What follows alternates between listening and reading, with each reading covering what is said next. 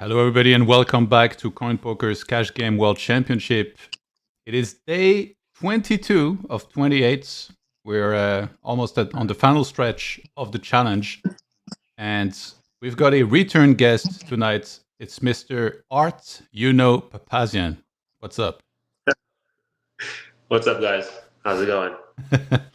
Pretty good, pretty good. Excited to get back at it, watch some cool poker action. Unfortunately, the leaderboard update didn't happen today, so we don't really know what's happened yesterday. As far as we know, Kevin's still in the lead. So Kevin probably won a bunch of money. That's probably what happened. we had him on the stream yesterday. Actually, it was really fun. We heard from him the first time this challenge. Oh, Kevin was on the stream yesterday. Yeah, he joined for a while, and like he was saying some funny stuff. He was saying like to lock in, he put a blanket above his head and like kind of like surrounding, so he wouldn't see anything outside of like his computer space, and then it helped him lock in. Wow, damn, that's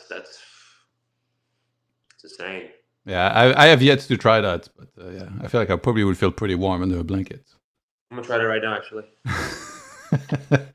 I'm gonna find a blanket. It'd be so sick. Like you go on an upswing later when you play like this. You just like have to play like this all the time.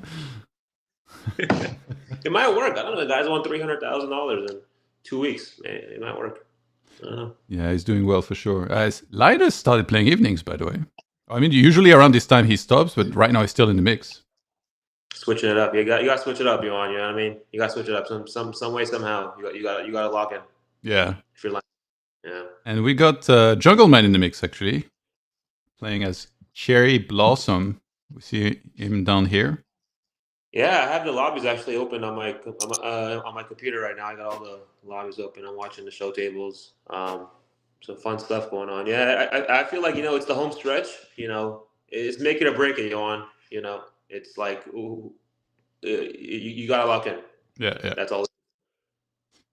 Was there any consideration from you to get back in there once more, or play a little bit more volume, or that was it? Thought about it, but nah. I had some other stuff. There was Thanksgiving and other stuff that I had to take care of, so I didn't really have time to play that much. Retire from the challenge on top with a 46 BB per 100 of 3 binds. It's a little embarrassing. But no, why? Why? Not at all. No, I mean just come in, win a few binds, and dip. It's not very nice. I don't think anybody will see it as hit and run. It's a little bit hit and run. It's a baby hit and run. By the way, are you by any chance friends with Alan Keating? I mean, if I was, I'd probably be a very, very rich man. Okay, because like I was asking people to make suggestions on guests, and like his name came up, so I have no idea how to contact him. So yeah, I was asking him if you have any suggestions, by the way, for guests to be on. I'm all ears. You were talking about the guy who plays the streams, Alan Keating, right? Yeah.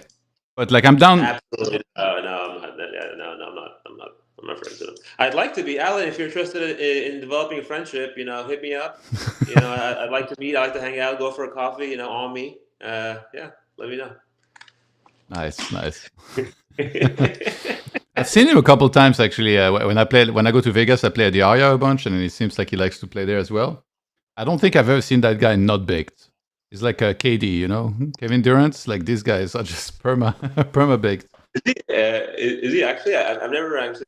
That's the impression I get. Maybe he's just like so chill. I can't tell the difference, but that's the impression I got. Seems like a cool guy. He grabbed the mic off like the floors at the Aria, and then he was like talking for like 15 minutes, just like kind of like coaching the room. He's like, if you guys have aces under the gun, you need to limp. And then wait, you come back over the top.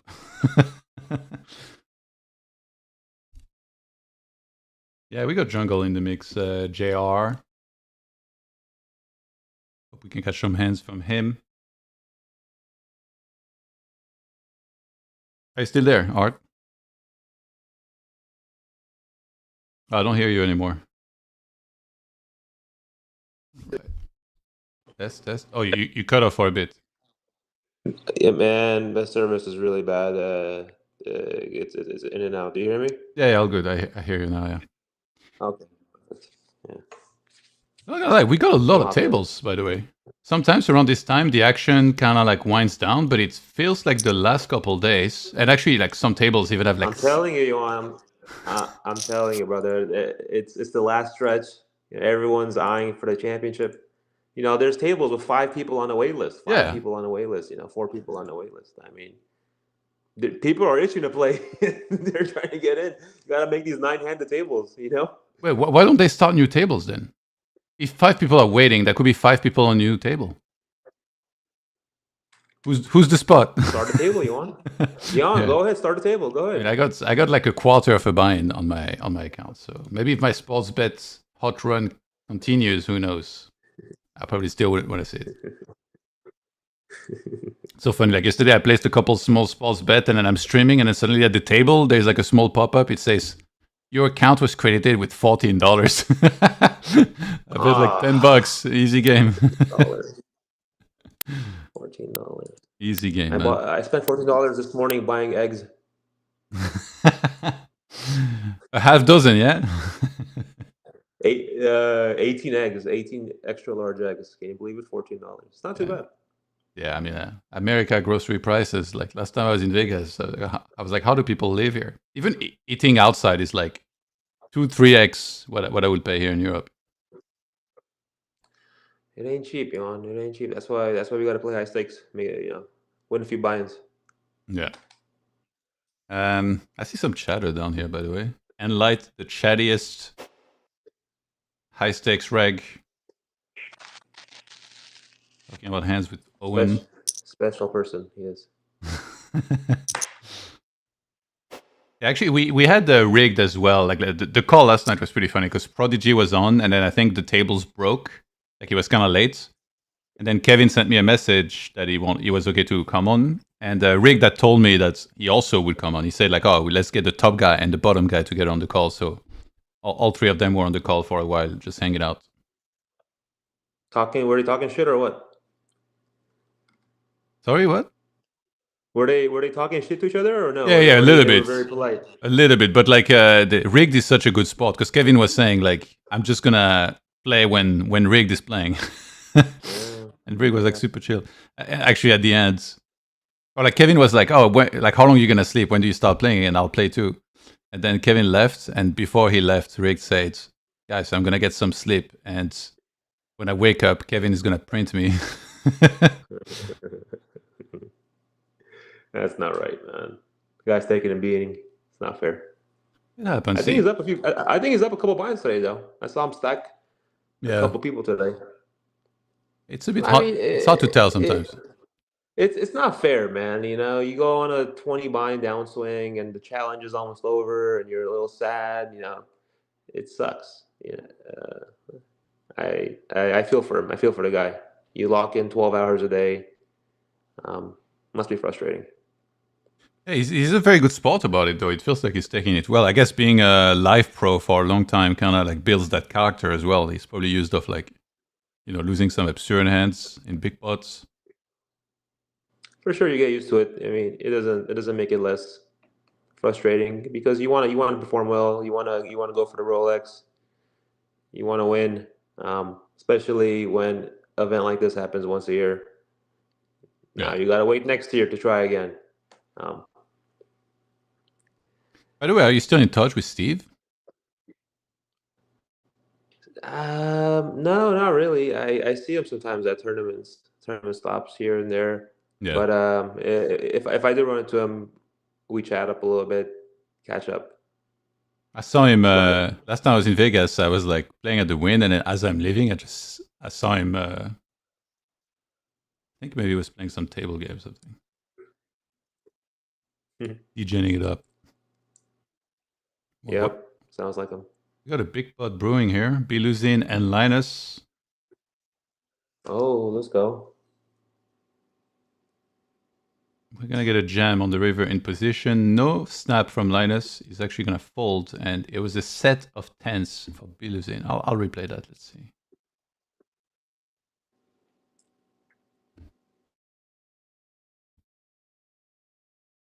So it's... Wait, oh, he flatted.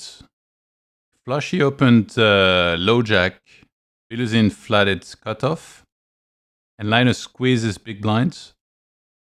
Biluzin calls. Queen high flop, he calls a third pots. Like 30%. Turns a set, but flush board. Linus checks and then Biluzin bets big. Man, like this guy's... Whenever I have a set on a flush board, I'm quaking in my boots. You know, I would never bet. Or like smaller than this, at least if I did.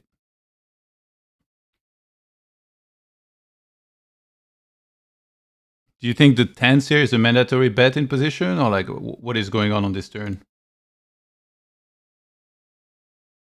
I don't hear you, by the way, right now.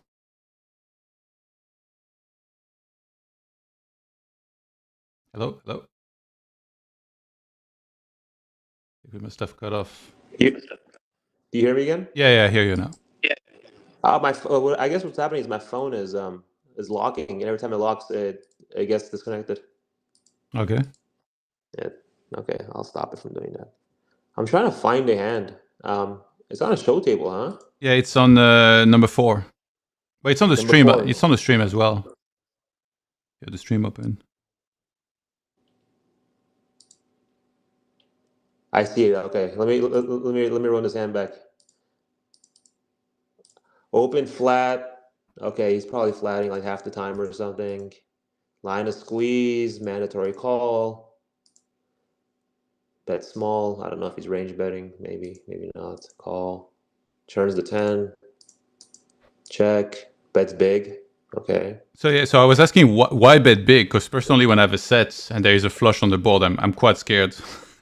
I just think of the hands that beat me, like all the flushes and stuff. So why bet big if you were gonna bet here? Just wants to get the money in, I'm guessing. It's kind of the nuts here. Yeah. Pocket tens is effectively the nuts. You're gonna lose sometimes. Pocket queen, some flushes. But what are the flushes? Ace king of diamonds, ace jack of diamonds, ace five of diamonds, king jack. I mean, there isn't too many combos. You know, there's still pocket jacks with a diamond, pocket kings with pocket aces. There's still a lot of hands that you beat. So, But like, would those hands be checking on the turn from Linus as opposed to betting? well, he bets small on the flop, so he's probably betting, I don't know, somewhere between 60% of his range to full range bet. I don't know what his strategy is, but he's betting a lot. And when the diamond comes in, out of position, has to check a lot, right? Because he see bets the flop a lot. Biluzin is gonna fold some of his complete junk stuff on the flop, and so when a diamond comes in position is not doing too bad. So yeah, he's gonna probably check a lot. He's not gonna check everything, but he's gonna check a lot. And then 9 of spades and pocket tens. Well played. Linus found the folds against the set. Yeah, I can't imagine he had better. That's why he's Linus. And maybe he had nothing. Who knows? Yeah, maybe he had nothing. I don't know if you saw, by the way, on the other table, there was all in 400 big blind spots rigged against Prodigy, and they chopped ace king suited against aces. Was it number 2? Yeah, show number 2. Okay, so you have show number 4 and show number 2 open, right? Because I have it on my screen like that. Yeah. The 2 that will show on stream when I'm not showing the replayer is 3 and 2. I see. Okay. Cool. So this was a cold 4 from rigged on the bigger side because with 200 deep, and Owen just jammed in those positions. Kind of sick he gets to chop it though. That was a number 2, right? Yeah. Let me see. Okay, I see it now. Button open, small blind 3 bet, cold 4 bet, shove. Damn, he just shoved? Yeah. Well, it's small blind and big blind, right? Yeah. Man, that's a little unusual. 28. I personally wouldn't do that, but I mean Yeah. that's very unusual. 28 big blinds to 200 is a big jump. Yeah, because you can 5-bet here. You can 5-bet small. I mean, I figured that would be the best play, but if you want to remove that 5-bet and just go for 5-bet jam or flat, that makes sense too, you know. It's hard. It's not very obvious which hands to 5-bet bluff and which hands to call, right? Yeah. I figured maybe some ace-10 suited, king-10 suited, stuff like that wants to 5-bet small and then fold to a shove. But it's not very obvious. It's not something that happens all the time, these configurations. But the 5-bet jam is pretty interesting. Yeah, that's pretty interesting. Pretty cool play. Are you friends Oh with yeah. Oh, Prodigy was one that had ace king suited. I thought he was the one with aces. No, no, no. What It's am I saying, man? rigged with aces. Yeah, I thought he was one of that with aces. That makes more sense now. Because you would have shoved aces. Yeah, that makes sense now. Are you friends with Jungleman, by the way?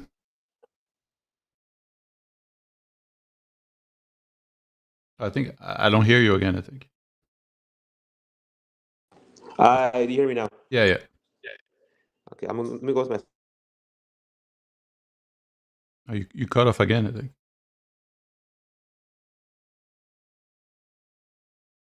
Do you hear me now? Yeah.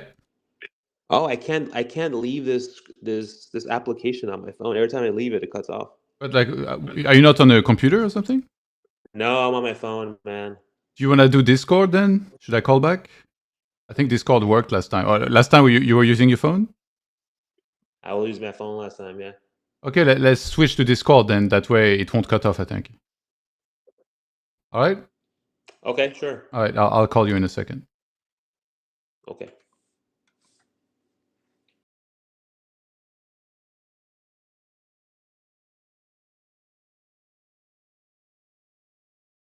Yes. Hello? We're back. Nice. I was We're asking, back, baby. are you friends with Jungleman? I'm not. I don't think I've ever played with him. Okay. I don't think I've ever met him either. Maybe I have once in the past. I'm not entirely sure, but no. Big fan though. Very, very, very interesting guy. Very, very interesting guy to say the least.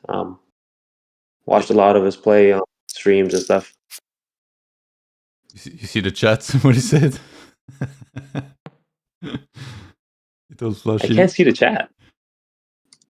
Oh, you have to click the chat tab on the table, like it's show 3, and he said, "Flushy, sit back in. Don't you run away from me." What a sicko.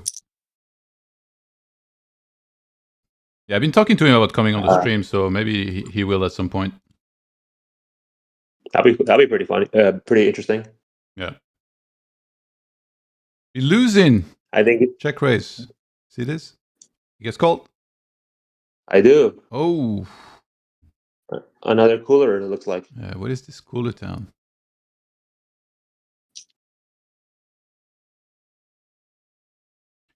Reminds me of when I went to eat with you and Steve, and he kept telling you that poker was easy when you keep getting the big pocket pairs. Steve always gets big pocket pairs. It's ridiculous. No, he was saying that you kept getting pocket pairs because I think he had, never that. Like he had a short stack compared to you. You had a way bigger stack in that like 10K WPT or something. It's fake news. Fake news. Prodigy, c-bet small. Biluzin check call. Ace on the turn. Check, check. 5. Check. 3/4. About 3/4 raise. Call. Pocket kings. Like, this could have gone way worse for Ace King. Almost feels like he saved money. Yeah, Prodigy. Prodigy. Check the turn. Maybe checking sometimes, betting sometimes. Check this time. With the king of hearts, probably checked. That's what he's thinking. You know, he doesn't need too much protection. And the 5 of hearts kind of slows down the action a little bit. If it wasn't the 5 of hearts, he might. If it was like, I don't know, a deuce of clubs, he probably gets it all. 5 kills his action a little bit.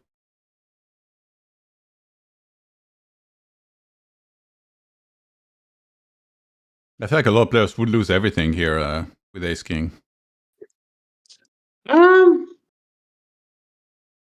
Maybe, yeah, maybe a less experienced player might lose more than this for sure. Yeah, but these guys kind of understand the thresholds a little bit better, and yeah, you need a flush to play for it all here. Low jack versus hijack here. He flat spree, you know, like we know that's the thing. But what about on the flop? Do you have any check raises? For sure, yeah, you can definitely check raise on the flop. Deeper stack, you kind of want to check raise less. Yeah. There's 15.5 blinds in the middle and 170 back. Yeah, you definitely check raise less. If it was, I don't know, 50 blinds deep or something, 60 blinds deep, something like that, definitely would check raise more. Deeper stacked, you kind of want to not blow up the pot too much out of position. But that's also why you call some ace king off and stuff, so you can check all down, you know. So what would check raise on the flop then for the out of position? You can do like a 6-5, 4-5, stuff like that. Maybe you can check raise like a king jack suited, king 10 suited, king queen suited. You can also check raise ace king sometimes, probably like, I don't know, 25% of the time or something like that. You got to mix it up. Yeah, because otherwise it sounds like you have no super strong hands in there. Yeah, you have the pocket sixes, the pocket threes, once in a while pocket kings if you don't 4-bet it. So you definitely have some strong hands in there. Yeah.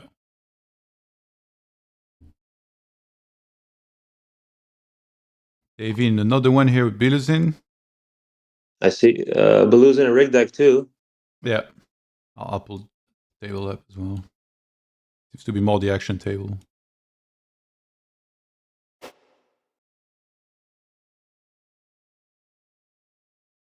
Leo says, finally listening to Jungle on his stream was painful. Oh, he's actually streaming.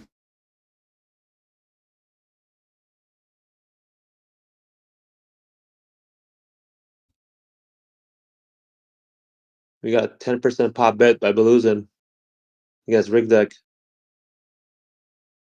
Solver nerd confirmed. Love it. Ace king off. Oh, am I killing the action by saying that? Oh no. So what was it? Was a 3-bet and a call. He continued quarter, got called, went 75, river top 2 and bet 10% and got a fold through.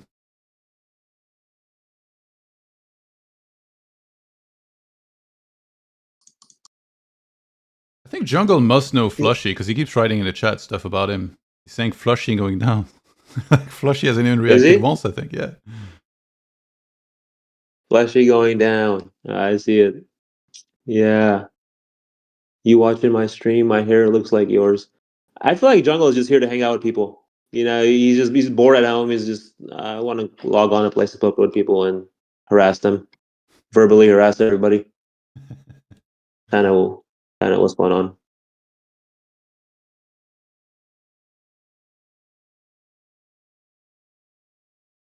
Oh yeah, see, he is streaming. Yeah. He's taking notes. Wow.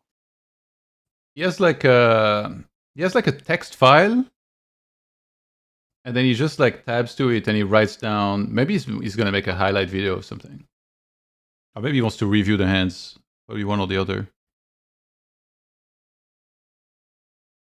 And also, what the hell? His aspect ratio on the stream is just like looks nasty. He must have like a small laptop or something. It's kind of weird. Like the tables are like stretched vertically. Yeah. Unusual guy. But you gotta be a little unusual. You want to play these games. Yeah, yeah, sure. It's not. No regular human being is not jumping in there. Do you often go to Vegas or not much? I'm going to Vegas in about a week. Yeah. Play these documents coming up. Wait, which series is it? It's some WPT World Championship thing. Uh, yeah, it's supposed to. It's like the biggest 10K outside of the main event. Oh, that's the one at the win, right? Yeah, exactly. Yep. Oh, okay. Nice. You don't feel like you're betraying cash when you go play MTTs? Or?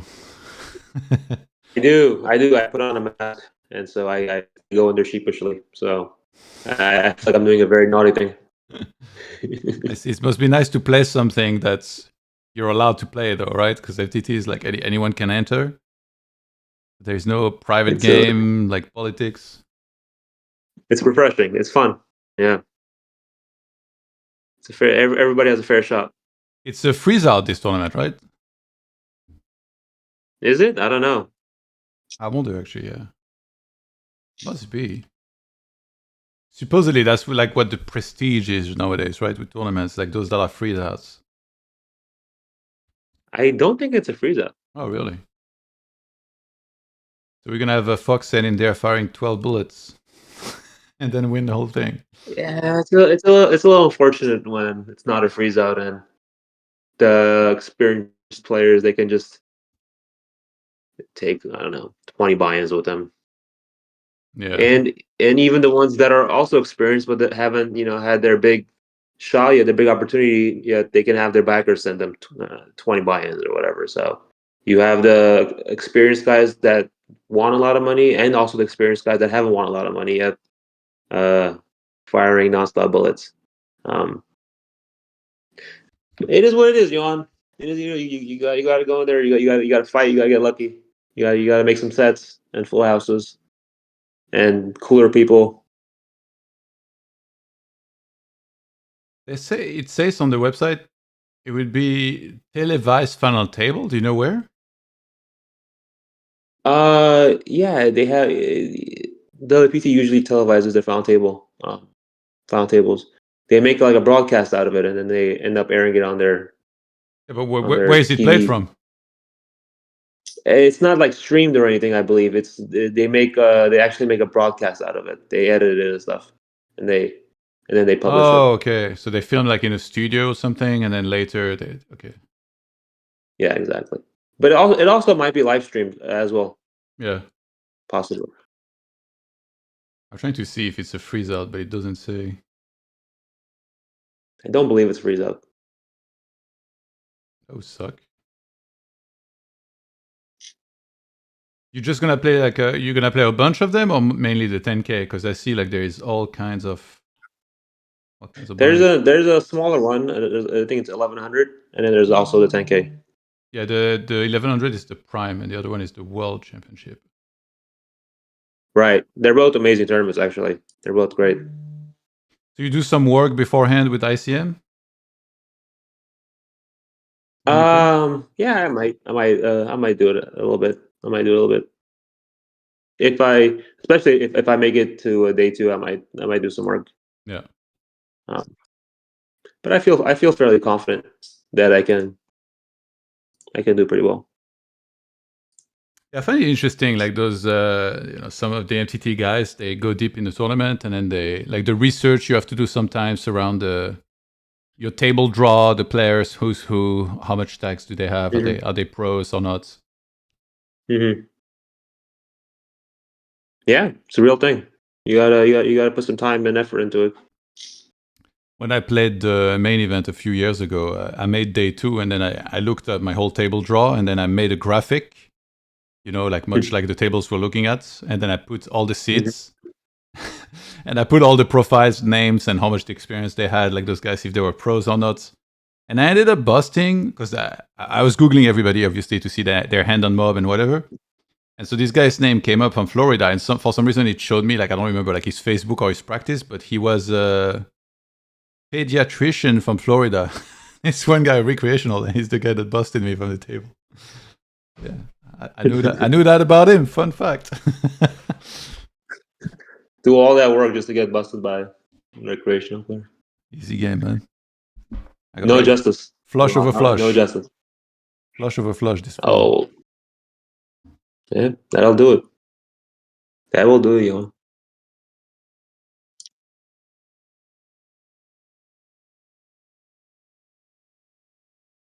Oh my God, Jungle just keeps typing. Who is he cursing at? Oh, Flushy. I don't think Flushy has responded once. It just keeps going. Flushy probably hates him.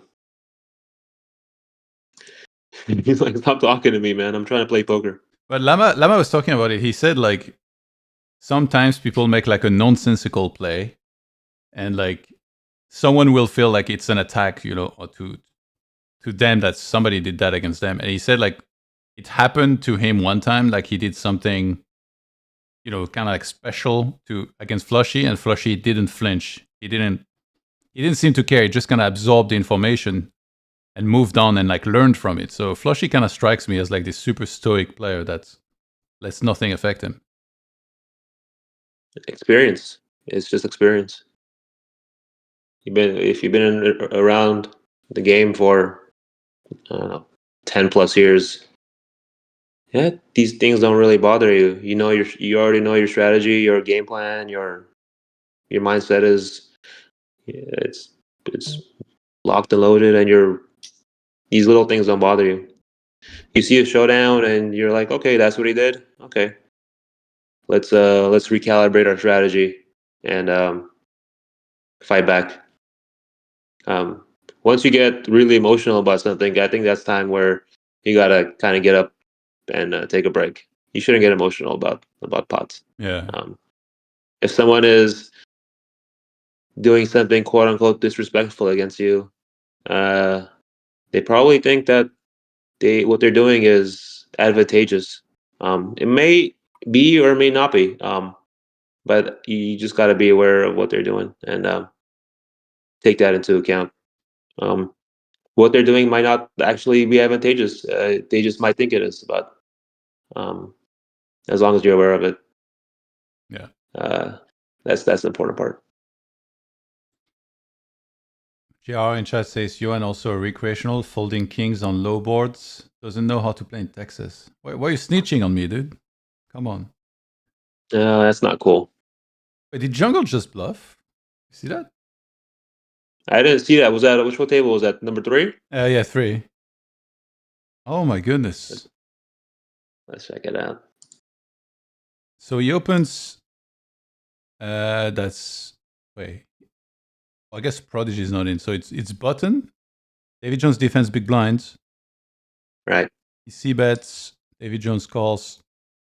Yeah. 8 on the turn. Check. 3 on the river. David Jones overbets, and Jungle is like, nope. He re-raises with just a 4. He has Queen 4 suited. And he said, get back in your locker in the chat. Get back in your locker. Oh my God! Sick. Hit him with the get back in your locker after the imposition raise. Wow, the disrespect. That's so crazy. Oh my God, he's unreal. What a guy. Like you got to pull out all the stops you want. When you're not as studied and as sharp as some of these guys, you got to turn speech play, right? You got to talk shit. You got to do something. You can't just sit there and take it. You got to fight back somehow. Well, to be honest, he does sound like he's the bully here. He literally said, "Get back in your locker." You know, it's like in school, the bully locking their victim in the locker. He's talking shit, Yuan. He's talking shit, and you gotta talk shit sometimes. Yeah, it's part of the game. What about you? Do you talk shit in your games? Oh, that was disrespectful just now. No one really noticed what happened, but Davy Jones with the 7-6 offsuit opened from the button on John Gomez big blind. That's very quiet, full disrespect. Yeah, it's not big mouth. It's not in your face. I'm opening 50% on the button. What are you gonna do about it? You know, what are you gonna do about it? Maybe even 55%. I don't know. I don't know. You might open 6-5 offsuit. Who knows? Disrespect. Worked perfectly. Cydrus asked, Biluzin is really Stefano. No, he's not. Biluzin is Pedro Toledo, as a Brazilian reg. I don't know why there's always someone writing this type of stuff. Like Stefan is this guy, Stefan is yes. I'm pretty sure Stefan is not in this challenge. So I think we would know about it if he was. Stefan played last challenge, didn't he? A little bit, yeah. And he played the mid-stakes challenge, and he finished at the bottom of the leaderboard. So that's so disheartening. I remember when I first started playing on the other site, ACR, and Stefan was, I don't know if he was in his prime, but he was playing a lot on there back then. I don't know. Let's call it 20.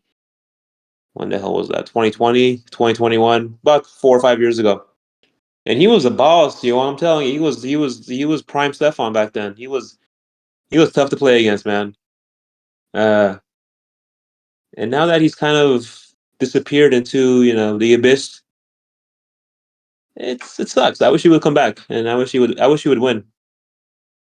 But I think poker has kind of evolved to a point where, look, when you have a bluff catcher and you're playing against Stefan, and a lot of the bluffs are available, you just press the call button. You just press the call button, and if you got it, you got it. Yeah. I think people back then didn't really press the call button that much against him, and now people are all right. I got second pair, straight blocker, whatever. Let's see it. And it. When people start doing that, you got to go get back into the lab, recalibrate. Did you read what happened to him and like his money and stuff? I did. That's If rough, that man. actually if that actually happened, because you can't believe everything you read on the internet. If that Yeah. actually happened, fuck, man, that's devastating. If that actually happened, but who knows? Who knows? Maybe it did. Maybe it didn't. Yeah, like losing 2 million plus, which must have been like most of his Yeah, bankroll. Good luck coming back from this. yeah. I heard him say that he was pretty much completely broke. He had almost $0 to his name. Um, I think he mentioned that when he was playing in the GG Poker 25K heads up tournament. He Well, so said he was broke, but he was playing at 25K? no, they backed them. I think he only had like, I don't know, 10% or 25% or something like that of his own action, some small amount. I could be wrong, but if my memory serves me right, he actually streamed the whole thing. It's on YouTube. It's one of the funniest videos. It's one of the funniest poker videos, Johan, I've ever seen in my life. It's Stefan live streaming himself playing that 25K heads up championship. It is so funny. If you guys are watching this right now, go find that video. It is hilarious. It's one of the funniest videos I've ever What seen in is my he life. saying? He's just talking shit about his opponent the whole time, and he's sitting and he's playing while smoking a cigar, and it's so fucking funny, man. It's hilarious.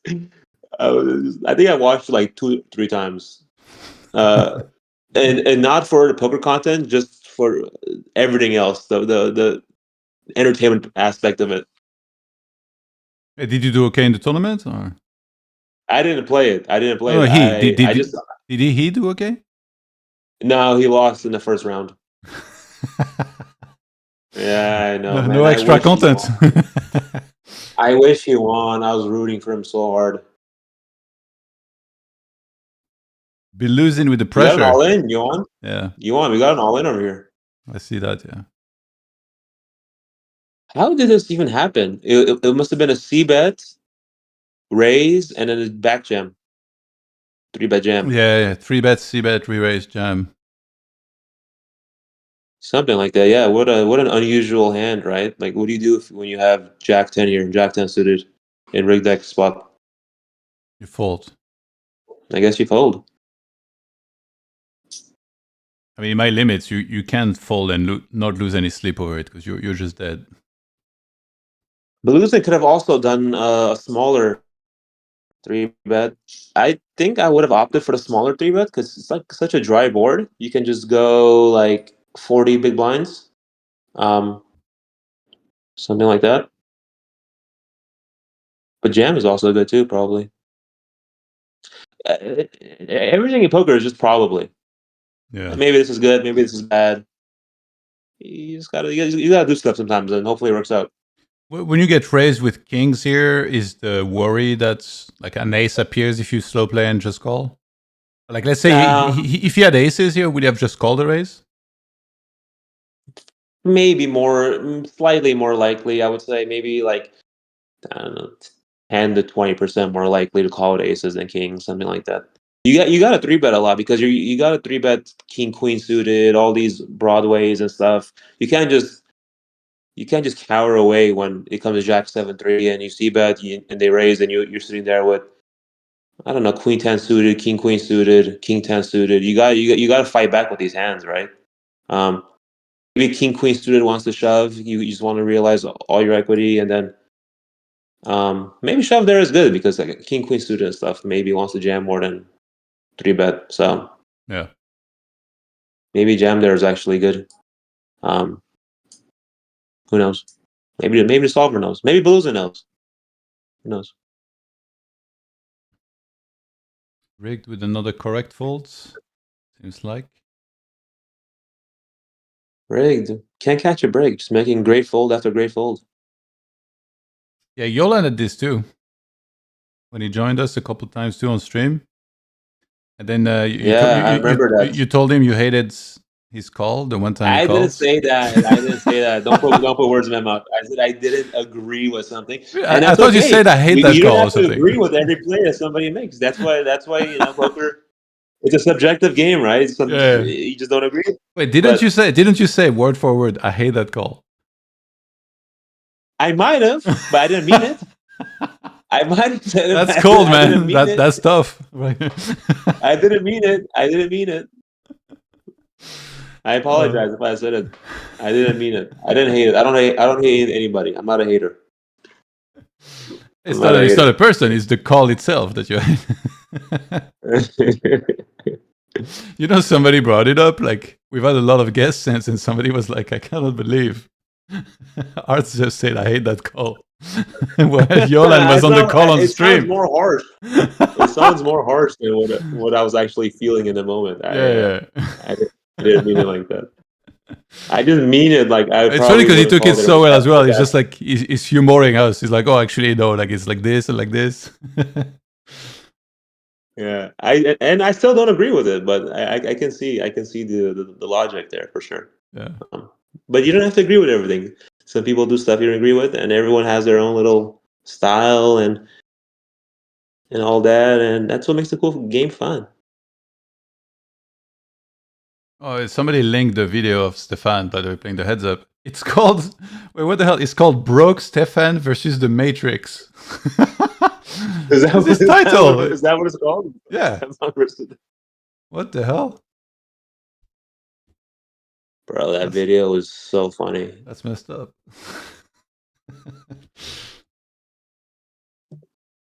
I'll have a look later.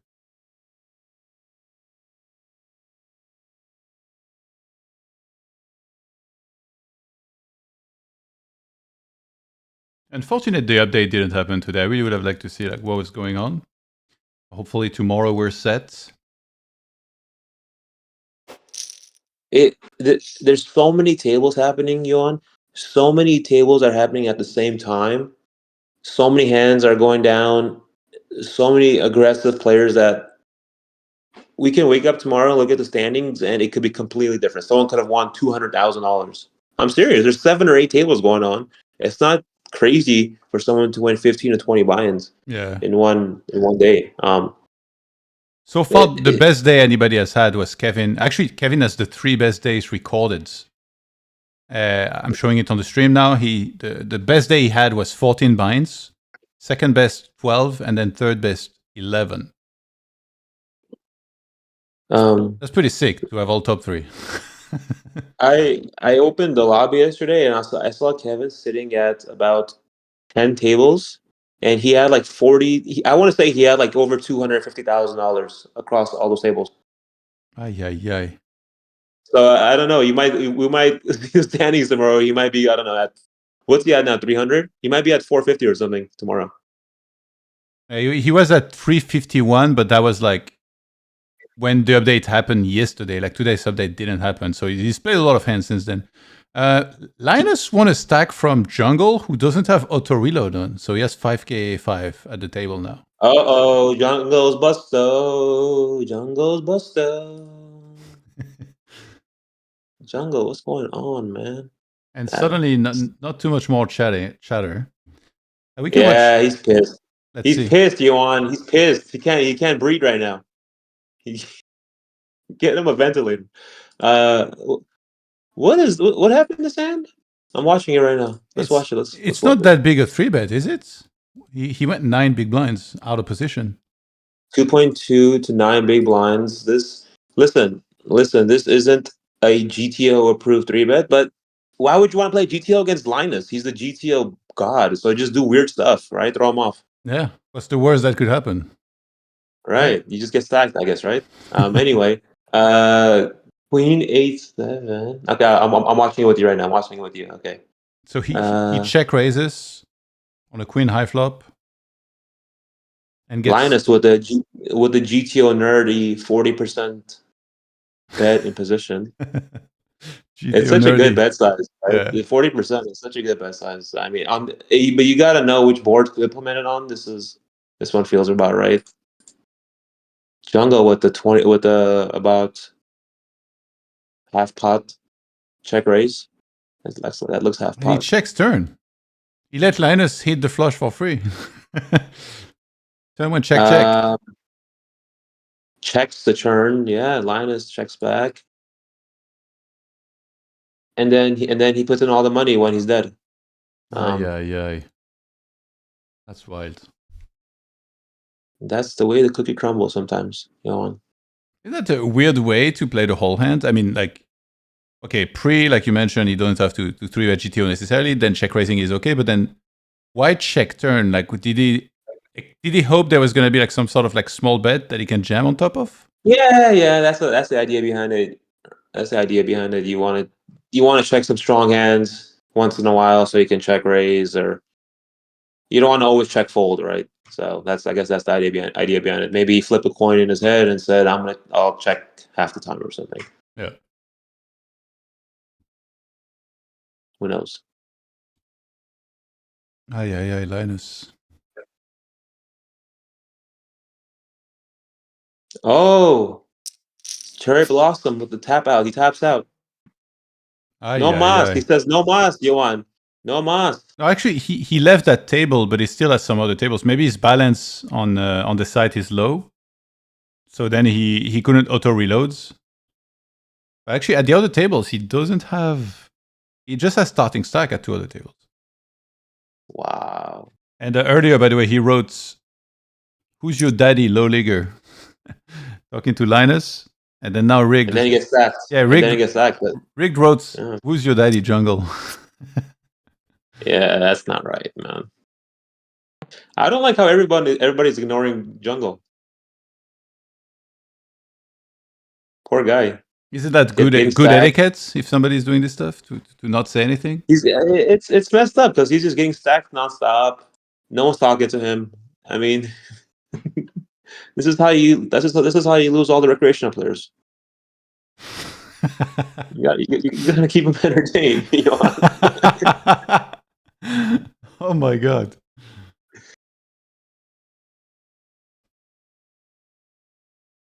Do you feel like when you played in live games, you were good at this stuff, like kind of like entertaining the recreational? I wasn't, man. I was young, Johan. I was 25 years old, playing with $150,000 in front of me, not selling any action. I was scared as hell, bro. I can't talk and fucking play at the same time. You crazy? I mean, now I can do it more. I probably would be way better at now than I was back then. But yeah, before, when I was, I don't know, how old was I? 25, 26, 27 years old, playing huge games. I don't know, have like 10% of my roll on the table, 20% of my roll on the table. Right? I can't sit there and be chatty, you want. Well, like outside of it, when you're playing a hand, at least, no? Or because, like, for me personally, Yeah. I hate talking if I'm in a hand, but outside of that, I'm just talking all the time. I don't mind. Yeah, I think so. I think I was somewhere in the middle between chatty and not chatty, outside of hand.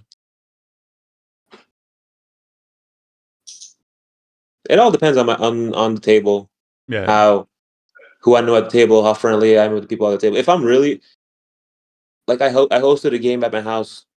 What's today? On Saturday, I threw a big friendsgiving party at my house, and I hosted a poker game amongst my friends. None of them are pro poker players; they just play for fun. Yeah. And it was fun. I was blind straddling all in all the time. You know, it's chatting, drinking. It's like when I'm playing with friends. I don't know. I don't even remember one hand that I played. That's how crazy it was. I can't even recall one hand that I played where I remember the board or anything. Just yeah. So it just depends on the table dynamics and what's going on. Cydrus in the chat asked, did Art ever play jungle in LA? I don't remember. I don't think I did. I don't think I did. No. I know he's played some in LA, but I think he's mostly played in Vegas, from what I know. Yeah, I can't recall honestly. By the way, do you follow Yolan on Instagram? Yolan Cohen. Yeah. Yeah, I believe I do. Yeah. He posted a story organizing a private game at my place in LA next weekend. No rake. DM me if interested. Do you think he remembers you said you hated his call? Maybe you could show to the game. Yolan, I loved your call. I would play the hand the same exact way, bro. Yolan, that was one of the best plays I've ever seen in my life. I would snap call that hand, bro. Yeah, like let me know what's going on. Yeah, I'm free. I'm free that day. I don't know what day it is, but I'm free that exact day. There you go. Message him on Insta. Make it happen. I don't know if he'd let you in, but I'm free that day. Let me in. Maya Cortez asked, "Is Art the best cash game player in LA?" Question mark. How the hell would I know? Yeah, where would you Gotta take rate a poll. yourself? I don't know. I don't know who's in LA. Oh, don't be modest. Maybe. Yeah, Garrett. Like I don't know all these guys. Garrett doesn't play poker anymore. He's too rich. I don't know if he plays or doesn't play. I don't think he plays poker anymore. There's a lot of good players in LA. There's a lot of money in LA. A lot of good players in LA. I don't know. I would say I work really hard on my game and I try to play as much as I can, and I think I can compete with almost anybody, any lineup. So maybe. Do you think live suits you more than online, or it doesn't really matter? Like you're fine with either? Being that I played online for 90% of my volume probably over the last few years, playing live is, especially live cash, is so boring. It's like it's hard. It's hard to tolerate, to be honest. Especially 9 max, no ante. It's so frustrating. Yeah. I I I can play maybe 3, 4, 5 hours, and all I can think about is going home and just eating dinner and hanging out with my wife or something, you know. And it's really not something that I can do more than once or twice a week at most. Okay. But I like live tournaments actually. They're fun because there's something to look forward to. Final table, the bubble. You double up, you lose a big pot, you lose half your stack. You're always adjusting, recalibrating your strategy. Whereas But you've done well in those tournaments, right? I've done I think I've done pretty well. Yeah, I think I've done pretty well. I think that's part of I think what affects your how much you like them. Like imagine you go on a cold run and like for a year straight you're just gonna break Oh everything. no, I've done. What do you on? I think I didn't cash a tournament for like 40 in a row at one point. Really? Over like between like 2023 and like 2024 or something. I feel like I break like 40 tournaments in a row. That's a little sick. exaggerating. Maybe I went like 3 for like 25 or 3 for 30 or something. Yeah, I hear of like those live those really good pros where usually like year round they play more online, but they play a couple circuit, but then they go for the series and then they fire kind of everything, you know, for 100k, 200k, and then they break everything. I can't imagine. You're literally playing with like, you know, a lumberjack from Arkansas or something, and then just they hit their 2 outers like a bunch of times, and you're just getting cooked. Then you got to go back to your room and order room service and sit there and be sad. the mediocre, overpriced Chinese succulent meal at the Horseshoe for $25. Man, I'm thinking about that going to Vegas next week. Like, what am I going to eat? The food is so overpriced, and I have like these very nitty thoughts in my head of like, man, I don't want to spend $18 for breakfast, or no, it's not $40 for breakfast. Yeah, $40. You want to eat I'm thinking healthy? about going out. I lately I've been waking up in the mornings, making myself healthy breakfast and going for walks and stuff like that. There's some legit places like you can like Uber Eats. They have like these places of strip called Protein House and all this stuff. So it's like pretty healthy, I think. But obviously it's gonna be expensive. But other than that, there's a couple like Chipotle, you know, or like Earl of Sandwich, cheap meal with. There's this breakfast diner in a little bit off the strip where I usually go to get breakfast in the mornings. Are you gonna say that and then not say the name? If I could remember the name you want, I would say the name. I don't remember the freaking name. Secret and fact, when I get there, I'll just Google it. I'll Google breakfast place. I'm like, oh yeah, that's the one I go to. I can drive there. I know where it's at. I just don't remember the name of it. Yeah. I guess be careful also. Like if you make FT in the 10K, like that day your breakfast, there might be somebody waiting. It's like I haven't got it paid yet. What are you here for? Yeah, what are you here for, man? I got $20 in the wall. I'll take it. Actually, like I think playing in LA, like kind of like your poker career, I feel like I would have been very very worried about the lack of safety. I feel like in LA because there's definitely some characters that don't inspire too much trust. So have you been alright mostly with staying out of trouble and not getting somebody snap at you over What are you nothing? talking about, Johan? I am trouble. I'm the one that hits people up. That's me. I am trouble. They gotta worry for me, Johan. Nice. I'm the guy. No, I don't know. Not really. I just practice safe habits. I don't carry cash with me. I have player banks at the casinos and stuff. So Yeah.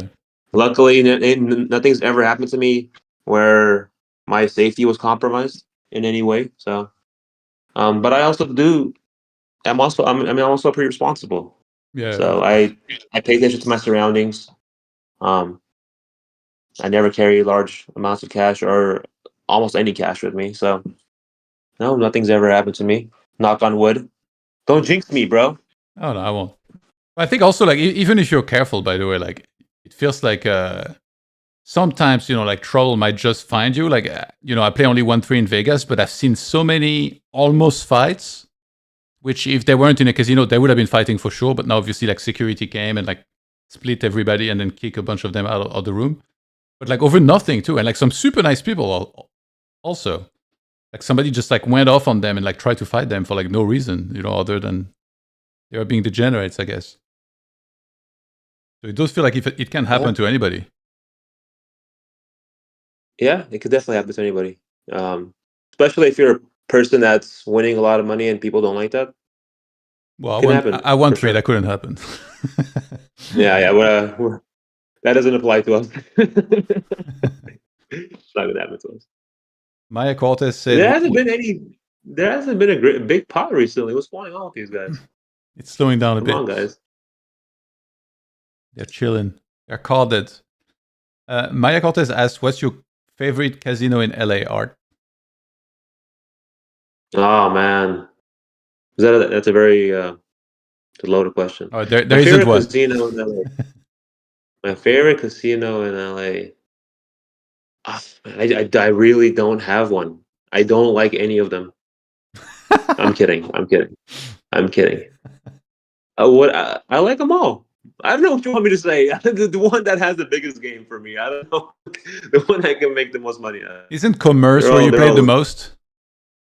In my career, yeah, the most. Yeah, right. That's kind of poker. I guess it would because that's where I started playing poker. That's where I kind of learned how to play poker. Started making money. That's kind of where I have most of my poker memories. But then at the bike, that's when I played live at the bike, where I made a very large, significant amount of money, where it kind of helped me propel my bankroll. And then I won the WPT tournament also at the bike. So that place also has significance in my career. So I don't know. Commerce. And I recently won a tournament at the Commerce in May of 2025 as well. So I've done very well in both of those casinos. So I would say bike and Commerce for sure. I'm trying to check. Actually, I don't know how long they've been tracking for, but do you know the website called High Roll Poker that tracks like stream games? High Roller Poker? No, I heard about this. High Roll. You heard about it. Like you tell me you're not refreshing this ranking every day. I'm trying to find you on it. High Roll Poker, is that the one where they track the stream winnings from the players, a live stream? Yeah. I've heard of this website, yes. I'm trying to find you. Why are you on there? I guess you haven't played that much on stream. There's no way they have my information from live at the bike. Well, if it was streamed, how would they not? I don't think that website was around back then. Yeah, okay. So they haven't been tracking for that long, maybe. Exactly, yeah. I think this is recently. Yeah. Otherwise you'd be number one. Easy. Actually, they have you on there. They have you on there. Minus 72K. No chance. 72 hours played. Hourly minus 1K. BB per hundreds minus 3.89. You got cooked, brother. Is that for Hustler? I will link you your player profile.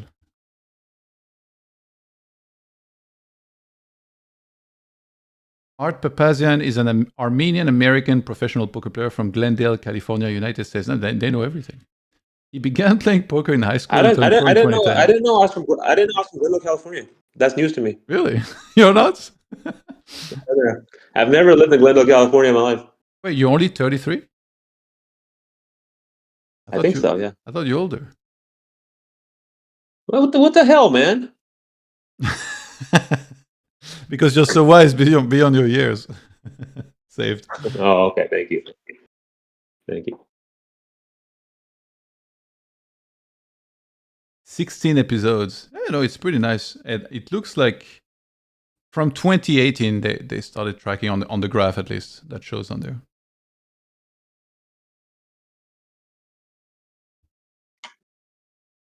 Who's leading then the leaderboards? Jungle, I think. Yeah, Jungle. Oh, we got an all in on the call. You want? Oh. Got an all in on the call. Biluzin and I don't know how to say this guy's name. Chile or something. Chile. Whatever. Chile. What just happened? It's 3-bet or 4-bet? 4-bet. We got a 4-bet in there. Okay. Oh, wow. He got re-raised on a 10 high flop. And he just shipped. I thought Jacks never wins. What happened to that? Jacks never? Who told you that lie? Complete fabrication. Everyone. They lied to you, Jan. They lied to you. Is it standard to raise here with jacks in position against this bet? Like you can call to, I assume, or maybe he thinks that this quarter size C bet is a full range C bet. yeah. I believe you're supposed to use a bigger size here on a 10 high board out of position. So Shile, was that Shile? I mean, you say it however you want, but I say Chile. Yeah. He might bet this is range C bet. Maybe you can even almost full range C bet bigger size, but maybe he just wants to raise jack sometimes for protection against, I don't know, king queen, ace queen, stuff like that. And then Biluzin with a pretty large shove out of position.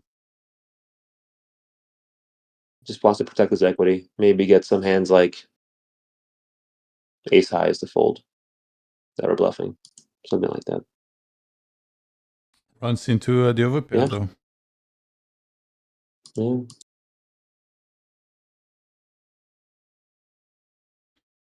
Yeah. Some of the tables broke, by the way. What's going on? Yeah. I think few players left. They heard us. They heard us commentating. They got upset. They quit. They couldn't take the pressure of the They commentator can't team. take the pressure. And also, maybe, I don't know, maybe Jungle Man busted and that's why they quit. I don't know. It could be that too. I don't know why I'm talking shit about Jungle Man. I don't know, because I feel like you're talking shit to the players. I'm defending the players. Someone's got to stand up to the bully. You're about to get a text from an unknown number. What's your problem, bro? Man, I'm kidding, man. It's all fun. We're just having fun. A fun event. It's a fun event. Chris Hans in the chat asks, "What's Art's main stakes on another website unnamed? Toughest regs there." Oh, is that we can't say the I try not to. We can say you can, but I try not to. Yeah. Yeah, whatever runs. Whatever. I like to play NL 5K and higher usually. Any tough regs? Toughest reg worth mentioning? Everyone's tough. Who isn't a tough reg on 5K plus you Everyone's pretty good. Yeah. Yeah. There's no one where you're like, oh yeah, that guy, he sucks. Everyone is good. Maybe some people are a little bit more advanced than others, a little bit more tricky than others. You still gotta take notes on everyone, their tendencies, their style. Some people see bet too much. Some people see bet at the right frequency. Some people open a little bit wider than others. So yeah, everyone is kind of different in their own way. And small player pool, so you actually have a good read on most of your opponents. You play with them pretty often. So you said like some are more advanced. So who's less advanced? Whose frontal lobe is underdeveloped in that pool?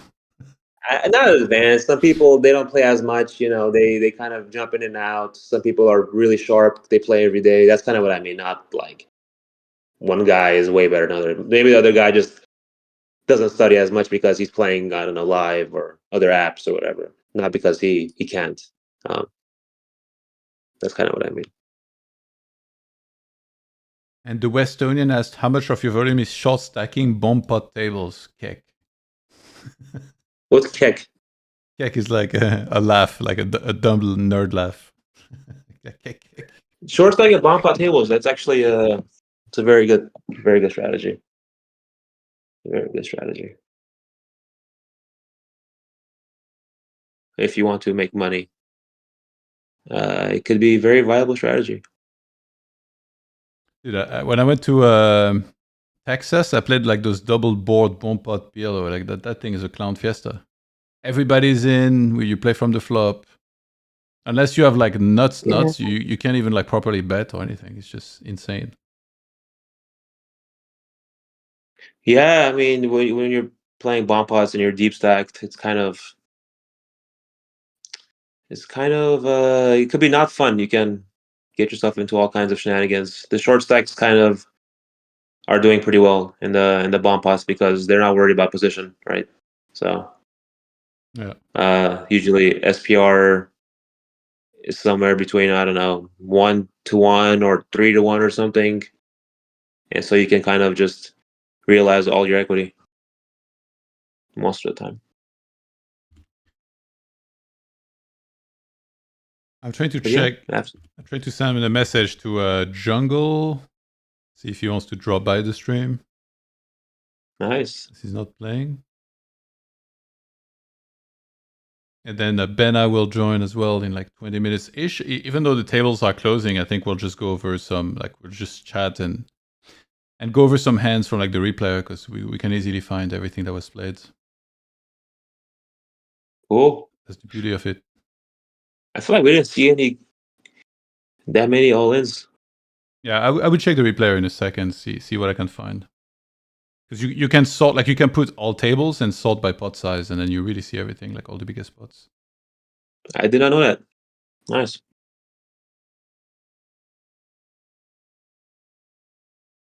Damn, why can't I find the contact? Where is he?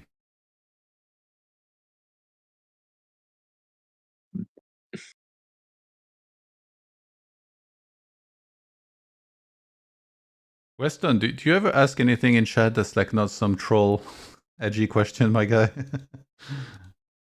Every time. What did he ask now? No, it was like the question about your volume short stacking. Like he always loves like the edgy question. He says, nope, okay, well. Only troll, yep. Yeah, Weston he's a regular on the stream who's also joined the call a few times, and yeah, he's for sure a troll. Like during the last year, we did giveaways, and people could win like $50 or $100, $25 by participating in the chat. And this guy, he won like $50. He sat no limit 50, and then Weston went there and went all in against this guy, and he had absolutely nothing. And the guy had aces, so he doubled, and then he just kept doubling, and he built like. I don't remember the number, but he like quadrupled his bankroll or something. It's pretty funny.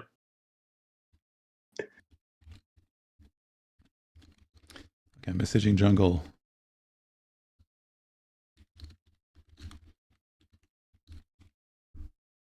When is Bena gonna join? In like 20 minutes-ish. If he's on time, which I expect he will be. Oh, apparently the leaderboard was just refreshed. All right, here we go. Wait, let's do this together. Put it up on the stream. Oh, hold on, refreshed? Apparently. No, Let's see it. No, it didn't. Not yet, I think. It's not refreshing for me. What? Dude, I'm doing what? It's not working. I tried to refresh to it, and no, actually, I don't think it is for me. Let me see. Yeah, because it still says like Davey didn't play any hands yesterday. So it should have his amount of hands. And then, yeah. Same for me. Maybe it's like rendering or something right now. And before it refreshes, Kevin has like 500K. He might actually. I'm telling you, I saw some tables yesterday, and he had like 50K on one, 40K on the other, 38K on the other. And I'm like, what the hell? What kind of bloodbath was? Like somebody got massacred. I don't know who it was, but I think he just has this style where like the money just kind of goes in, but so it doesn't necessarily mean that like he's up a lot, right? He might have lost a whole bunch of stacks. Like yesterday, it seemed like he did lose. I don't know, man.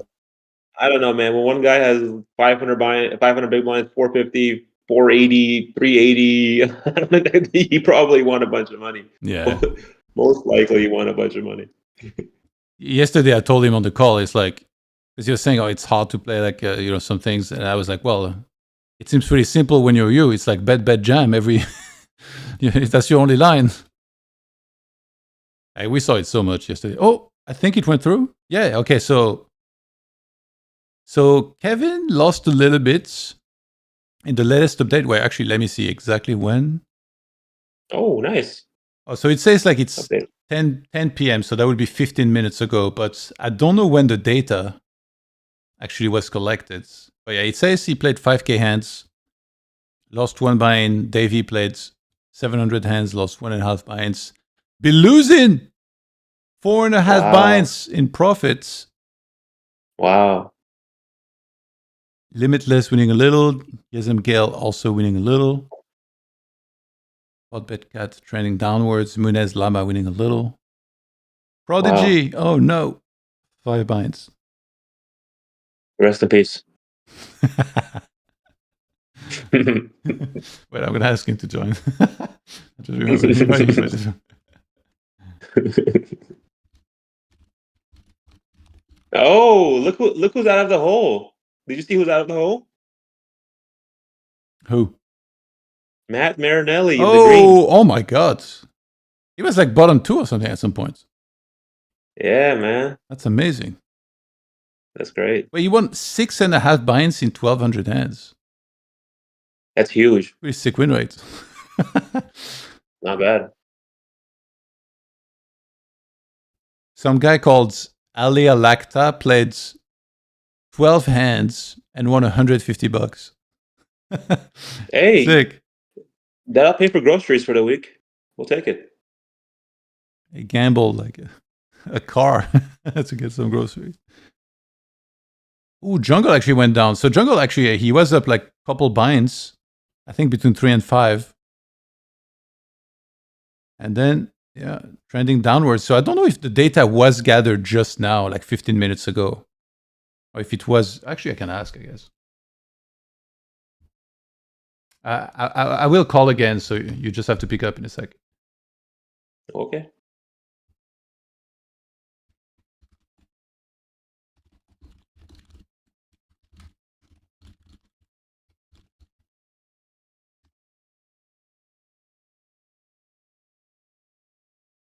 All right, welcome back. Yeah, I'm trying to ask if the data is from earlier today or was it actually collected like, 15 minutes ago and they just like added it into the leaderboard? That would be pretty sick if it was 15 minutes ago. Then we're really up to date completely. Xiao Jun losing a little, Deki losing a little. Dunkaroos. Do you hear me? Yeah. Dunkaroos trending downwards. Pepe as well. Rigged! Oh my God! No. The absolute madman rigged. Yo. Hello. What's going on? Yeah. Let me start my mic. Is that better? Yeah. Okay, sweet. Hey, how's it going? It's all good. How was your session? I think I won like about 60K today. Yeah, not bad. Oh, okay, because like the update just went through, and I don't know when the data was gathered. Dude, but those updates are like a million miles behind. Yeah, they're like. It says -5 buy-ins for you. What? Yeah. It just like it went through like 19 minutes ago, and it says so. I guess it must have been taken like this morning sometime. I guess maybe. Or was there no point you were down this amount? Like these numbers are just like fake news. This is just I don't know. I'm very confused. Like I literally stacked 2 people the first. I mean, it didn't update yesterday or the day before. It was supposed the day before it did. It was this morning that it didn't update. It's supposed to update yesterday. The day before and the day before that. Oh, it definitely really? didn't. Okay. Yeah, 100% didn't. It said I was up like 70 for ages. I think this is like, I don't know. I think it's very outdated, to be honest. Like they're just, why are they lying about when it's been updated? What's their agenda? Yeah, I mean, I don't know. I can find out from my hand. I mean, I messaged them to get my hands. I can find out what my actual result is. I think I'm about plus like 100K at the moment. So a bit of a shock to see plus like 30, but whatever.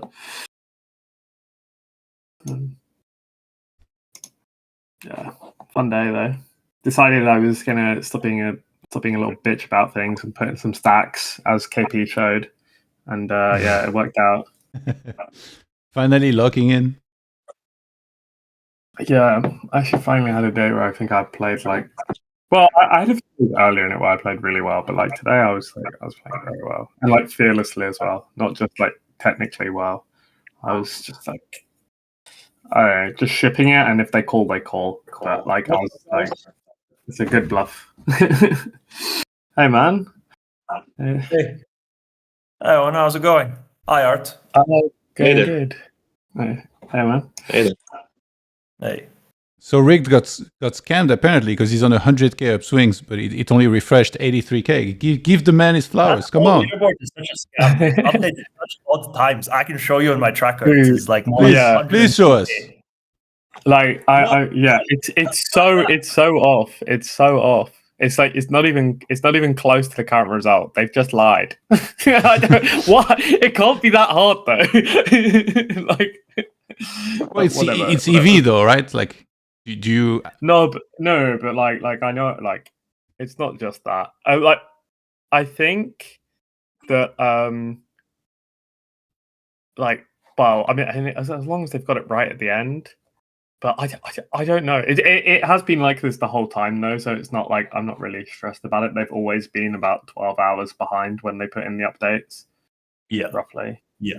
I mean, at least it's equally as unfair towards everybody, so it evens out. Yeah, I think it's also kind of like if the leaderboard was in real time, people could sort of like cheese it at the top. How so? Like, I think there is a strat where as long as you're even like one big blind ahead, you just sit out and hope that the guy in second goes on a downswing. Because, you know, there's a decent chance, like there's a very real chance that they're at the pinnacle of their upswing, right? And then they go on like a 50k downswing and never recover, and then you just auto win. So you could cheese it by every time you're one big blind ahead, you sit out and wait for them to like wait to see if they downswing, and then if they don't, then you play. Oh, and you're very knowledgeable. You know, it almost sounds like you know this from experience. Hey, we made a deal. I played it fair and square. You were like 1,000 hands. Okay, booked. We cannot change the deal now.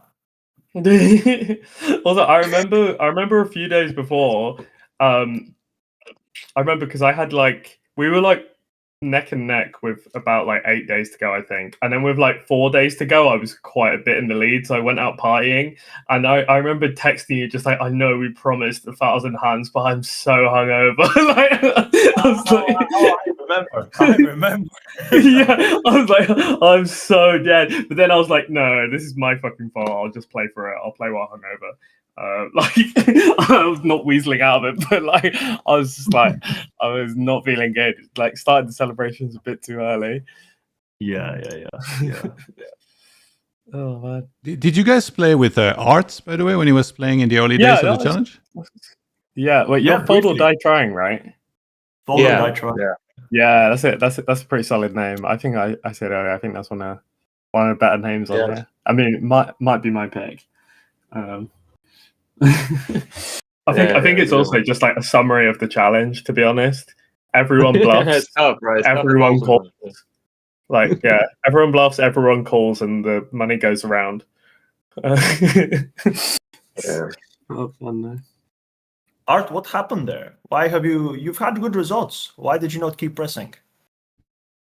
I don't know. I just play when I feel like playing sometimes. If I don't feel like playing, you know, I recently moved into a new house with my wife, and we were getting like the furniture every day, and I have to put up the TV and assemble the desk and do this and do that, and it's Thanksgiving and my family's coming over and I have to set up. It's just I have so many things going on, and I just can't focus, and I don't know. Not good games to be playing on C game. You know, probably want to be pretty locked in for these tables. Wait, what about the blanket from Kevin Paquet, where you put it over and you just lock in? Kevin's brand. That might be a game changer. Put the blanket on and it's, you know, ride or die. By the way, what happened to Kevin? He said he was gonna play with. He wanted to play with you, Rigged, today, and then I didn't see him in the mix. At least No, he Yeah, was- he got scared. He actually messaged me saying, Oh yeah, sorry, my bad. He's not off to Japan. He's just like he's just terrified. now that he's seen me pick up some heat, he's realized just how outclassed he really is.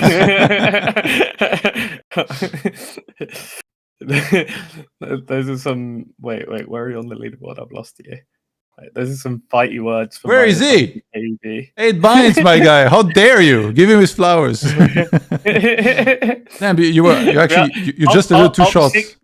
Up 60k in real money though, so like that's not bad. That's not crazy. really Noted.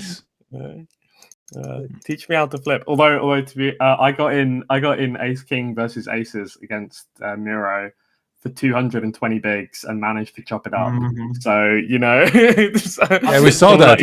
We showed it on stream. Yeah. That's so unfair. Why that like they just got to steal 20k ABV off me? That's so rude. I mean, I did at least get the money, which is nice. I had these like once a day, every day for the first 2 weeks of the challenge. Mm. This is a bad beat story, by the way. Oh my god. Hey, I thought it was a fair outcome, Owen. I think it's an alright outcome. Yeah, God, like, I'm not mad about it. I mean, we made money on the hand, right? We chopped up the 2BB open or whatever. Whatever. And I printed the easy. I'll take that. Guys, another story from the leaderboard. Marinelli plus 6.5 binds. He's in the green. Quite the comeback. Marinelli's in the green. Oh my God, this is as I was like kind of shit talking yesterday. I mean, not really, but like a little bit. You could sound happier for him, Owen. Yeah, no. I felt bad yesterday because I like the guy, and then I was like, oh, what's going on with Marinelli? He's not doing so hot for the second year, and then he shows me who's boss. So I'm gonna say I lit a fire under him. Like I gave him some inspiration, right? Right? Yeah, it's all you. It's the haters that motivate. Yeah. Turn your haters to your motivators. Did he message you personally to thank you for that much needed motivation? No, and I think that's actually quite rude that he hasn't, but I assume he's going to get around to it. Maybe we can get him on stream and he can personally thank you. By the way, so we had Jungle in the mix tonight. Apparently, he was streaming and he was kind of like, trash talking a little in the chat, saying stuff to people. So how was the experience getting in the mix with him? Yeah, it was kind of funny. Jungle's quite a character. He was like, I think some people just play with chat off. So I think he was kind of screaming into the void a little bit. Like he was trying to say something to Flushy, and I think Flushy was just like locked in. Yeah. he needed Zaz. If we had Zaz or like Enlight, is his name on Coin? If he was there, they would have chatted up a storm. Zaz is so fucking funny, man.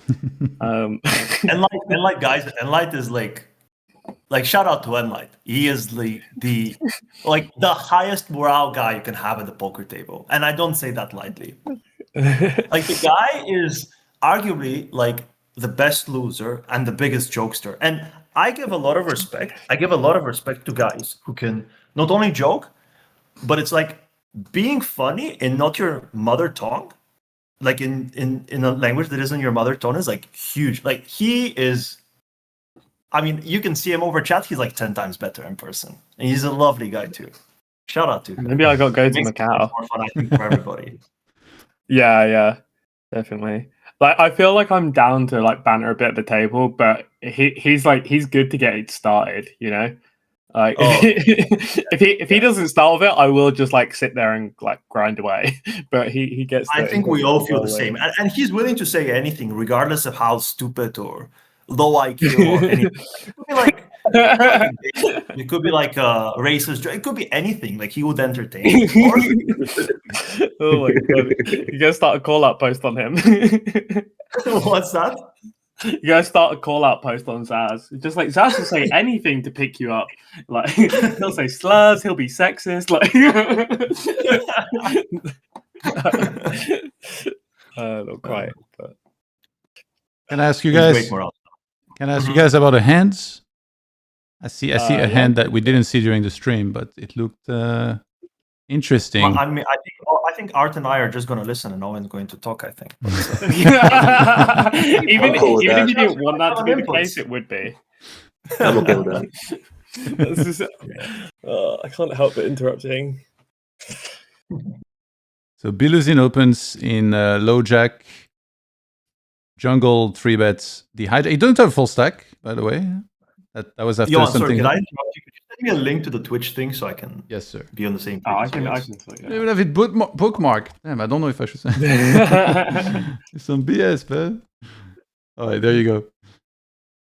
Thank you, Johan. All right, low jack open, hijack 3-bet from jungle versus Biluzin, and he has 89 big blinds to start the hands. Just in case anyone was having trouble identifying who the fish at this table was. Oh! So a 4-bet for 20 big blinds from Biluzin, and then jungle calls. We head to Queen 10-7 rainbow. Biluzin quarter, and a call from jungle. And then Biluzin specifically here, he has ace king off. So I'm just curious about the whole line here. Oh, spoilers. Yeah, because so I get this hand all the time and I never know what to do here. And it feels like if I jam and I get snapped, it just feels terrible. But occasionally they If you fold. work it out. If you work it out, tell me. Yeah, I don't know. That's what I'm asking you. You mostly just bet small. You could, I mean, jamming's fine, but because it's under there's SPR1, not, right? Like, yeah, the thing is, when you're in this tight positions, it's not like you don't have as much stuff to deny equity from as you do if the positions are a bit wider. Like you don't have as many open enders or like random board pairs as you would. It's a bit more like it's a bit more like top pair and jacks, and basically this is kind of overkill against jacks. You can go small and like against that. But I mean jamming's kind of fine. I just bet small mostly. Anyone else got any bear ideas? Because he's. I guess. Short. Yeah, go on. I guess jam with the king of spades, ace king with the king of spades. Maybe get called by ace jack of spades, something like that. Ace 5 of spades. No, not ace 5 of spades. Ace jack of spades. Yeah, you can get called by ace jack. I mean, you might just not want to have any spades so that you can get called by king jack of spades, maybe. Which Or is maybe like kind ace of of hearts. close pre, but I reckon jungle's going to be playing ego ranges. Maybe. Would you jam? Would you jam with ace of hearts? I don't know. I feel like I'm not sure because It it's like makes no usually difference. you'd want the ace of hearts to like to unblock floats, but it's like they just float ace jack every of ace spades. jack on the flop anyway. Yeah, no. Good read. The suits don't matter here unless you have a read that the guy folds a 10. That's what Well, I mean, you do want blockers to the queen X. you want blockers to You don't want diamonds. You don't want diamonds. I mean, I think the 10x blockers are kind of like, aren't the 10x blockers kind of helpful too though? Like, because a lot of in position, a lot of depends on whether he calls a 10 or he folds a 10. Yeah, but like if the SPR is so short and imposition's already folding ace king here, right? Like they have a bunch of ace king which they float flop fold turn. So I don't really think they can. Because jungle wouldn't pass play ace king from pre-flop or on short stack. Okay, I mean maybe, yeah. I mean maybe, but like they should have a bunch of ace king here. Like they. Yeah. No, I agree with that. He should. So then a 10 can't really fold. You don't want to have a he shouldn't have that many 10s either. Like Jack 10 suited should be a fold pre in these positions. I don't think it is. I think he calls it. No one's folding like, Jack 10 suited, bro. Stop it. Yeah, I know. I think that's the one bit of the charts that I just like ignore all the time, like because it's Jack 10 suited, man. It's like it's the prettiest hand in poker. But yeah. Oh shit, everyone's gonna exploit me by like node locking 100% Jack 10 suited in this spot. Fuck. Leaking too much info. I think they already do. It's like you can make that assumption. You just when you're reviewing the hand, you're like, who's that facing this hand? Davy Jones for a Prodigy? Yeah, they're not folding. They're not folding. They have all 6-5 suited. They have all the 5-4 suited. Like, Davey has 6-5 of clubs and floats the flop and gets there on both runouts. Like, yeah. No, when you review the Davy hands, you got a no lock. Like, yeah, he's like, he's never folding the flop in position to see bets, stuff like that. yeah. I mean, but imagine how wide you play if you had post flop edge on literally everyone. Like, that would be Davey.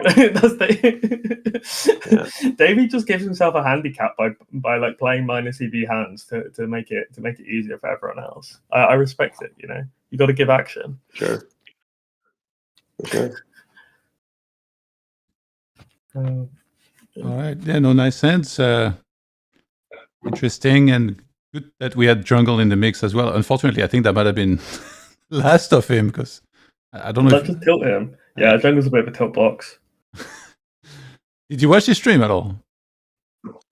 He was I streaming, opened it right? up very briefly. Yeah. He wasn't streaming for that long. I opened it up very briefly and then he closed it and quit. Quite shortly afterwards, because I didn't really want to have it open as I was playing, but I closed a few tables since I was like, I'll throw the stream up, see what he's chatting about. Django and I played a fun hand the other day. Actually, it was like war at the table and in the chat box. I'm imagining you two getting into it. Yeah. It was like I open button, single raise pot, and it goes 3-way. It's like button, he calls the small blind, and then big blind calls. I have king queen off, comes jack 7-7 rainbow. Wait. I like, dude, my brain's way too fried. Like, we gotta go slower. We gotta go slower. All right, king queen offsuit, single raised pot, 3-way, button, small blind, big blind. I'm the button opener. Okay, all right. It comes jack 7-7 rainbow. It checks to me. I bet 1/4. Only Jungle calls. The turn Jungle comes another 7. Big blind? He's a small blind. Okay. Ooh. The turn comes another 7. And he now donks the turn, I think, for 1/4. I decided to just call. You oh my god, just call? How, oh my god, no. How are we not all in? Let me finish the story. Okay, sorry, we're gonna get there. Oh, river comes a queen. River comes a queen. And he pots the river. And he texts in the chat, he says, sim this. And I was like, oh yeah? I was like, okay, half pot raise. And I write to him, sim that. The fuck is going on with X? And of course, you know exactly where this is going because he now rips it all in for 110 picks. And I was like, how about this? And I was like, I haven't raised the full house to you, buddy. I was gonna say, if it looks like complete, if it's complete nonsense, quads does always make sense. So it does, except when I called, he showed 6-4 suited. nice hand. 6-4 suited. Yeah. Wow. Yeah. Man, I just thought I was just saying. Oh, sorry, go on. No, that's. Did you 2.5 on the button? Yeah. Damn. Yeah, he's playing some ranges. That's pretty baller, dude. I think when you get a 6-4, you gotta shove it in. I think at the river, you have to. You can't show it down. He could fold. No. Well, it's a good thing he had a blocker to the 6-7 suited. Oh wait, no. Oh yeah. That was the difference between make or break on this play. No, that was it for sure. That. Yeah. You don't need a blocker. I saw Davy Jones open 7-6-0 today on the button. You don't need a blocker. Man,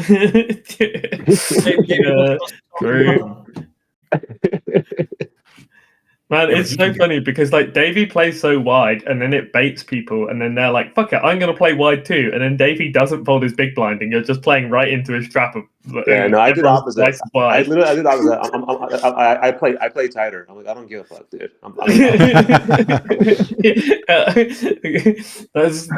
That's a level of maturity that Zaz tells me I will have when I turn 30, but I'm not there. I'm going 36% open on the button. I don't care. I'm going the other way. I'm going the other way. I don't care. Just sat there reluctantly opening ace-5 off, like, oh god, I guess. Yeah, I don't care. The sick strategy, Art. The sick strategy. I played somebody like that, like you, live actually. Except I think they were opening 28%. I think on the button, even less. I think. And you know how I noticed it? Every time you 3-bet the guy out of the small blind, and he has a tank. I wasn't being serious, by the way, but yeah. We're on to you. I'm making a joke. It's not bad for some of these guys, just let them run into a brick wall. No, just enter with a tight range and fuck them up post flop. I mean, it sounds great in theory. Have you found a high stakes poker player that? Like, I mean, I've seen, you can tighten up a little bit if some guys going bananas, but I think most people are just most people, at least in this challenge, are much more on the fight fire with fire side of things. Yeah, I see that. I got another hand, actually. I'm interested in hearing your guys' thoughts about that one. Was between Biluzin and Chile, and we got Biluzin. I'll reveal his hand because that's the POV where I feel like I'm confused exactly what's happening, and we already reviewed it with Art as well, just so you know. So Biluzin opens 2.25 in the cutoff, Chile 3-bets 8.5 on the button, and we get a 4-bet to 22 big blinds. We are 147 big blinds deep. So 22 big blinds, and Chile calls. Biluzin has king 10 of spades. We head to 10-6-6, and he bets quarter with top pair, a king kicker, and Chile re-raises. Biluzin jams here, so yeah, like if I do this in my stakes, how many BB per 100 am I losing? Wait, are we 100 big blinds effective, or how deep? No, 146. Oh, okay. 147. I mean, top pair. That's it. That's it. Sorry, did you want more? Okay, we'll try. All right, what can we cook? I mean, Jesus, we got to do better than just saying top pair. Are there like worse tens that re-raise here? Well, it's not just that. It's like you're kind of going to get cooked anyway with top pairs, so it's like you can call and play out of position, but that's not particularly fun either. I mean, like you can, it's reasonable, but it's like it's not that you're excited to jam, it's more that you kind of like calling isn't that great as well, and just putting it in and denying some equity, getting Chile to put in money without seeing runouts is worth something. Also, you can deny equity from some hands as well. If he's like raising like a random ace queen, say, and you're denying 6 outs to the nuts essentially against you. I think this is at this many big blinds. I think this is probably a bit much. But I mean, I don't know. It's kind of fine to do sometimes. Wouldn't like I'm interested. Chile's not supposed to do too much raising in position here, though. I think so. It's kind of weird. Wow, jacks. Yeah, I mean, like it is always jacks when they do raise, right? Like, like that is the value hand. I thought like queens or something. Wow, jacks, sick. Yeah, I mean, well, it's probably jacks with a heart or rainbow queens, or something like that, but like would be the thresholds to just run it. It's kind of interesting. Chile is in the get out of the bottom of the leaderboard mode, maxing out the value. I love it. Yeah. Fair enough. You got to max out the variance with 5 days remaining. You're not calling. Maybe he just thinks he has the best hand. Jax is a good hand. I'm kind of curious to see how much raising there is. Yeah. Jacob in the chat said 2 pair. He has a top pair. He has 2 pair, lads. Dude, I hate when people do that live. There's like 10 high board and there's like 2 threes, and somebody has a 10 is like on the river is like 2 pairs. Like, motherfucker, everybody has that bottom pair. Oh my god, I hate that. He sounds so hurt. Like, dude, they always do this. It's good? like you're making me think you have like top 2 or something. Like, who cares about the threes on there? Yeah, fuck them.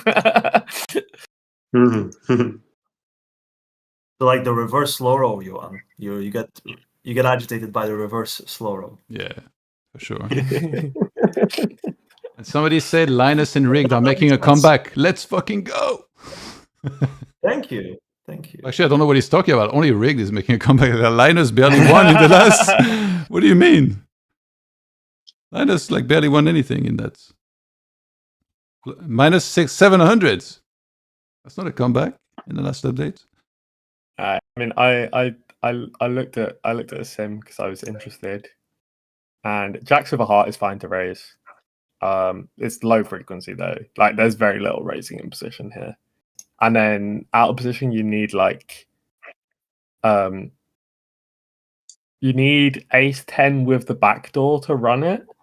If you have a regular 10, you're just supposed to call, and it's actually a pretty big EV mistake. 6 BB mistake to shove. So there you go. It's actually. Yeah. Did you adjust for the right stack size pre-flop? Yeah. Right. This is SPR stuff. The right stack sizes. Yeah. King 10. Yeah, felt a little yeah, I mean, if it feels kind of like he's. It feels like he's used to it being like, in shorter 4-bet pots, I can just go fuck it with my top pair, and he like wants the hand to be over. I feel like sometimes people just want the pain to be over. They're just like, I put it in. How bad can it be? I don't want to play more streets. Like, I don't know. That's the kind of vibe I get off this hand. Actually, this leads into my next question. And Boblo in the chat, I think he's trying to stir something up. He said, Owen and Rigged, what do you think of Biluzin's game? Be honest, smiley face. Why are they not asking Art? Yeah. If I speak, I am in trouble.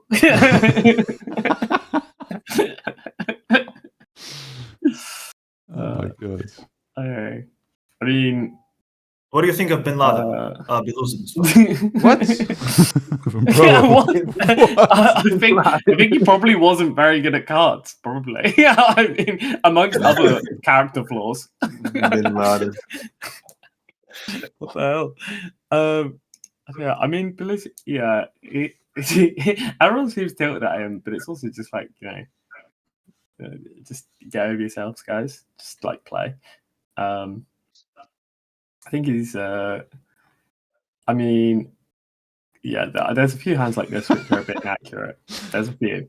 I'm trying not to be too much. This is the first time that I hear you struggle to answer something, Owen. In like the dozens of hours that you've been on the stream. I don't be a dick. I mean, he's played kind of.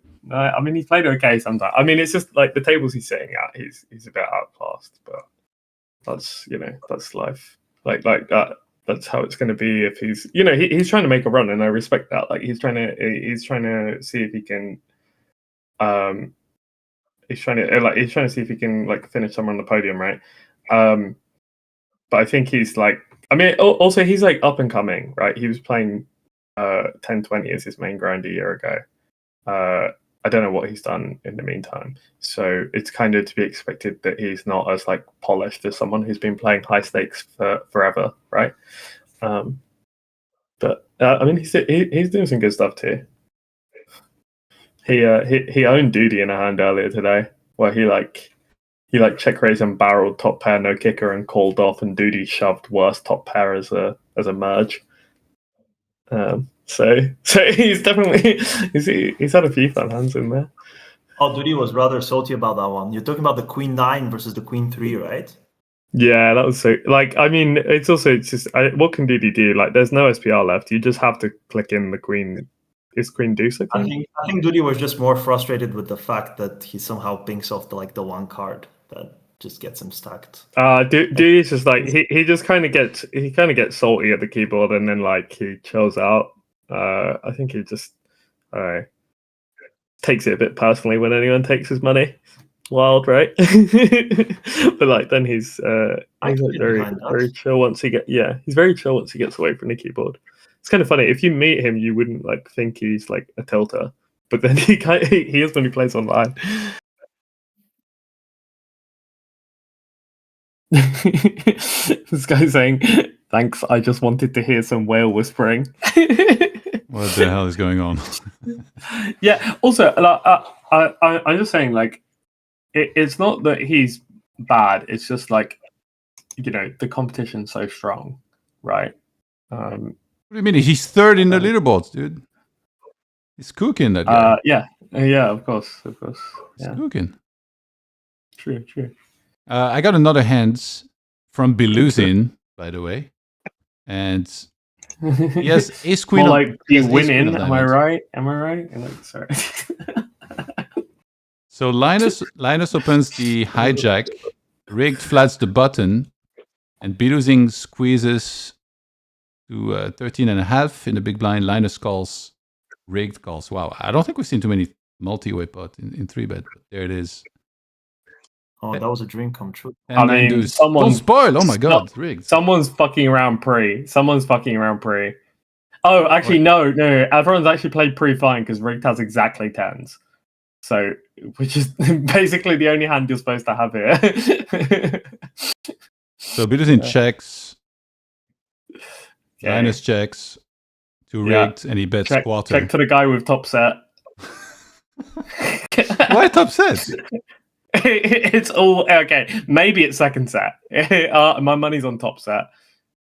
Wait, no. Top set he would trap. This is nines. Changing the read. This is my strategy, guys. It's actually so simple. Trap top sets and bet second set. There's no nuances. Like these are the things that you have to. These are the things that you have to and this is I just open jam. This is I just open jam because I mean balance out my draw range. So I have like if I had 5, 4, 5 of diamonds, I'd play it the same way as deuces. So I have some open jams and solid. Ladies and gentlemen, we got him. Oh, what a read! Almost went with the top set, but then I knew it was the second set. No, it did help that Miro said this was a dream. That was. I think I'm very face up here. If I'm being honest, like I don't think I've played this hand amazing or anything. It's just a very straightforward hand of poker. Like, what do you want me to have here? 5s? I mean, he's a bit handcuffed by his hand. I think he should just call the turn though. He should just call the turn, considering my range. Yeah, like this is he's like way ahead, way behind here, and he kind of like the range that rigged overcalls is like 10s, 9s, ace queen. That's what flats and then flats behind. Ace jack suited. Yeah, a little bit of ace jack suited. Well, like a little bit of ace jack suited, ace queen suited, but like Jesus Christ, this is. If ever there was a board where you're just like, okay, if he has the ace jack suited, I'm sorry, but like the board's given, like it's been given to him by the poker gods. He gets to get this bluff through. Yeah, in Biluzin shoes, you only ever just check call the turn there. I don't think there's ever. I was telling my mate who was sat here next to me, I was like saying like, oh, like when I got check jammed on, I was like, fuck, is this 10s? Is this like king jack of spades or pocket 10s here? I was like, fuck it, I guess I have to go, right? And I was like surprised to see like ace queen of diamonds. Oh, I'm actually looking at where I looked at the ranges. No rake sim, you can actually have every pocket as the overcaller. I thought you'd have to fold the bad ones because you might be dominated by Linus's calls. You fold like half the time, right? It's like 50% fold, I think. So like the first guy has to fold them all because he can Yeah. just call them and then get fucked by the overcall. But like Yeah. the second guy, even pocket deuces is like a 0.1, 0.2 BB call. So Nice. but okay, all right. You've got more pockets than I thought. But like then he's just jamming ace queen into a range which is, I mean, I guess technically you have some king queen as well. But like, yeah. You're completely smashing this board, and the queen on the turn as well, just to make sure that you have no unpaired hands. Like you've got nothing left. It's hard to find like solid like double barrel bluffs in position here. Yeah, you just have to torture with pocket threes. Like, Pocket threes with a diamond or something. Just so then like how much? Yeah. So then why are you check shoving the ace queen to deny the? Like, he's drawing dead almost. Yeah, it just feels. Yeah, that's exactly where my bluffs are kind of like dusting, right? Because if I'm going to get on my hands that never should, then like I'm just putting in money, incinerating it, right? Like the board looks like it's got loads of equity, but because like you actually just don't. Like you just have like you're bluffing with 2 outs, and he's like, I mean, he's just bluffing with ace queen, but he's trying to get you to. I mean, he's trying to bluff you off the chop, but like which I assume would work. So, yeah. So am I getting this right? He played the king 10 suited wrong, then he played the ace queen suited wrong. You're all a bunch of haters. Yeah. Really proud of you. In Biluzin's defense, these are they are kind of like this is a very hard spot. Semi-setups, aren't they? Like it's more like he played them like this, but maybe like Davey, let's say, or Owen or KP would have played them otherwise. But they are semi-setups in a way. Yeah. I'm curious. So when you look at this spot here on the river and you say like, he should call, do you look at it like, you look at it in a solution and you're like, all right, well, this play makes, this amount of BB and the other play makes this amount. And like, because like, of the difference, then you should go the other line, or like, how does that, like how accurately are you able to tell like those things? I mean, there's no chance that any of us have ever seen this solution before. But like, you were looking it up just now, right? Yeah, no, I've seen it now, but as in like, you mean when we were reviewing it, not at the table? Yeah. Okay, I mean, when you're reviewing it, it's more like, I mean, I check which hands.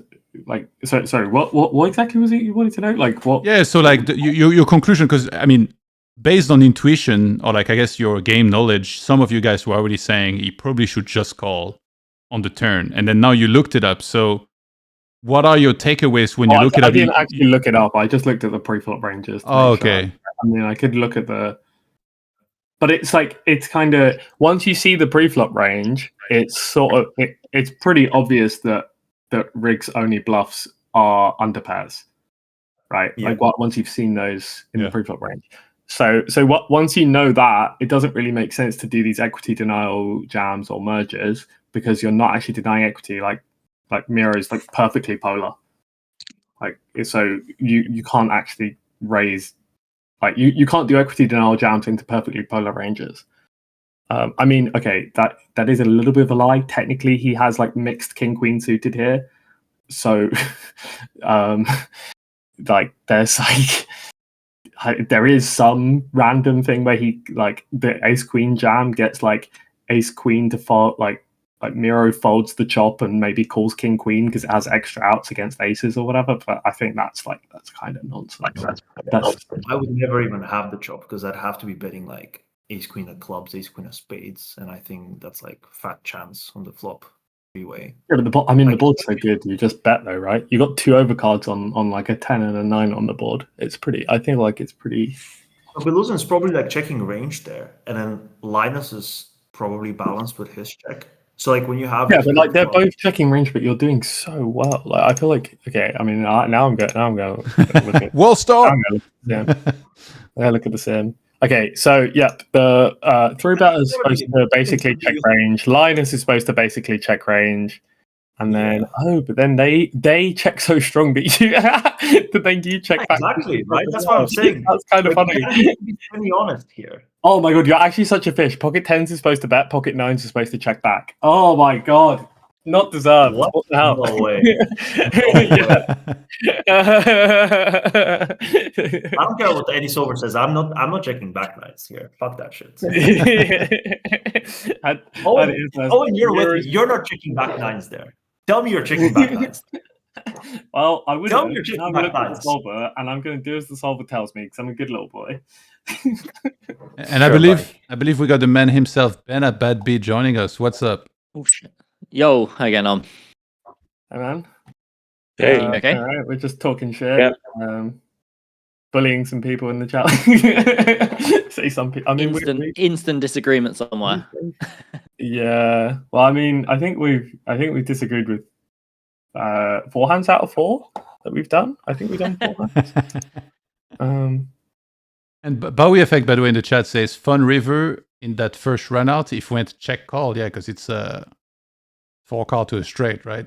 So if you had check call, then with ace queen, is just 18 live on the river. Here's the thing: if he calls the turn and gets the jack river, he could donk shove and actually get rid of all the 9s. Like, he could have won this hand. As much of a setup as this looks like, there is a way.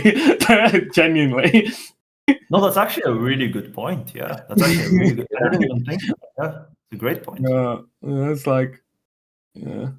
So he had it. I mean, you know, maybe Miro calls, but like there was like a golden path to victory here. Where it just flat and then like rep the pocket kings or king queen or whatever and donk jam river. Was it just 3-bet? Yeah, I'll replay it for you, Ben. Did you have the stream on? Yeah, I do. Yeah. No, so it's much weirder. It's Linus opens, then Miro flats the button, then there's a ISO call, and then and then Biluzin check calls the flop. Actually, when I give smaller sizes, the big blind can actually bet. I had a bad sim. My sim sucked. Oh, whatever. I think you had like the 2/3. Yeah. 2/3 bet. You're probably looking on GTO Wizard multi-way, right? Yeah. You gotta adjust the sizes. Yeah, you gotta put like 30% or something in it.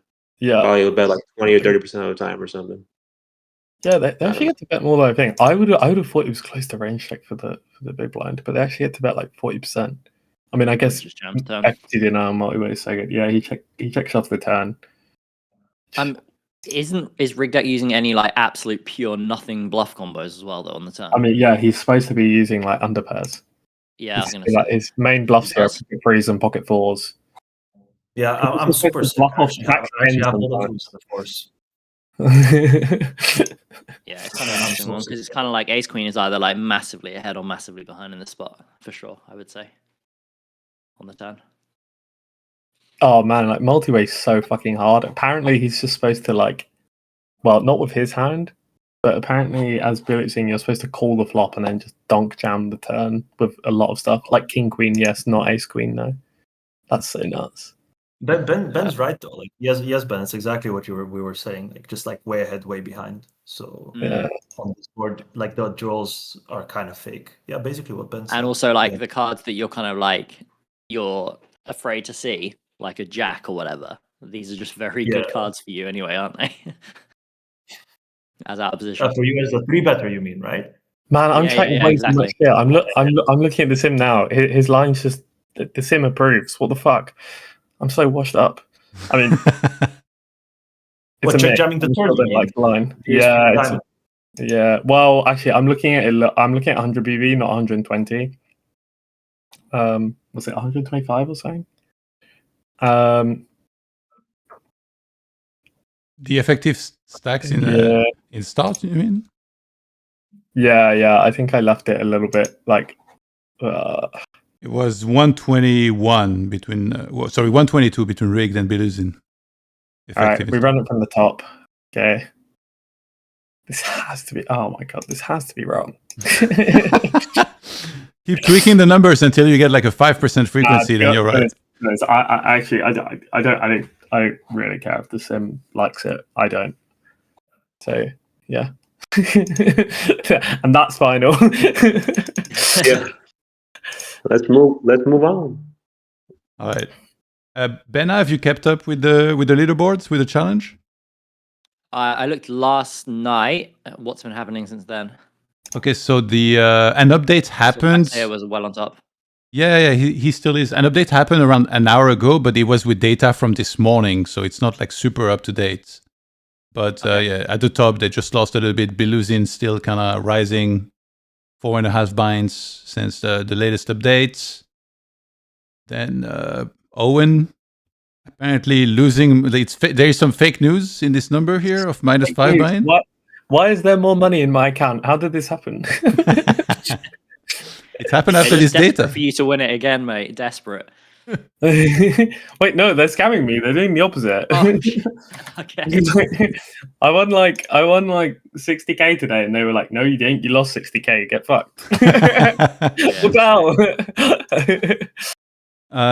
We had Marinelli also like on his way to a great comeback. Potentially, he was at the bottom of the leaderboards at some points, or like I think in bottom 2, bottom 3. Huge. 6.5 binds, so now he's in the green. Is he on a 200k upswing? I think so, right? It must be. No, I don't think nobody was down 200k. I think he was maybe like 170 or something, or maybe he was. Time to short Marinelli.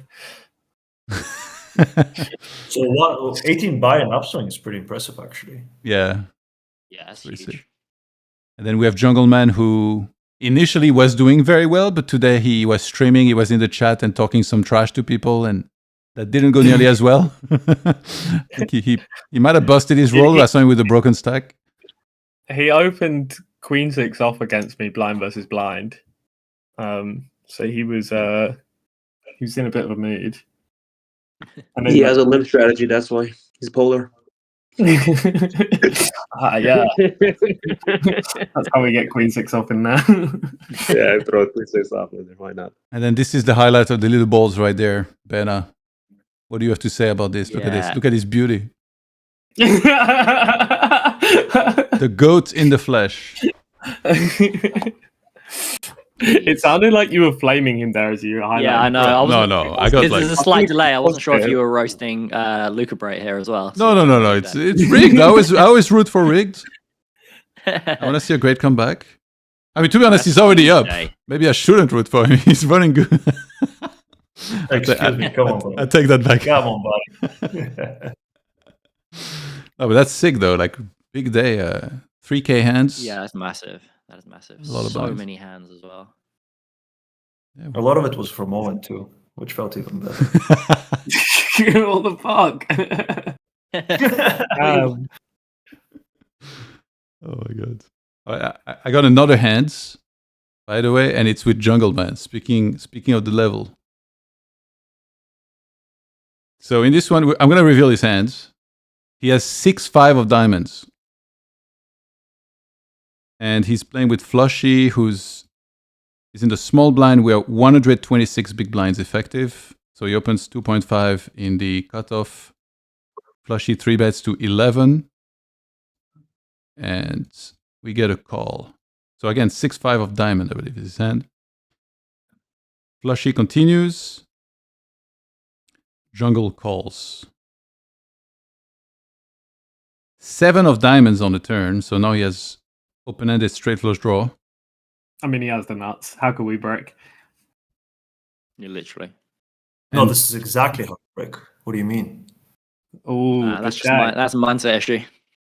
Flushy checks. Like, how do you decide here? Like, obviously he has a strong hand, but when do you decide when to take when do you decide when to take the free card versus betting? Because it's still a draw technically, right? I mean, when you have this much equity, you're like, it's different.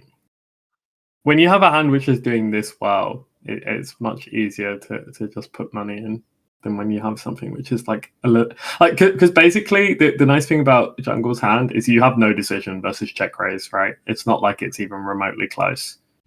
You just have like super easy call. Okay. So that makes it pretty chill if you want to reopen. Like if you reopen a hand, what's going to be more marginal versus check raise? Like let's say like pocket 8. Yeah. Oh, there we go. Yeah, so pocket eights is the kind of hand where it's like, okay, yeah, you could reopen it. It's not the worst thing in the world, but you are like opening the door to this line where your hand really suffers. So you need to be more clear about like why exactly you're doing it. Like, I mean, you could bet eights of value here. You could even make an argument about like betting it on the turn and jamming it on the river. But yeah, so that's kind of what's going on. Like he just has so much equity that So you bet with in mind that you're gonna call pretty much any, like even a jam in this case.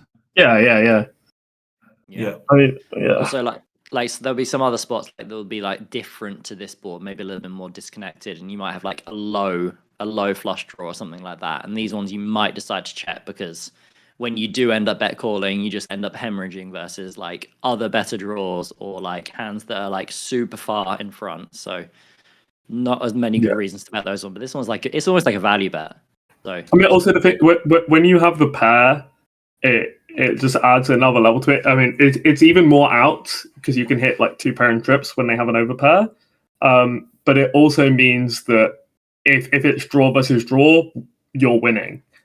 So it just adds this like so there's just even more security. If they like check rip in, like if you bet just the open-ended straight flush draw, that you might get check shoved on and then call off and be up against like a nut flush draw or something and be behind and actually drawing kind of thin.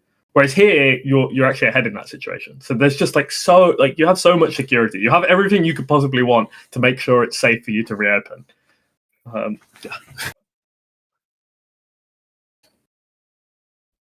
And so we do get a bet of 1800 into 14100 and flushy jams over the top. We get a call and then river bricks. I guess maybe one of them or both of them didn't have run it twice. What's the equity here even? Feels like it's infinite house. I think 6-5 diamonds is ahead. I can try. 15 plus. He's got 20 outs. No, he's behind, but he's like marginally behind. So it's like 40%. So close. 44 or something. Yeah, that's he's why like marginally behind. He's behind, but I would take his hand. Over the kings? What? That makes no sense. You'd rather be in this spot with the draw than with kings wanting to hold for sure. 100%. Even if you're ahead. What? What do you mean? We can run this one if you want. Just 1,000 times.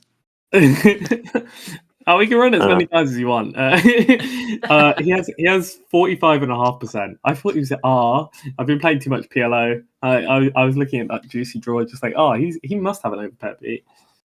On the flop, he'd have him dead, but it's not the flop, so sad. I trust the guy 15 buy-ins over EV personally.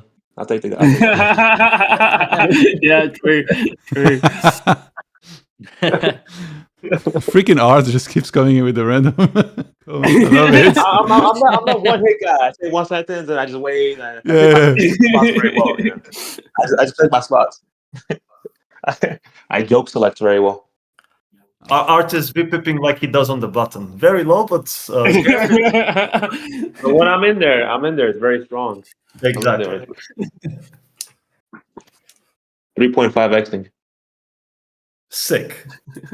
That's a sick one. The Lumberjack was 3.5xing at one point in the challenge. I was like, what the fuck is this, man? Like, have some self-respect. Come on. come back down to 2.5x. We're gonna have him on actually tomorrow in the afternoon. One of the fun guests we've had on so far. He lives in Hawaii, right? He mentioned, I think. No, he lived in Malta, then he lived in Hawaii, and now I think he mentioned something about Tennessee and that he has farms. He legit lives on a farm with animals. And then he plays No Limit 10K. That's kind of sick. He's got that farmer money. Well, I don't know. Probably not doing so well these days. I remember he used to play like 1K and stuff like 5 years ago or something, and then he disappeared, and then he randomly started playing like really huge. I was like, wow, I remember that screen name. Yeah, he's been battling a lot this year. yeah, he's definitely he's been sort of grinding to prep for this, and it's worked out for him, I guess. It was very interesting. I found another hand, guys. Linus and Biluzin, 111 big blinds deep. Linus opens low jack, Biluzin flats cutoff, and we head to Queen 9-6. I'll reveal Linus' hand. We can focus on his POV. He has pocket kings.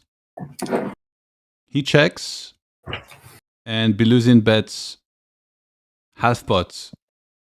I feel like this is the type of because there is Queen 9. Like from my understudied POV, it's like when I look at these balls, I always get it wrong. Like when I check, I should have bet. When I bet, I should have checked. So yeah. So what is going on here exactly? Like maybe Ben, can you give us your thoughts? Like sorry to interrupt. What do we know what Biluzin has here? No, but I usually reveal one player's hands. Oh, I see. And then we go through the hand. It's easier to give good advice if we know both hands, and then we. yeah. But we promised we're not biased. We just want to know the hands. All right. I think having one person's hand's quite good actually, because then I don't know, you can make all sorts of assumptions and then just be completely wrong, which happens a lot when I'm watching these hands. So Linus probably. I mean, he probably check raises. That's Linus. Yeah, probably. But I think Johan was saying how do you know when you should be checking out a position and when you should be c-betting?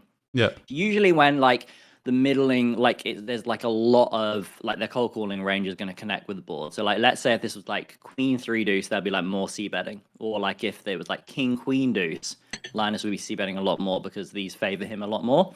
Whereas in positions just cold calling so many middling combos here. So they just do pretty well on this board. And because you're out of position and because you're super deep, you're just not incentivized to blow the pot as much as another situation. So you just play a lot of checks.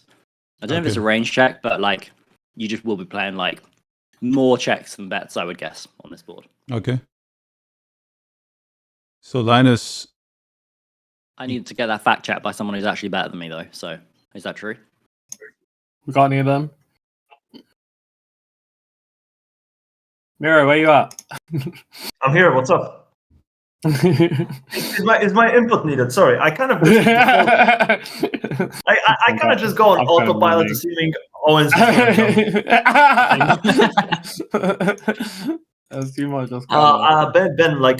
you were saying that on Queen 3 deuce you'd have more c-betting than you would on the Queen 9-8, Queen 9-6. I play differently, but I can for sure see merit to that. I think for sure what you're saying makes a lot of sense, right? Especially considering the distribution of the sets and how cutoff really isn't going to be flatting threes and deuces. It's kind of Queen 3-2 kind of has. It's kind of like a dry board. It's kind of no different to a 4-4 deuce board in a way. Well, yeah, and I would say on the Queen 3 deuce, you're just pushing more equity out of that position. So on the Queen 9-6, I'd probably be using small sizes, whereas Queen 3 deuce, I'd probably choose big sizes and just go. Okay, fine, cut off. You just don't have all of the ace queen and the kings and the pocket queens and the queen jack suited as much as I do. I can just fuck you here and allow you to have way weaker range. You're going to be structuring your range around betting ace queen plus for value, and you're going to be going bigger check. Is that right? Just the Queen 3 deuce because the equity is shifting less. I'd be using the bigger sizing as out of position. I think that's a fine strategy if you wanted to do it. I think personally, Queen produces a bit of a. Queen produces a bit of It's niche board. I think it's a little bit perfect. I mean, I do agree with what you're saying, but the effects on Queen 3 deuce are probably very specifically for Queen 3 deuce. Okay, yeah, I was just picking that as an example, but yeah, sure. Yeah, if you even make it Queen 5-4, suddenly they have the same set density as Queen 9-6, and then you're back to your ability to polarize Kings Plus goes way down. But it's fair. I think basically what he's trying to say, Ben, is I think for most boards you'd probably just get away with checking a lot out of position. Yeah, sure. Yeah, but then it got meta, and then everyone realized it, and then everyone started checking back properly. And now it's kind of like, if you actually know what you're doing with the bet, like it probably does add EV. So what about this board though? And the fact that you're deeper, would you be wanting to check like range on this board, or would you just approach this with like a small bet size and just not very often? Honestly, depends how much energy I've got. Yeah, I think how much you want to get at the spot. that board is you can either check range or you can go B40 and check. I never really see it using the big sizings. And I think I think agree when on these middle boards. you kind of want to be more equity driven than if you would be barreling in position. So you definitely do not use any very big sizings, but you would be playing a lot of check. I mean, it's quite easy if you're like. Sorry, go on. I was interrupted because of latency. I was just gonna wrap up. I was just gonna say, like, it's the sad reality of playing out of position, but you just will be playing like very check heavy. But like, if you do bet, it's not gonna be anything larger than half pot, unless it's like a very cherry picked board. Like if it comes like 8 deuce deuce, or if it comes like 3-3-3, right? Or like maybe ace king X, or like ace king queen, right? Where you have like exclusive top 2, or like you even have more of the offsuited straights. Yeah, like these boards you can start polarizing, but they're like very like cherry picked boards. Most of the time you're just going to be defaulting to checking a lot out of position. Also, it's so easy for like when you have a low frequency betting range to just have the wrong mix on it. For sure, because you get to bet sometimes for a small size here, but it's not that intuitive to find a mix with pocket jacks and pocket 8s for the small size. Those are like very natural hands to check, right? But it's quite intuitive to find a mix with kings, and so then you need to be really careful that, if you are going to play the bets, like you kind of gotta you've got to have a lot of discipline, and it's a very small pot at the moment. There's 6 big blinds in the middle. It's probably not. I think one thing which people don't account for always when they're designing their strategy is this table is not likely to have your attention. So if you're just like, oh, I'm going to play the C bet here, and then you go out and you're like 6 tabling or whatever, and you have a 4 bet pot somewhere else, and then you just sort of like lazily C bet kings. It's like, well, now suddenly you're just, you're basically a face up front loaded fish at that point on that table with the way. It's a really good point. I think like a lot. Like I think something which I used to do was I used to play these really super ambitious strategies and be very uncompromising with them. I would like play them no matter how tired I was, no matter how many tables I had, and I was just like, I don't really think this is adding EV. And I had to play such short sessions as well because I tire myself out so quickly by trying to do these very complicated, make these very complicated. So what would your like approach be here then? Would you just range check? Yeah, I mean, it depends. It's like, as I said, it depends how many tables I'm playing. Like, say, okay, this obviously isn't the case in the challenge, but like, say you have one very big table and then maybe like a few others by the side, then I'm going to put the energy into playing the very big table to like add in the C-betting range, right?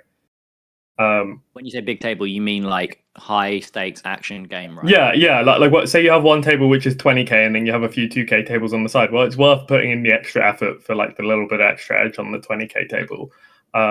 Or if I'm just not playing very many tables, or if I'm just in the mood, I don't really see my strategy as a fixed thing. Like sometimes I just have some ideas that I want to try out in a certain line. I'm like, okay, well, we're going to need to get into that line more today.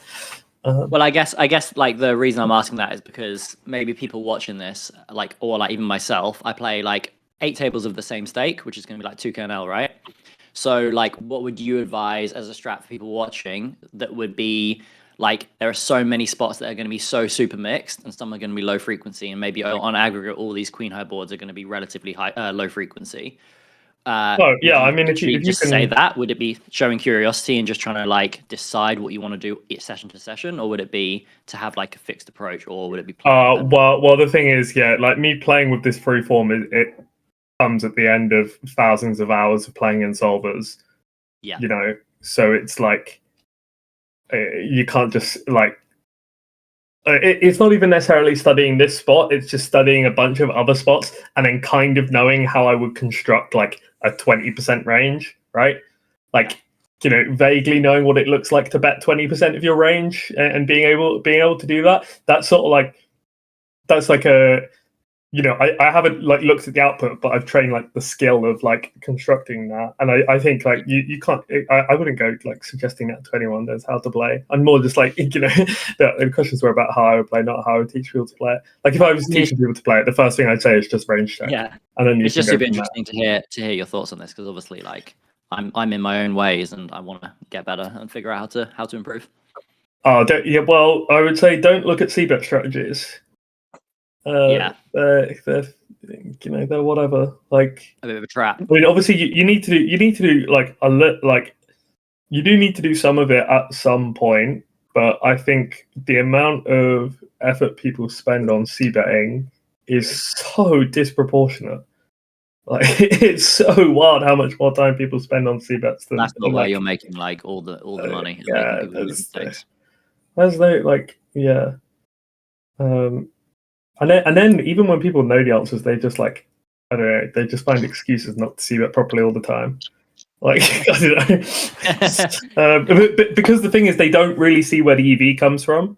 It's like, you know, someone like say you 3-bet ace king, you get a low board in a 3-bet pot, and you're polarizing. You're going B75 or check, right? Ace king's gonna B75 quite a decent amount in a lot of those spots. And like loads of people just won't want to do it because it will feel very uncomfortable. They want to show down their ace king, and it's because they haven't gone any deeper in the game tree to actually work out, well, why exactly does ace king play in this way, which is kind of unintuitive to me. Like what's happening there? And then if they had that understanding, then the flop would just be like trivial.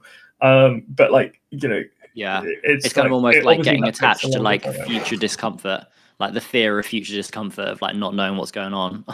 They don't want to do it. Yeah. I mean, yeah. Go out and try some shit. You'll get a bunch wrong, and then you won't get it wrong a second time. Well, you'll probably get it wrong about 5 times, but you won't get it wrong a 6th time. Anyway, bit of a tangent. Right, so he c-bets. Well, no, he doesn't c-bet. He range checks over, and then he stabs. God, we're going to get to the turn eventually. Yeah, so Linus check raises, and then we head to a 4 of hearts on the turn after Biluzin calls. And he bets pots. It's they have 100 BBs behind, and there's 23 and a half in the middle. Okay, I'm curious. I wonder if you're supposed to go geometric here. I think like my intuition in these spots would be pot isn't really a sizing. Yeah, I would have thought so too. I think you go like nothing bigger than half pot, I think, here. Yeah, because Kings doesn't want to get all in. But I mean, I'll look it up just because it's, you know, it's Linus. So it's pretty interesting, particularly on the 4th turn, because it's a brick, right? Like I'm certain that this if is like the turn came brick. anything more connected than a 4, you for sure not allowed to go like anything larger than a half pot. Yeah, I mean, yeah, it wants 75, but pot's not like a big deal, so it's fine. But yeah, basically, on the turn, it wants to barrel 75 because the overpairs aren't trying to get all in. So you don't want to. You want to barrel like the average of your sets are trying to get all in, and then like, but your overpairs aren't really. But I mean, pot's not like. Also, like when I'm giving them both, it's like 75 is the majority size, but like pot is like used a little bit as well, so it's fine. And which one? Like, let's say on a turn 4, which is preferred between pot 75 and half? No, that's what I'm saying. This is 75. There's no half. But like if you if you make it a 5, I think pot would be an easy mistake. Mm-hmm. But I'll see. Maybe I'm wrong. We're actually studying here today. Oh my god! Like, to be fair, under the gun versus cutoff. If ever there was a spot where we're not going to be accurate in like in position flat, yeah. If it gets any more connected than this, then 75 is maximum size. So, but yeah. Okay. That makes sense. I'm kind of surprised Linus went for the pot. Linus is usually quite happy to play the more dipolar lines, even after check raising. Maybe he plays a KYC strategy. What's a yes. Okay. Maybe he like just legit pots like a 4-3 or a 2 and like nothing else in the deck. It could be. Yeah. I mean, that might. I don't think he likes the 75 barrels though. He might just go half pot if it connects. Yeah, maybe that's it. Ben, if he does that, is it like an exploit or is it just like how he constructs his strategy, like against anybody? I don't think it would be classed as an exploit. No, I think he would just basically is deciding that on these super bricks he is allowed to go for it all with kings on some rivers, so decides to size up. Okay. I wouldn't really want to assume. I don't really know. He might just be doing this.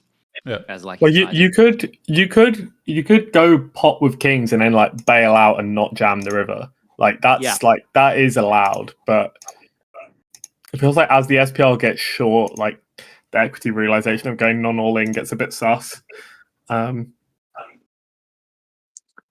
you're kind of a bit handcuffed to playing for stacks with kings, which isn't really the goal with this hand when you check. But anyway. Also, being extra deep is like really negative. To be. Oh yeah, how deep are they? On the turn, it's 100 bigs. So it was 100. Yeah, okay. Oh, they're 125. Yeah. I've been running the whole thing with. I mean, yeah. 110 to be exact, but it doesn't matter too much, I think. Yeah, Oh, that's I thought they bad. would That's give you not a big that, deal. Yeah, so at a one SPR, you just run it with kings. It's kind of yeah. You mean at the river one SPR or? Yeah. Okay. So the Like, Biluzin calls and river is 3 of diamonds. I mean, Can I just make a guess? Linus has it? No, Linus has kings. We were doing it as kings. Reveal his hand, brother. I thought we were talking hypothetically if he has kings. I didn't know exactly. No, he has kings. No. Okay, No, he has kings. Oh my god, wait, you can just get you just get a win with kings on every run out. Dude, I'm just a fucking nit, man. Whatever. What, even like on like the 8 of hearts? Well, no, I meant as in like even if you go 75 and then you get a brick run out. Sorry, not every run out, after every turn sizing scheme. I would have thought after you go 75 and then there's there's 1.1 SPR. Oh no, there would have been more. There would have been like a 1.4 SPR. I would have thought that, but then you still probably just like, because the problem is if you bet and then get clicked in, you don't get to fold very often, so you kind of just shove. I mean, you just like pray they don't snap you, basically. I mean, like this is like the actual cleanest run out of all time. Like one of the only run outs to do this with. Yeah. All right. Well, I mean, studying today, I thought these positions were too tight to just run it with an overpair. I guess. Oh, yes, 6 isn't he? Sick. Oh, actually, I guess. Yeah, it's kind of interesting. Actually, from these positions, he doesn't have the queen 9 suited, but he would if they were on the button. So he's actually weirdly less nutted on this board than. Huh. It's kind of interesting, but anyway. You mean Beluzin's less nutted or Linus? Yeah. Because you can't black queen 9 suited on the cutoff, but you can on the button. Yeah, for sure. Yeah. So Linus is feeling more incentivized to want to jam. Yeah. Oh, that's kind of. I wonder if that's. I mean, that's probably not the breaking factor. I was gonna say. Oh, we've got to get Linus. Actually, no. What when you change this to when you change it to queen 10-6. The strategy changes massively. You play basically 0 check raise. So it actually is quite a big difference. Yeah. Zinhao in the chat says Biluzin is the best. What's up, dude? Thank you for joining. In this hand, he had the best hand, that's for from sure. Brazil, Linus knows he can't fold. Never a truer statement was made. And so I'm curious. No, then. I swear Biluzin I think made, I can't know for certain, but there was a hand earlier on in the challenge, maybe like earlier on, like a week ago or 2 weeks ago. And it was a 3-bet pot. Brazilian folds one time 2 weeks ago, and you're like, "Oh my god!" No, but it was a big fold. He raised folded. He raised folded in a 3-bet pot, and I'm pretty certain he must have had a flush there. And I think Kevin had it. He's made some folds. He's made some folds. I think they just go a little bit unnoticed. He's made some folds, the guy. Yeah, Kevin doesn't bluff though. Kevin just has it and clicks all in and hopes that you get psyched out and click call. It's a genius strategy. Yeah, he gets name paid. Exactly. I got one more question actually about that hand. Here, if you're Biluzin, it seems pretty straightforward the whole way. But what if the turn was, say, like an 8-10 jack with a flush draw coming on the boards? Does he want to fast play more, or is he still just calling against the pot size bet? Yeah, I mean, you'd be more tempted to, but not necessarily. Not mandatory. I reckon if he fast plays, Linus gets away from kings. I think it's pretty bad. Yeah, he gets away Linus from isn't kings, meant to but put he in any doesn't more get money, away is he? from some other stuff. On Like- connected turns, Linus is just checking kings, isn't he? Yeah, kings is supposed to check. And you jam, and like, what are you trying to get paid by? I mean, yeah, you're like, there aren't really mixed hands on the connecting turns. That might sound Biluzin? weird. No, from Linus. Like when he bets, he either has like very plus EV snap calls, like he either has like top 2, or he has like top pair of a flush draw. Or he just has a fold. So it's actually, So on like the 8 of hearts, would Biluzin, and let's just assume Linus does bet like 75% pot, does Biluzin ever like shove a hand like 10-9 of hearts, for example? Yeah. I mean, 10-9 hearts Those is are fucking nuts. The only ones, right? I mean, 10-9 hearts is pretty natural to jam. Yeah, Like, but I'm just thinking if take he would my then money. jam like a low set though, as well, or not. Yeah, well, apparently you're supposed to You jam the call middle it. set because top set isn't pushing enough equity. Fucking you, hell, need, okay. you need middle set to jam. Yeah, like bottom set is only 60% equity facing pot on the 8 of hearts. So when it jams and gets called, it probably drops to like 18% or something. Yeah, it's like you're just praying up against a combo draw. So yeah, you need to that's these spots are so fucking tight. I mean, this is why I didn't think you could run it with kings, but I guess I guess there is quite a big difference between like even the board slightly completing and nothing getting there. Yeah. Well, what's some hands that like you're calling the whole way as Biluzin, but that, like you're not thrilled, like you feel like you have to end up calling, like you're cycling, so to speak?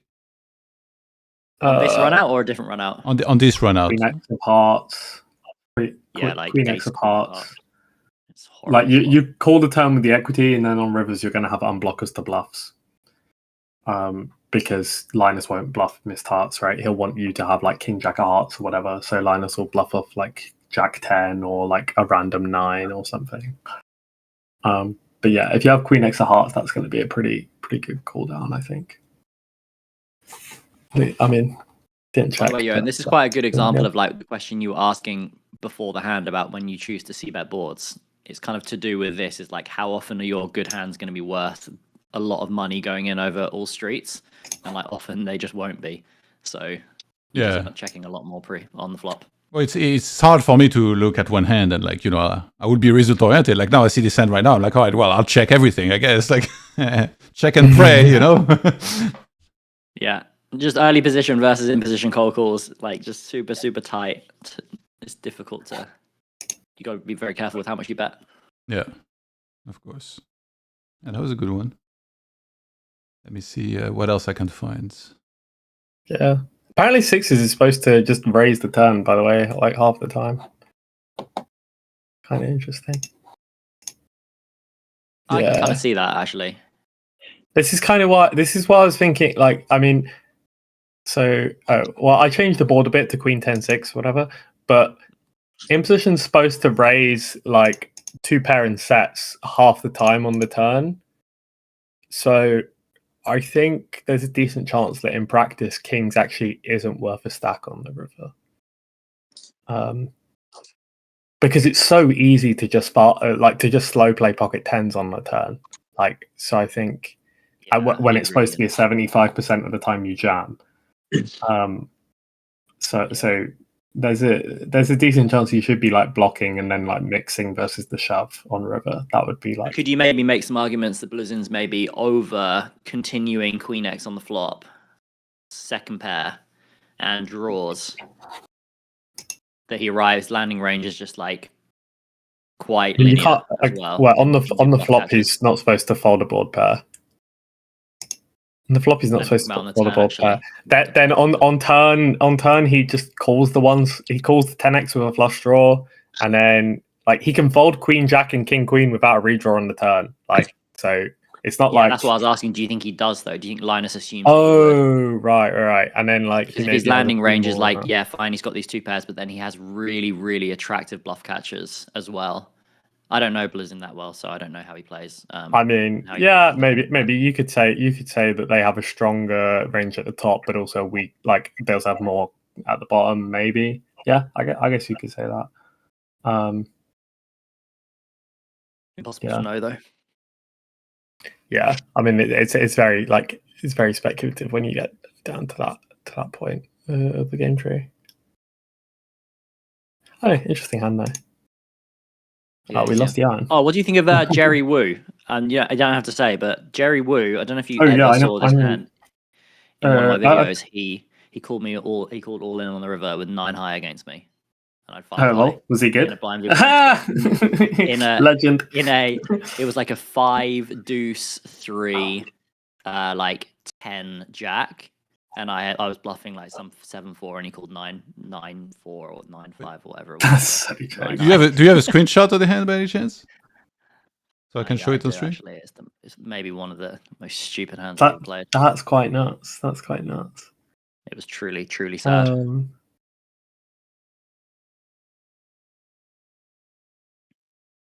Man, but Linus did it with 8 high though, so you know.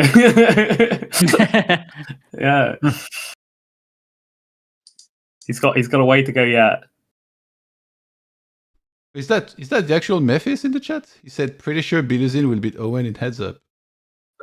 Wow. Memphis, are you salty because you tried to get free coaching, but it cost you more than normal coaching? What's up, Memphis? How are you doing, dude? No, he'll beat me, but I'll play for the experience.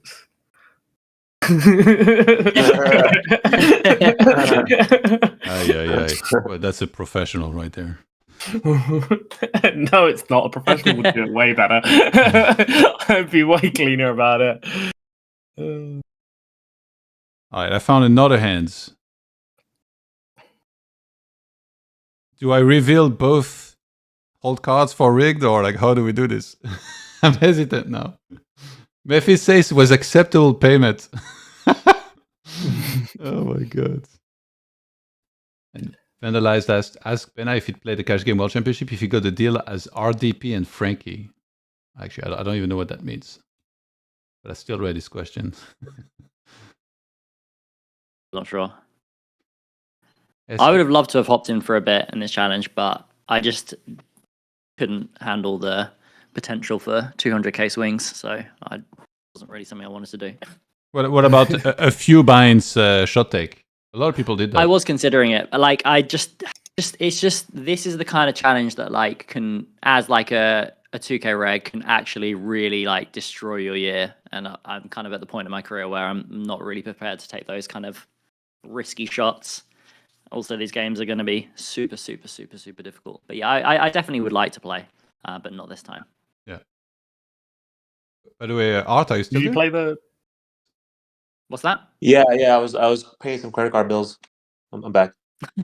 Did you did you play the mid stakes one, Bena? No, I didn't. No, it's kind of annoying because the 500 one it's just not, the EV's just not quite there. And I understand like it's for like it's fun and all that kind of stuff, but like yeah, a whole month of playing 500 when I can just play my regular games feels like, if it was like 1k, I definitely would play though. I've really been pushing to see if we can get it to be at 1k or 2k. Yeah, I thought 500 was a bit low, personally. Yeah, it's just I wanted it to be 2k, and then I would have sat there grinding. I Yeah, man, if it was 2K, you would get so many guys who like play mistakes to play it. Yeah, I feel like I might have Should- actually should- put in some decent volume. Should they do an intermediate championship, do you think, for 2K, or maybe raise the?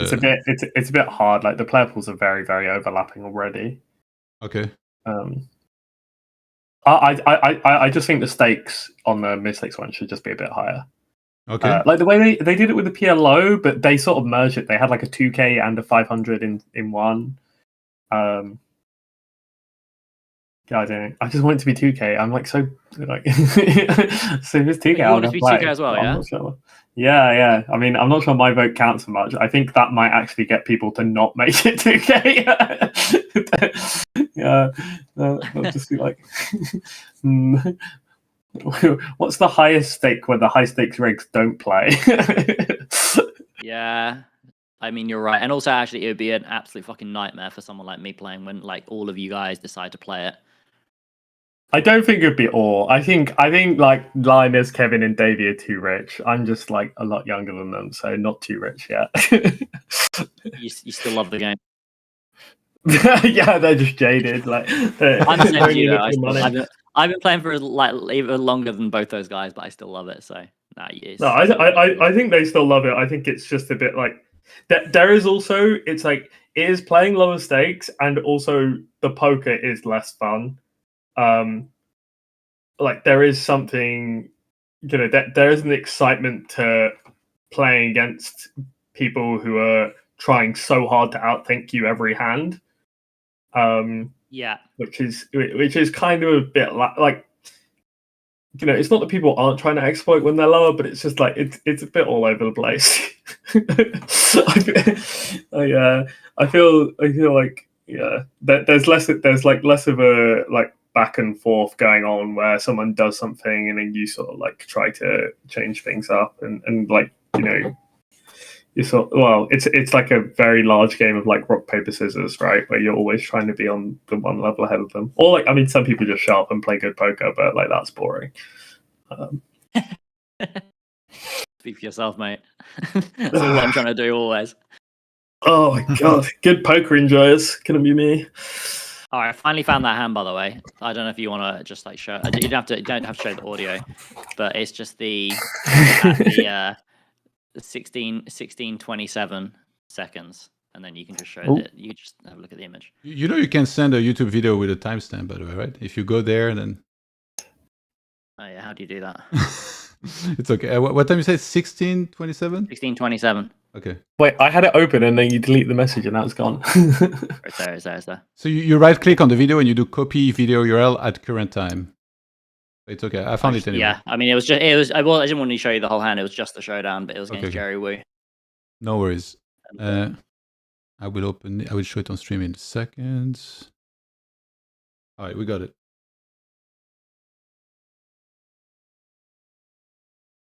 Oh, wait. Actually, let me resize. All it was is he just opens, check raises the flop. One second. So. Sure.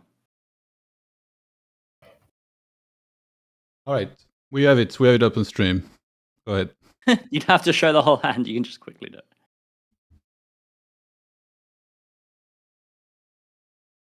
It doesn't show. Okay, there we go. Yeah, you can just press play now and it'll just show you the showdown. Basically, he just check raises the flop, bets the turn, and then check calls all in on the river. How come that's a nice fucking call. How sick is that hand? It's lagging for me. What's he got? Has he got like a 9 high or something? 9-5 of diamonds. This is Jerry Wu, the guy you play, right? Oh, that's Oh fun. my god. Oh my god. That's like that's nice. Oh my god. I wonder if he Legit. check raised and barreled flop and turn just because he was like, I can check call and beat 8-7, and like, if that was the whole plan. He's just sitting there the whole time, rubbing his hands together. Oh my man, god. that's so funny. Have you ever had a hand like this? Have you ever seen Jerry Wu do this to you at 10K? now? I have actually had a hand similar to this. It wasn't for all in though. It was against the late Matthew Burgart. But me and him used to battle a lot of heads up. and we had a sort of similar spot where he went for like I can't remember exactly what happened, but the flop point check in the single raise pot, he check raised the turn, and then everything bricked, and he check called the river with 9 high against me, and was good. And, the zoom. Yeah. Freaking zoom! Oh my god, that's epic. What's that? You just zoomed in on the hand and showed the 9-5 of diamond, like As I got max punished. the dramatic effect. I don't need to really. I just saw it actually sick. It's so funny. That's kind of sick. Drum rolls. No more reliving of this hand ever again. 9-5. No, that, like you're never forgetting that. Like that one's going with I you. Played like 10 or 11 million hands lifetime, and this is the one that I remember to my grave.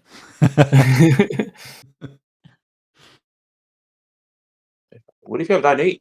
Wow. Yeah. No, 9-8 skull fold turn. I also just bluff Okay, queen three of clubs on the river as well. You and could it's have like, so I mean, sad. probably fold flop as well. You could have like Jack 5 of clubs though. Like he Sure. does lose to bluffs. This is like he beats some bluffs, he loses to a lot of others. But I mean, there is definitely like there is the equity of the story which you have to consider. I think there's a decent chance he would fold if he had a pair, but it's just like, you know, he gets to show all his mates this. Also, now he's playing the CoinPoker Championship. I'm playing 1K like a scrub. So who's? Yeah, this is the heart you need. Yeah, I was gonna say I've played quite a lot of heads up against him, and he's pretty wild and X-Flow, but he hasn't hit me with a 9 high call yet. Well, just give it time. Mate. He thinks I'm too tight. Thinks I'll check back my 7 high. I had another hand, by the way, to bring up if you guys want to have a look. Oh yeah, sure. Maybe we can get Art participating. Paid some credit card bills. Hopefully, let the dog outside. I heard that earlier, my guy. What's going on? No dog here. I think that was my. Never mind. That's so much more suspicious. That wasn't What? All right. Sound like an online confession. So this hand involves, I believe, Flushy and Chile. Flushy has 109 big blind. Chile covers. He opens hijack. Chile 3-bets button. And Flushy I'm calls. lagging. Sorry? I'm following along, but I'm on the YouTube stream. It's kind of laggy. Bro, I told you, Twitch. Why were you stuck on YouTube? Just a few second delay as well. Yeah. You're gonna get the stream banned from YouTube. You know what's funny is like nobody's following. Like Prodigy told me, he's like, "Oh, you gotta use Zoom. It's better for quality." And then like the first time I use Zoom today, like Art keeps disconnecting with his phone, so I have to go back to Discord. Like Owen must think I'm like I'm a degenerate. It's like I tried. Yeah, I was thinking, yeah. Actually, no. To be fair, my Zoom was fucking up lately. Yeah. Oh, maybe it's not main today because it was really good for ages, and like last 2 months it's been fucked. Zoom's so Yeah, much maybe- better. yeah. I mean, it was, but like maybe it's fucked now. All right. Anyway, poker. So Chile after he 3-bets, 5-3 range. he checks back. Is that a thing? Wow, amazing. Okay. Jesus Christ, what is this robot we've That's unbelievable. What's like? Why does he check back here? Like, I do a little bit of coaching, and my coach told me like all this. If there is one Broadway on there, especially this type of disconnected board, you're betting. Or maybe that was single race. I guess I would have he's facing. I don't know, he's facing a mid-raise pre-flop, so he's probably doing a lot of flatting, right? So his range is it should be pretty polar. So yeah, he probably has like King 6 suited, King 7 suited, stuff like that. Maybe Jack 8. So he kind of still has some dust in there. He probably doesn't want to see bet everything. I guess that's what he's thinking. Or he has top set and doesn't want to scare him off. Yeah, I was gonna say. I I feel like that's yeah. Or he has top set. Even if you're playing, No, but the thing about Flushy, surely the thing you're about Flushy and having top set here versus Flushy is you shouldn't really be worried about him getting scared. He will find the check raises. Oh my god, this board is a range bet for 2/3 pot. Yeah, I was going to say 50%. It's not even using the smaller sizes. Range bet for 2/3 pot. So we're out in the streets here. I'd probably go B40 here and just call it a day, honestly. Yeah. So why were you sarcastic and saying that's crazy? Check back, dude. Yeah, I mean, What the hell? Poker. I mean, you can just do whatever you want sometimes with poker. Who cares? Man? Yeah, I Bet mean, sometimes. just because Solver says bet doesn't mean that you have to be a slave to the machine. You know, you can construct that 2 combo checking range of pocket tens and top set. Like, I think what we've realized is that even at the higher stakes, people don't know what c-betting frequencies are, and that's okay. yeah, but it's because they stopped studying them, which is why they got to high stakes.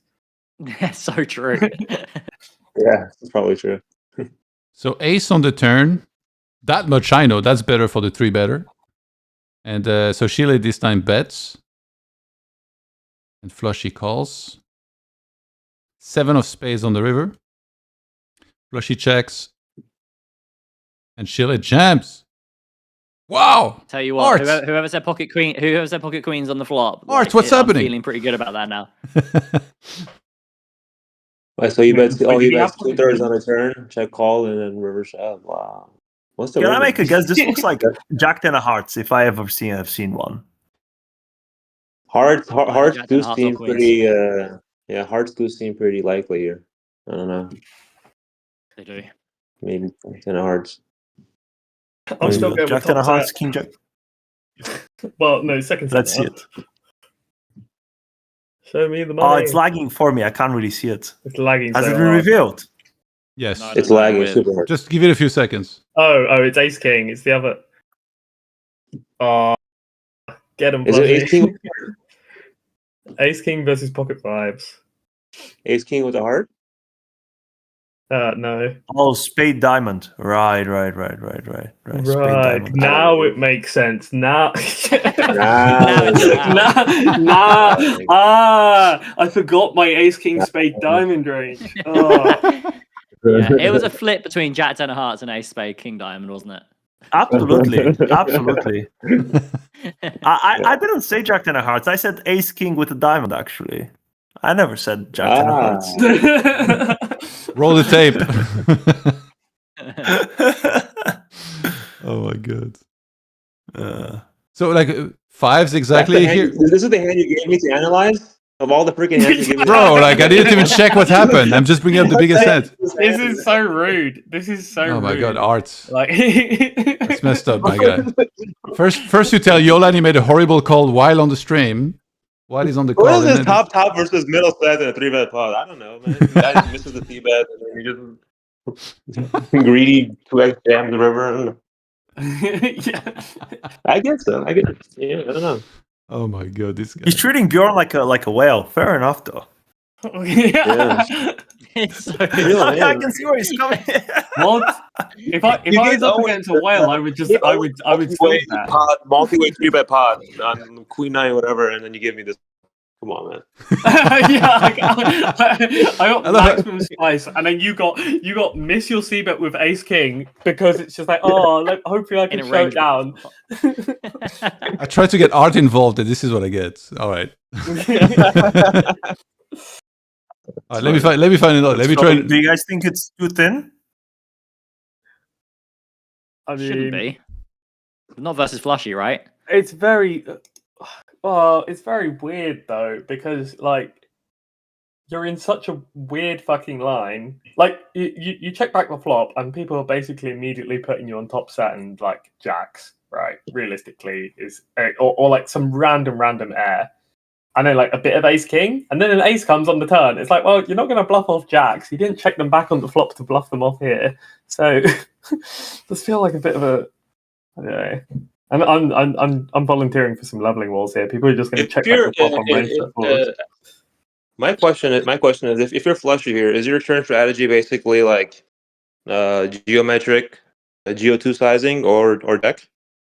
out of position when you face this flop check back? I think this. I'm just gonna go out on a limb. I think this is a spot where like you just don't get to over polarize the turn here to GO2. I think you probably just like cap out a like pot or something like that as like your biggest sizing, like solver allowance, I would guess.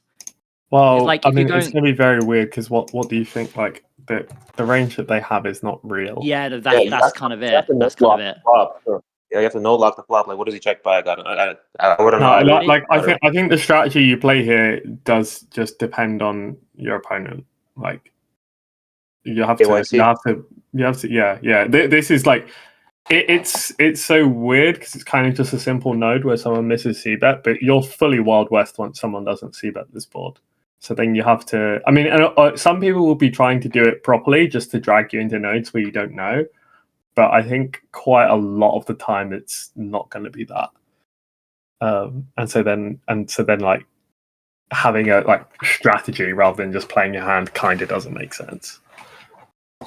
Yeah, I mean, just I think I would if I do see the check in a spot where I don't expect to see a check, I just kind of go back to like the pre-flop range and like the insane advantage that imposition is meant to have on this board. And then if I am going to bet in a spot where I probably have a range check, I'm just going to like be really fucking respectful for the fact that they still have aces and queens, even if they maybe shouldn't. So I would just never go bigger than like pot, I think. I mean, pot is basically Geo here though. Oh wait, they're 150, right? Or are they? How do you say? Oh, they're 150. 110. 110. 110. It's like Oh, pot. 110. It's like Pot is Geo then. Like, I mean, like Geo is technically 125 or something, but like they're so close that I don't think they don't make that much difference. It's like it's basically the same hands. Just if you pot, you get to include ace jack. So yeah. Probably like 20% of your range wants to bet the turn or something weird for pot. I don't know. Some ace king maybe. Pocket fives. As out of position. Yeah. Yeah. On the turn. It feels like basically yeah. I don't know. Maybe I would just like range check, but I'm just so scared of the check back range. Maybe overly so. Don't be scared, bro. Don't be scared. Yeah, but you've got to have your leveling insurance, you know? Like yeah. there's like okay, he is checking back a spot where it isn't supposed to, and like there's the part of your brain which goes, what if he has top set? And then there's the other part of your brain which needs to sort of like reason with that part of your brain and go, but I still need to play like reasonable poker here because it is a high stakes reg. Like that, you know. The range construction is going to probably be a bit skewed, but it's not going to be complete nonsense. So we don't want to just throw everything out the window. You think he's doing that because he thinks Asia flush he just check raises way too wide and he doesn't want to get blown off? I think he had a decision on the other table and like got distracted. Yeah, maybe. I think yeah. Generally that's what I guess. Might not be. Maybe. All right, let me see if I can find another one that's maybe Art will deem more interesting. Run that back. Run that one back.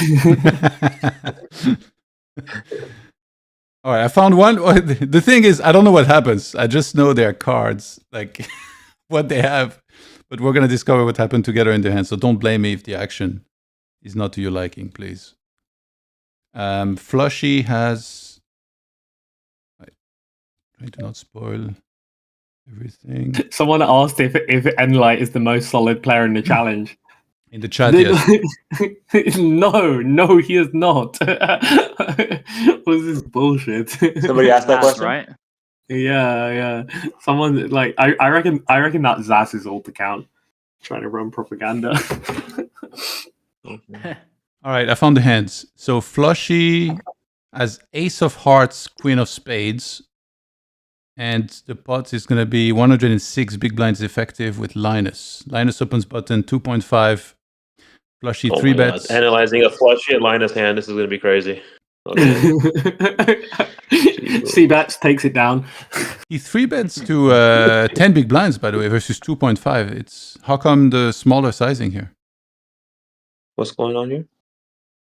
Flushy just likes playing post flop. He's asking why Flushy goes 10 BB. He just likes playing post flop. Okay. I'm pretty sure that's the whole reason.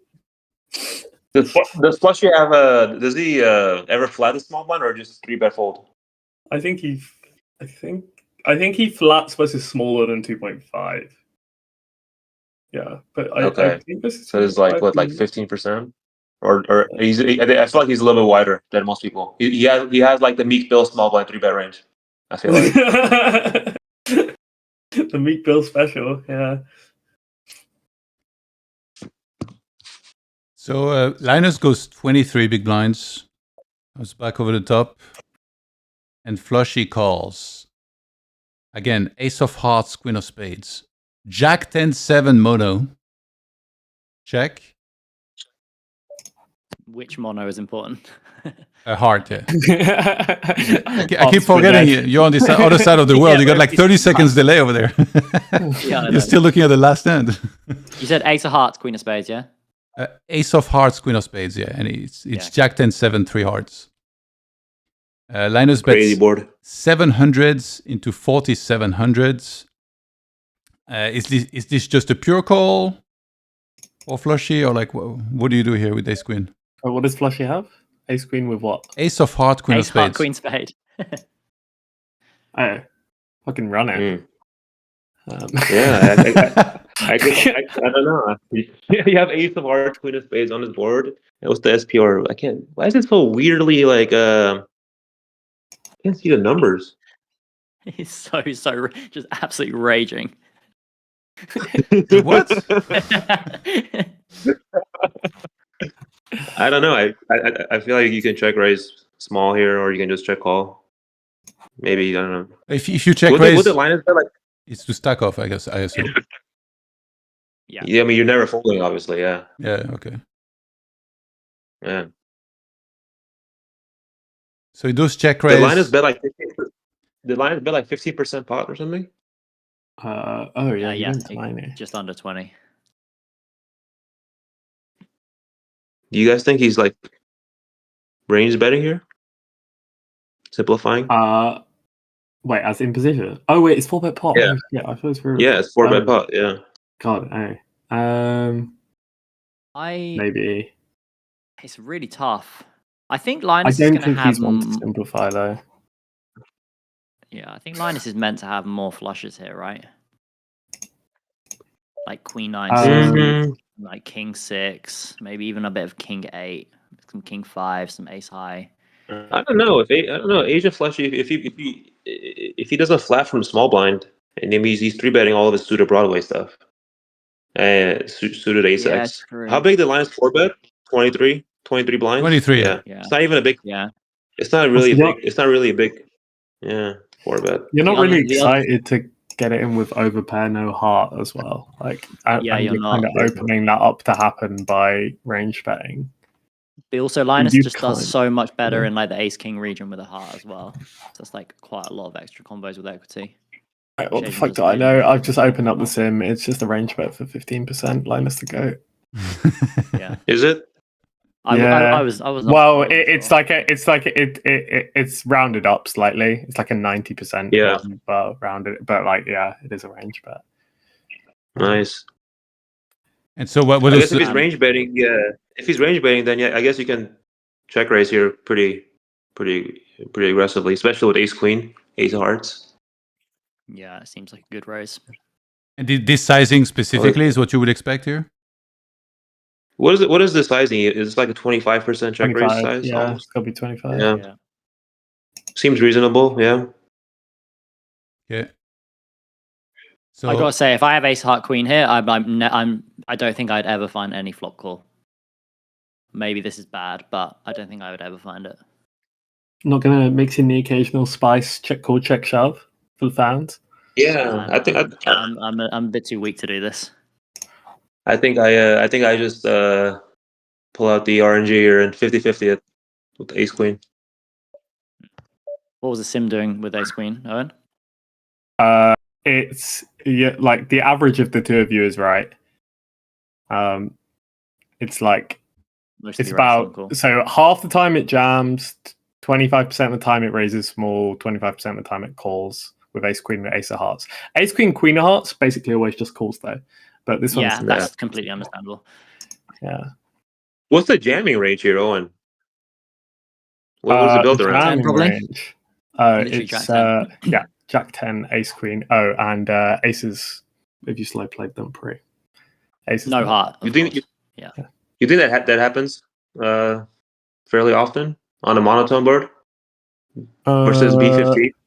Well, yeah. I mean, if you were going to find it on one, it is going to be the Jack 10 board with a connection at the bottom. Like that's as jam happy as it gets in 4-bet pots, right? So if you were going to like work that out in game, this one would probably, but it's still a sideline. The vast majority of the raising is still small. It probably doesn't change much to EV, but it does kind of make sense though when you think about it, that like Jack 10 does just kind of want to run it. Like it just hates every turn card. Yeah, exactly. Hates it. Yeah. So we do head to a king of clubs on the turn. And now Flushy has a straight and the nut flush draw still. He checks. All bets. And All Linus, bets, all checks, I guess. Ooh. Linus bets tiny. Tiny. Oh my god, he's going to make him do it to himself. Yeah, this is actually such a sick spot.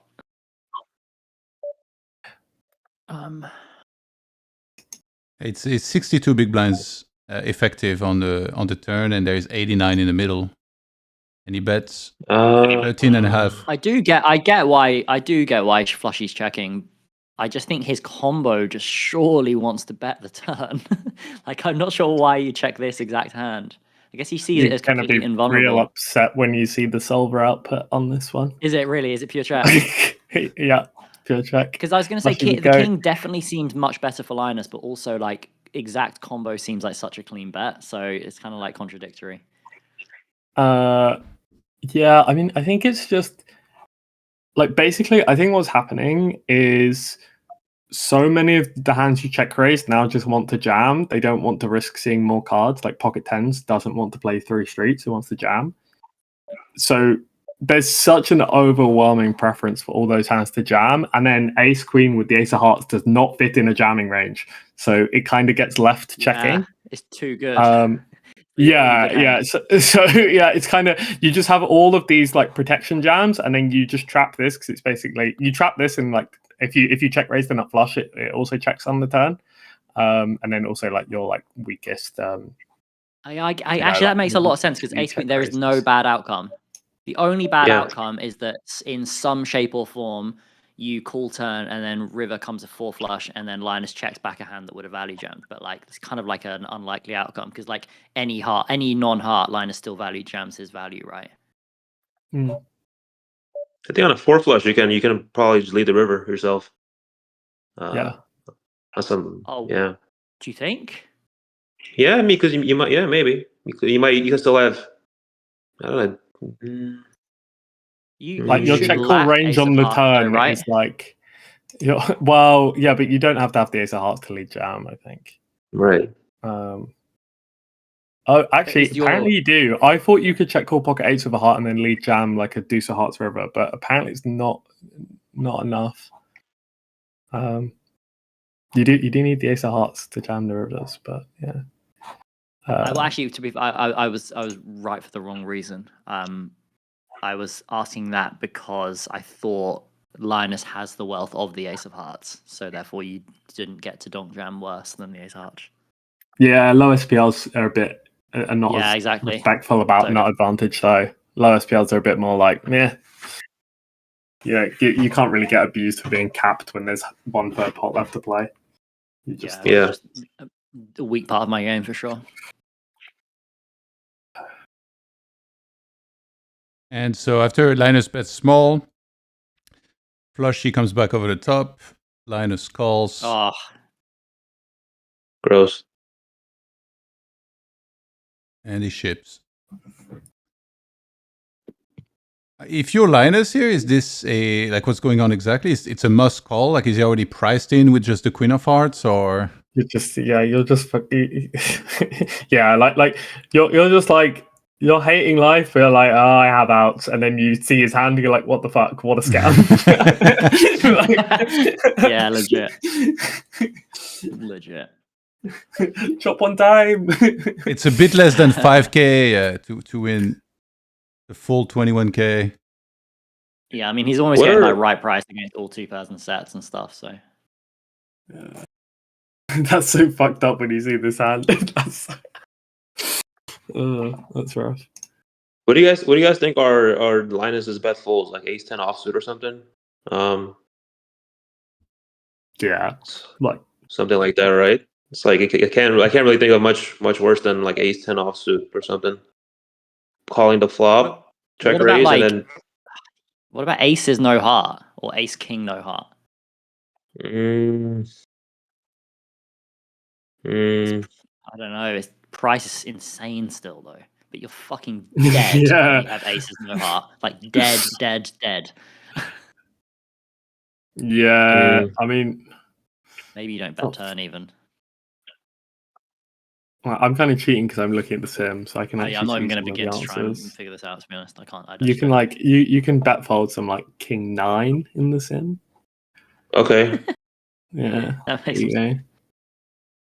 Some What queen about jack. what about ace 10? Does ace 10 bet fold?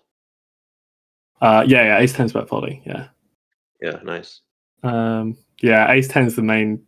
That is basically the main bet folding hand. Is ace 10 and queen jack. Let's go. Does he bet aces no heart on the turn, or ace king no heart? Yeah. I mean, aces no heart. You just rip yourself. Okay. God, this is such an insane spot. I mean, 4-bet pots is Yeah. such a cancer. This is why. Is Linus supposed to bet his hand every time? No, Linus's hand is mixed. Yeah, it just feels so awkward to bet this hand and then get shoved. But it feels awkward to check too, you know? It just feels so awkward. Yeah. I mean, yeah, it is. When you check back, it's like, I mean, you check back and then get jammed on rivers. It's still going to be brutal. Like, Yeah, it's like, you do it at least. Like no way to like win this hand. I feel like yeah, cleanly. there's no. I don't think that's a right answer for Linus's hand. And this is quite. I think this hand is quite instructive just for people to see like how complex the problems that some of these guys can set you. You know, you can like you can flop an overpair with a flush draw in your hand and just get into the worst fucking spot ever. Well, like, that is to say, their monotone boards are like legit so difficult, especially in 4-bet. Yeah, they're pure pain. What do you? Yeah, like what do you think would happen if Linus checks back and gets this exact river and Agent Fleshy? What do you think his bluffs are like on the river? Bluff shoves on the river, like Queen 10 or something. Yeah, it's gonna have like something like Queen 10 or Ace Jack. And 9. Maybe like King 9, maybe like 10-9. 9, but a 9 is kind of is a straight. I don't know. I feel like you can check back and win maybe against pocket jacks or something. Oh, apparently Flushy's supposed to check shove 10-9, just 10-9 on the turn. On the turn. Yeah. Just supposed to. I think it's safe to say that no one in the world is doing that. Yeah, that's a bit exotic. On the 8 of Hearts river is so hard to find. Yeah, I mean, you've got Queen 10. You got Queen 10 just about. Yeah. Queen 10 just comes to mind as like the first hand that comes to mind for me. Yeah, that's like the only. Yeah, that's like that's the only thing you got. That thing. That's kind of insane spot. How was that hand, Art? Did I read it myself? Yeah, these interesting 4-bet pots are such interesting because you just kind of have to find the right combo. The ranges are so tight. You have to kind of sometimes pinpoint that exact combo, especially if it's C-bet, check raise, and then check, and then bet. It's like the game tree gets so funneled down where you're just kind of thinking about individual hands, the combos. Yeah. Rigged, any thoughts on the hand, or are we just ASMR in the background of your grind, my guy? ASMR indeed. I don't think I can add anything on top. I think it's just over his head right now. I'll take the art stance and just VP flow. Are you playing? Are you playing right now? Did you not hear? I'm playing. You could say. I'm in the mix. How many tables are we on? Is it audible, by the way? Can you guys hear it or what? Can we hear what? No, yeah, I just showed a few times when the alert came up at your table. Click, click. Yeah. Oh, right. Oh, I'm sorry. Okay. No, okay. no worries, no worries. Okay, I just thought it was I funny. gotta go anyway. So I don't want to disturb the stream. You're not. No, you're delivering good vibes. Just by being Yeah, here. for sure. I'm gonna go downstairs and eat some lunch. Wifey's waiting for me. All right. Thank you Okay. for being on, boss. I think I might head off as well. I might go. All right, let's do Like, some yeah. shout-outs. What do you guys want? Anyone to follow you? Or is there Nobody anyone follow me. That's weird. Jesus Christ. No need to follow. I'm just kidding. Uh, Go ahead, Ben. Go ahead. Take it. No, I've got nothing. I got nothing. you do have things. Your my YouTube. You have things. You have a channel. You guys are the worst. This isn't about our channel. I want to shout out. I want to shout out BenaBadBeat's YouTube channel. Yeah, there you go. Shout out Jerry Wu. If you want to go see people get owned by 99 hero calls and still post it on YouTube, then like that's the place. Actually, Owen, if you want to come on the channel at some point, you can review some of my hands if you would be so, so kind. I mean, I can't. Yeah, I can promise to review them. I can't promise to be nice about them. So. I mean, like, I definitely don't expect anyone to be nice. That's fine. Like, I wouldn't post any hands on YouTube. I humiliate myself week in, week out. So. Oh yeah, to be fair, the YouTube comments probably way harsher than me. Oh, 100%. Just ask, how long is left of the challenge now? Is it the last? It ends Sunday night at midnight UTC, so it's like UK time, so 1 a.m. CET. So for you would be 1 p.m. on Monday. That would be next Monday. Sick. Well, I'm definitely going to be tuning in over the next week, all right? All right. Thanks for being on. Laters. All right, GG's. Cheers, guys. Take care. Take care. Bye bye. I'm out too, guys. See ya. Shout out to I don't know. Shout out Yolan. Shout out Yolan. Yolan Cohen. Yeah. Shout out Yolan Cohen. Shout out Yohan. Shout out YouTube. Shout out I don't know. CoinPoker. Yeah. See ya. Thanks, man. Nailed it. Thanks. Fucking nailed it. All right. See you guys. All right. Okay, that was fun. Oh my god, the shoutouts, guys. We've literally created a meme. An absolute meme. Okay, then, yeah, that's gonna be it. I actually see... I think there was a table about to start here a second ago. Oh, it is kind of starting. What the hell? Just randomly, those guys are getting in the mix. What should I do, guys? Should I try to find another guest to hang out, or what do we do?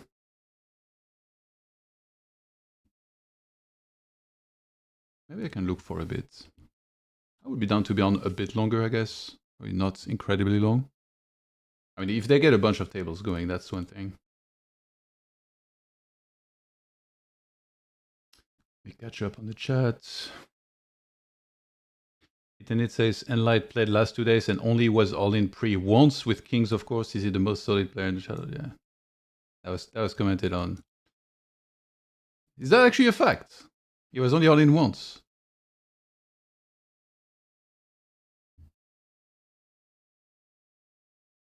He's playing 5k PLO 5 cards, put it on stream. Can you rail rigged deck? Well, it's kind of the cash game world championship, so I don't really feel like Coin would want me to go and rail PLO 5 cards table. But you know what? This is our show. So why not? Let me open it. I don't even know how to find it. Right.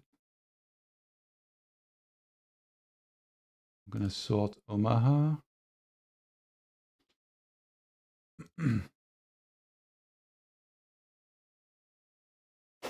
Wait, what stakes is he playing? I actually don't see it. I think. Oh wait, is it heads up?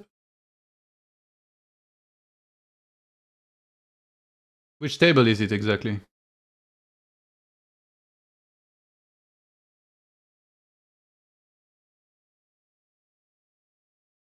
Kara, let me know which table.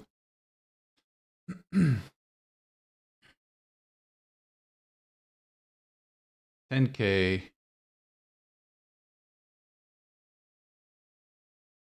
For some reason, I don't see it.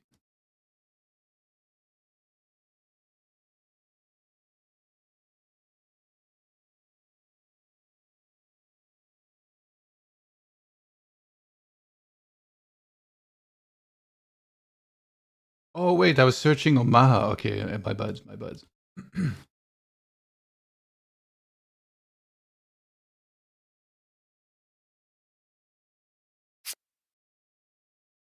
I found some tables, but it's not on them, at least those. Okay, I found... How many is he playing with that guy? 2? Okay.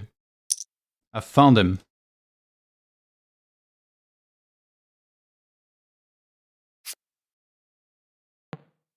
I mean, 5 cards, this is like... If I really don't know much about Hold'em, imagine how I feel in 5-card PLO. He left? No, he didn't.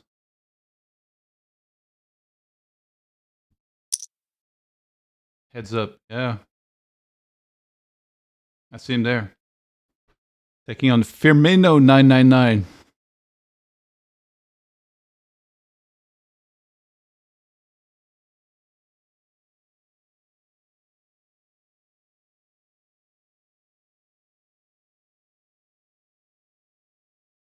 Okay, I'll look for a guest for a bit. See if I can find someone. Lama's playing, so not gonna ask him. I'll let him play.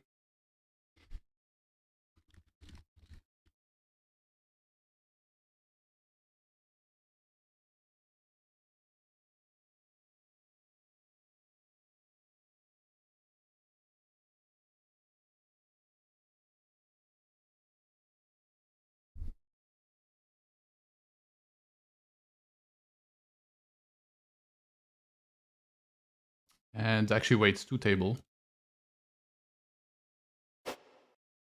4-handed Shill in the mix.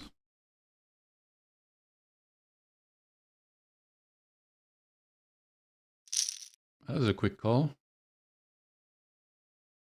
Pocket 5s.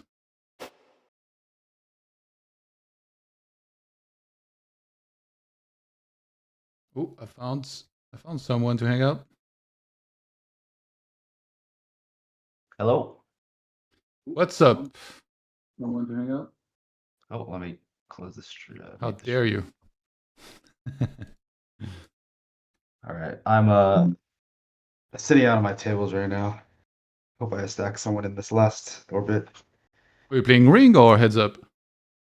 Ring. I would if I was playing heads up. I probably would just stay and play. I didn't know you indulge in the ring. Once I mean, it's when I don't have anyone to play heads up. Yeah. Were you watching the stream while you were playing? No, I actually just started playing. But I was listening to the stream beforehand though. It's kind of cleaning my apartment while listening to everyone. Cleaning your apartment, eh? Cleaning your apartment. To me, that's like the so I kind of travel a lot, and I figured recently that like one of the best feelings in the world is coming back from traveling to your apartment and and then it's like really clean. If you come back to like a kind of dirty apartment, it's just terrible. But then if you come back to a really clean apartment, it's really nice. Did you know what it means? What means? Like this feeling of getting happy about this. Oh, what is that like? What does it mean? It means you're getting old. I have the same with like so many things. Like today, I just bought like some box that I can put my shoes on. It's like transparent boxes with like a little drawer. And then today I was building that, and I was so freaking happy, dude. And I was like, once upon a time, I wouldn't give it like literally my shoes would be piled on top of one another. But no, this made me so happy. I just built it, put it in the corner. It fit perfectly. Looks beautiful. I see my shoes through this thing. I'm like sick. Yeah, that's definitely some old people stuff.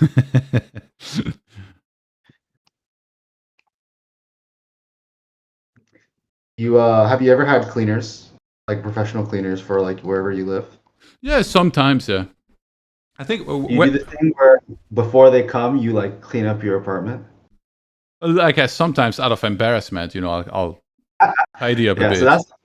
that's like really where the why your apartment gets clean, right? Because like you went and cleaned it before the Yeah, cleaners. but not everything. I think like some things I'm just like too bad at, like the floors and Yeah, washroom and stuff. Like I'm just terrible at cleaning this stuff, so I prefer hiring someone. It's like not super expensive, saves me time, but it's rare that I do it. I don't have like a regular cleaner or anything. yeah. I think also like you want to, if you only have them for, let's say, like you're paying them hourly or whatever, Yeah, you want to make sure that they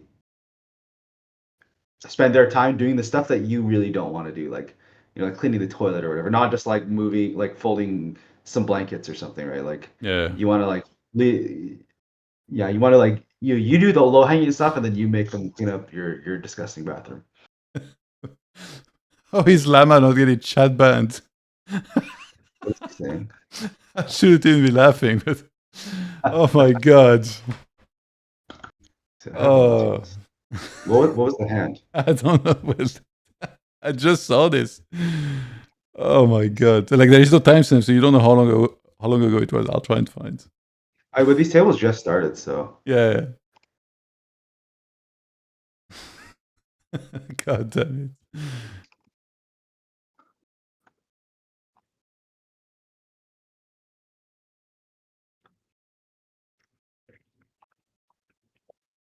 I don't see any hand that stands out. Maybe it was a. Wait. Oh, I think. Wait. I mean, I think I found. I think it must be the. Oh, it was heads up. So he's heads up with Mr. Lumberjack at the time. Other players hadn't joined yet. I mean, you can tell me this is standard. Mr. Lumberjack. I'm gonna hand. Oh, sorry. Okay. I'll look at it a second. Okay, yeah, I'll wait. Just let me know when you're ready. No rush. Rigged is so sick. Playing that 5 card, I love it.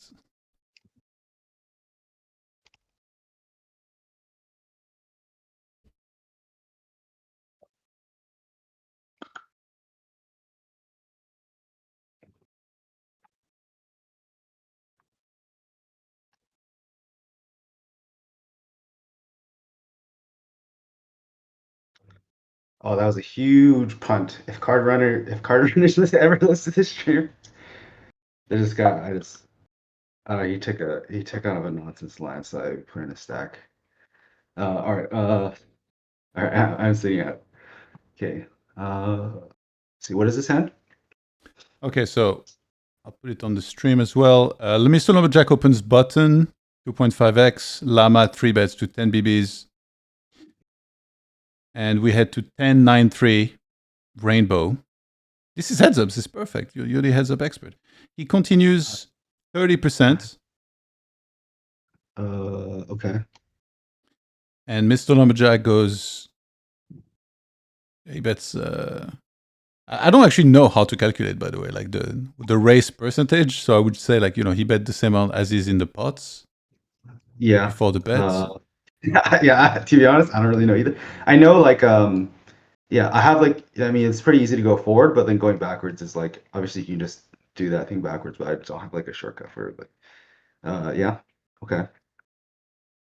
And Llama jams. Is that common in heads up to see this line on this board? I would. Oh, he's in the chat. He says it's not that hand. Okay, which hand is it?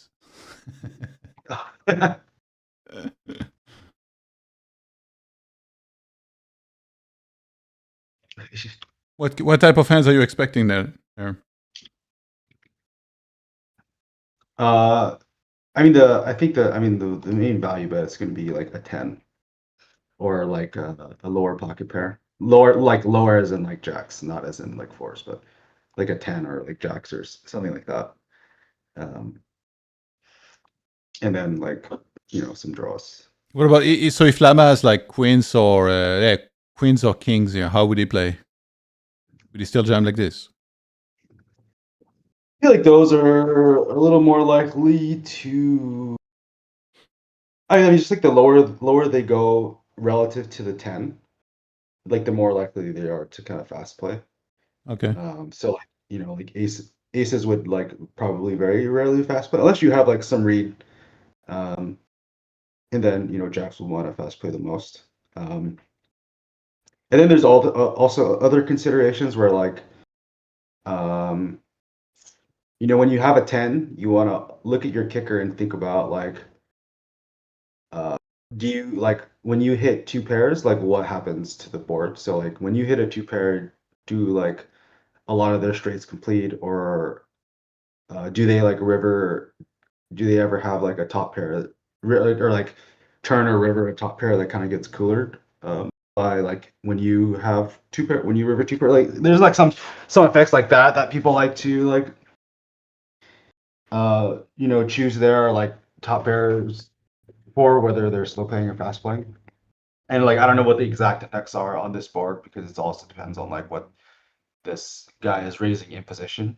And it's just going to be pretty different per person. So I don't have like a general I don't have like a general like heuristic that I would know of like what the solver would do here, but like I think the core of the range is going to be like a 10-ish, something like that. Yeah. Okay. So it goes in and Lama, Ace King, and Mr. Lumberjack at Queen 10 suited. And they chop it up. And that's when Lama said retard. No, he wasn't this hand. He didn't mention it was another hand. And he said in chat, you jam everything, including aces versus this. Okay, that's good to know. Oh, okay. Well, Lama knows better than me. See him all in against Kahan.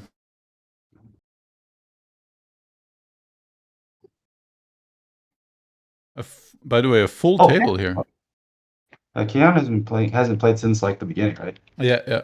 Seems he's back. He's back. Lama's in the is it the YouTube chat? Yeah. Okay. We get a call. Ace 10 high. He's gonna lose to pocket queens. Lama getting max value here. And he writes in chat, great call, KN. Jesus Christ. Oh my God.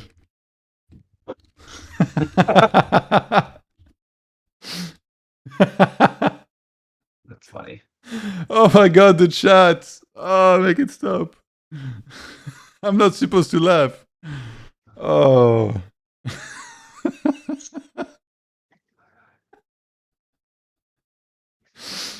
Oh my goodness. What a sicko. Okay, let me find the other hands. The one that ignited the initial chats. If I can find it.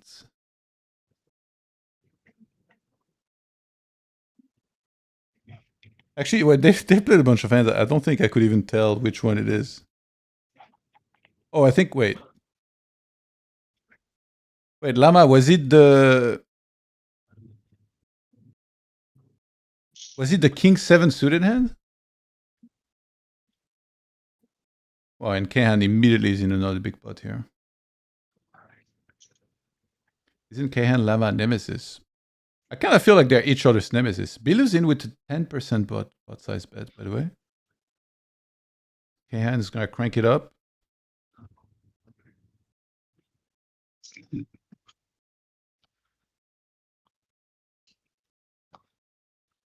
Yes, okay, so I found the hands that ignited the initial chat. Let's watch this hand first, then we'll have a look. Snap call. Oh my God, Kahan at fives. he at 5s, and Oh Highmark is gonna take his seat. Oh, No, he's not. Jay and Big Joe. Oh Highmark, I bought it. Is Brandon sitting? He's like sitting 2 other tables already. Wait, actually, there's that many tables running. Okay, I completely missed that. Yeah, there's looks like 4.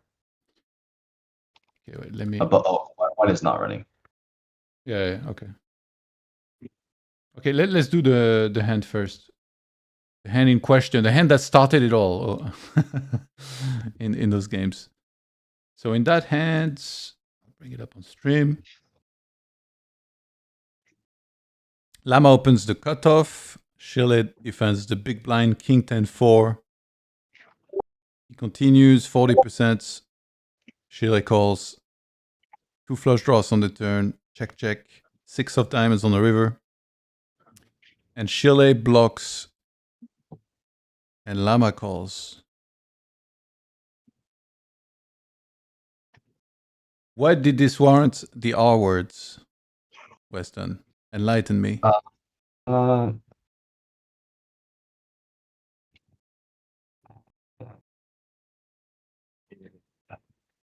So it was c-bet call, check, check, block. Yeah. No, but Lama is the pre-flop raiser, so he c-bet flop. Yeah. 40%. Then Chile calls, then turn check, check, and then he blocked river with second pair. It seems kind of normal to me. I think. Yeah. Maybe. Yeah. I don't know. Seems kind of normal. I don't know. I don't know. Yeah. I don't know. All right. That makes the two of us.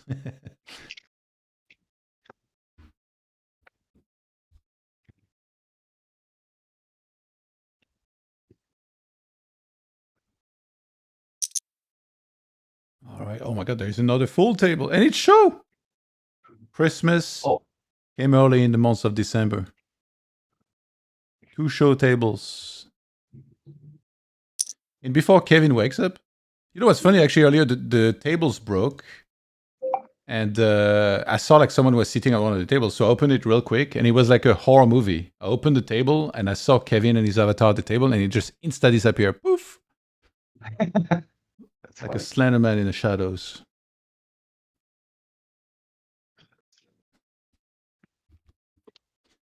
Yeah, I kind of want to try the blanket thing.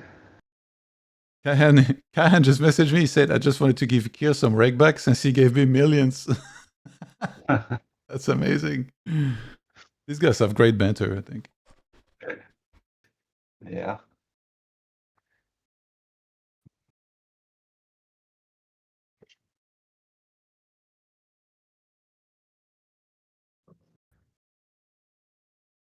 I don't know. I think he's doing a little free roll there. If he calls and he's right, then he looks sick, and then if he calls and he's wrong, then he acts rich.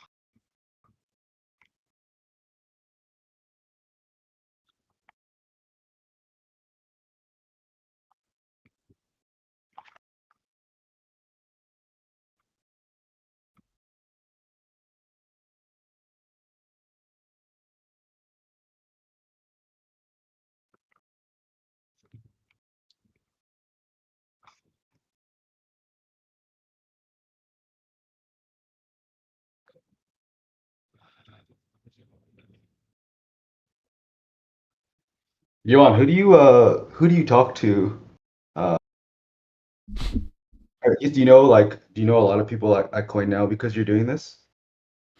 Some, but Yeah. Sorry, go ahead. Do you have a rough idea of like how big the dev team is? No. I just know like the few people surrounding the event here, but yeah, I don't know too much.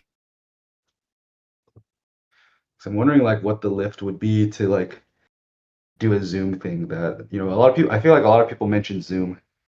Yeah, but like they mentioned before, there is like a big software revamp coming.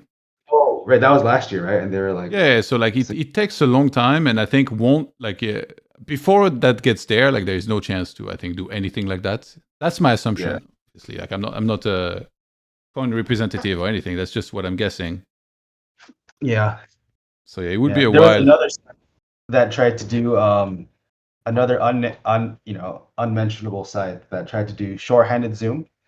So like, you don't need 6 unique people to start the Zoom pool. Yeah. They tried to ship it like twice, and then each time it just like brought down the poker side. They're like, yeah, we just give up. And so to this day it does not exist. Because like short-handed Zoom is pretty important for getting the pool started, because then you can just like play heads up or three-handed or whatever, and then like people can like actually see it running and then join, rather than like, because otherwise people have to just like just like always just sit at an empty Zoom table that might not be running, and then it takes up a slot. So it's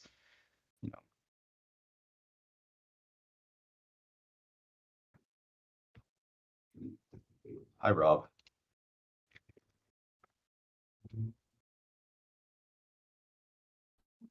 Yeah, last week there were a couple guests that I was quizzing about coin, and like how for coin to do better and like kind of rivalize some of the bigger platforms out there. And we talked a little bit about everything. So initially they were saying, like year-long rake back, fidelity program, and also like they thought that in regards to the challenge here, Zoom maybe could be good as well. Yeah. So definitely something I will pass on to Coin, and hopefully they can consider everything. I mean, those seem like they're motivated, they're driven, they're doing all of this stuff like tournament circuits, sponsoring players, sponsoring influencers, Cash Game World Championship, one after the other. Like it's going to be 4 different formats. Like they're doing a lot.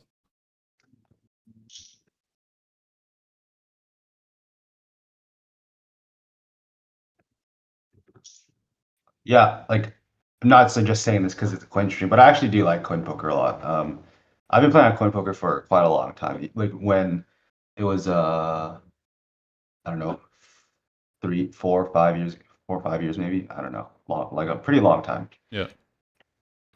Yeah, I think the software's pretty good.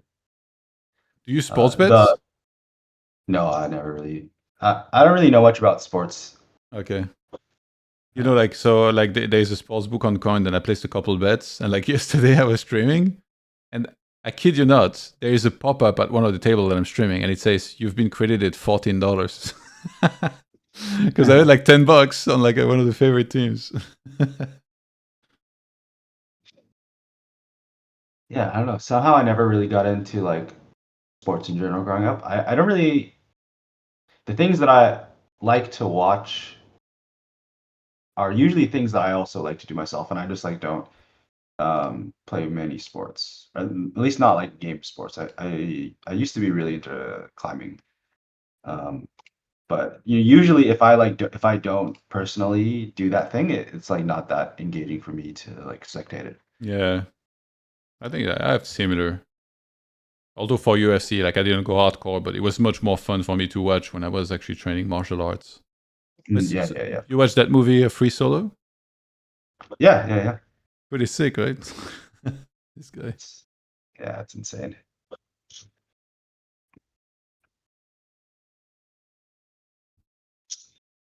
It's so funny. Kahan said he wanted to give Kier some money back since he gave him millions.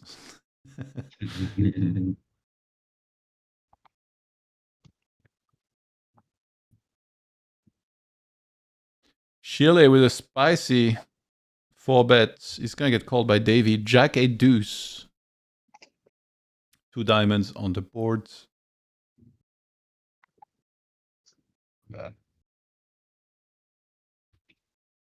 Is Davey gonna lead? Or just tanking? He checks.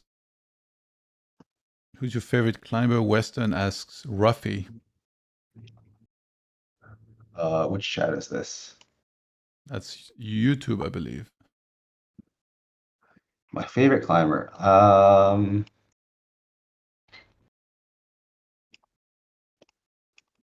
Who's my favorite climber?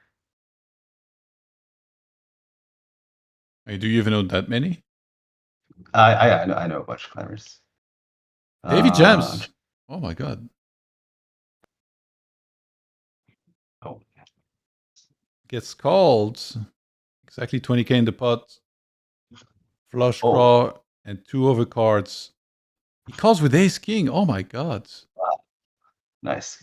Scoops. Wow. That's insane. Yeah. Nice hand. Nice hand, Chile. Dude, how does ace king call here? And correctly as well. So he 4-bets pre 23.5. It's called. C-bets quarter. Davy check jams. Ace king, no diamonds. Gets the scoop. That is pretty sick. Yeah, I guess he's just. I mean, he's really just hoping that Davey is a draw. Davy has like, what, 45% equity or something on the flop? Is it 45? I don't know. It feels like it would be less because the king is dead. Yeah, but he has 9 flush outs and then 3 queens. So that's 12, and there's 2 streets to come. Yeah. And then like he can backdoor straight, but then there's always some. Okay, let me try. I'm just gonna look it up. Yeah, I mean, it's easy as it just, yeah. Because then also, I mean, like, there's like, if Shirley hits the ace, then the king and the queen are dead, and then stuff like that.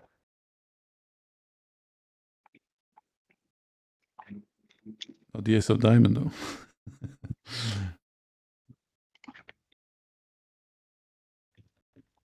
Ace of spades. King of clubs.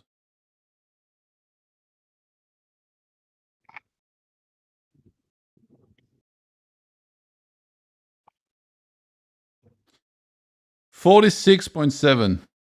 46. Oh, yeah. God damn, I'm good.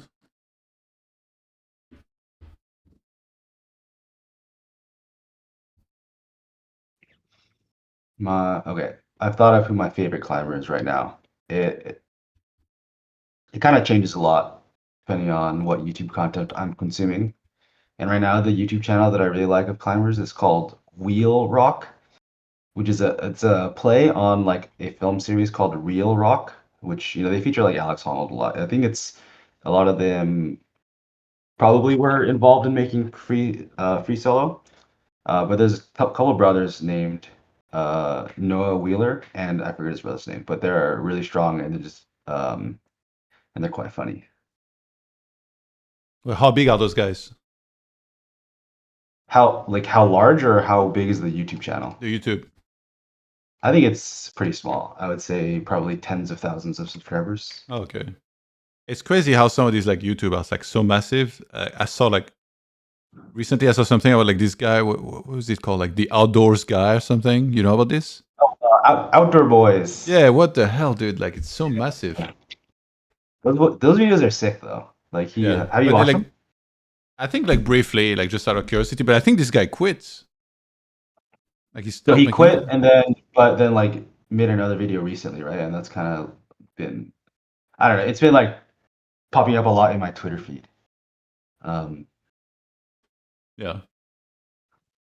Did you watch the Ryan DePaulo latest video? What was the latest video? My appearance has nothing to do with my success. That one. He's one sick individual, man. I feel like that would be exactly your humor right there. Oh my god. No, I haven't seen this yet, but it's really funny. It looks pretty funny. Yeah, I watched the Linus video or the previous video, but Yeah. Did you see the guest that we have scheduled for the stream? I remember hearing about it. I think the only one I remember is Jalderman's coming. Yeah. You know him? I know of him. Yeah. He it's funny. He like emailed me a really long time ago about like basically I like wrote a software library to interact with PileSolver, which is basically which means that you can like just like write other programs that use PileSolver to like do stuff. And I guess he wanted to do something with it, and he like emailed me about it, and then I was like, oh yeah, just message me on Discord about it. And then he messaged me, and then I was just like too lazy to respond, and then he emailed me again. It's like, hey, didn't get any response from you, and then I just kind of ignored him. So that's basically what I know him from. You don't realize that's messed up. Why'd you ignore the poor guy, dude? Yeah, what is wrong with you? But I'm just saying that this is just the case. That's terrible. But also, maybe it's a little rude, but I don't owe my attention to anyone. I already made my public software. Yeah, but you told the guy message me on Discord, and then he did, and then you ignored him. It has nothing to do about owing attention. Like you literally lied. I didn't say I would answer on Discord. I just said message me on Discord. Oh my god. What a narcissist. Okay.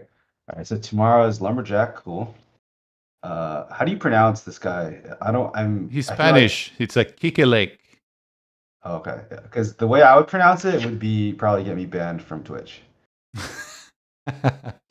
Yeah. So, I was also wondering initially, but yeah, he was on the Mechanics of Poker podcast about the mid championship. Kikelek.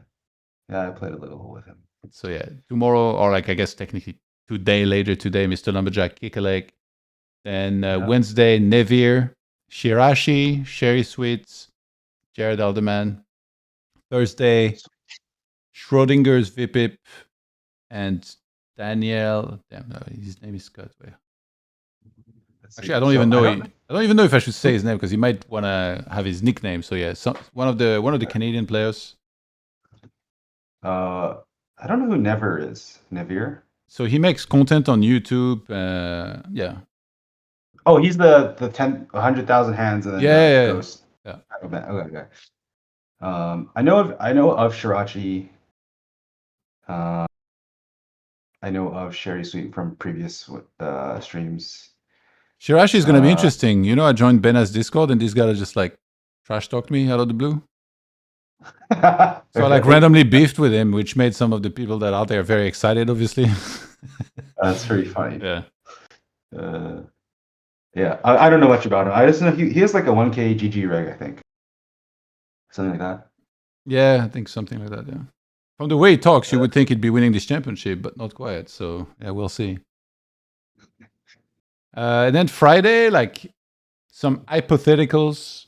I was talking to Petar Knop and Davey about potentially being there on Friday or Saturday. So it's not locked yet, but there is a chance.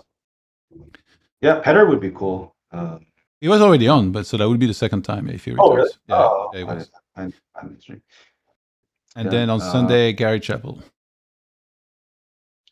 Yeah, I've watched a bunch of Schrodinger's VPIPs videos, and then he streams a bunch. The main thing I know about him is that he's a weeb. He likes anime? Well, not just anime. He likes Japanese stuff. Okay. I thought weeb was about anime. It's often about anime, but it's it's mostly about just like liking Japanese things. Okay. And he likes Japanese things, basically.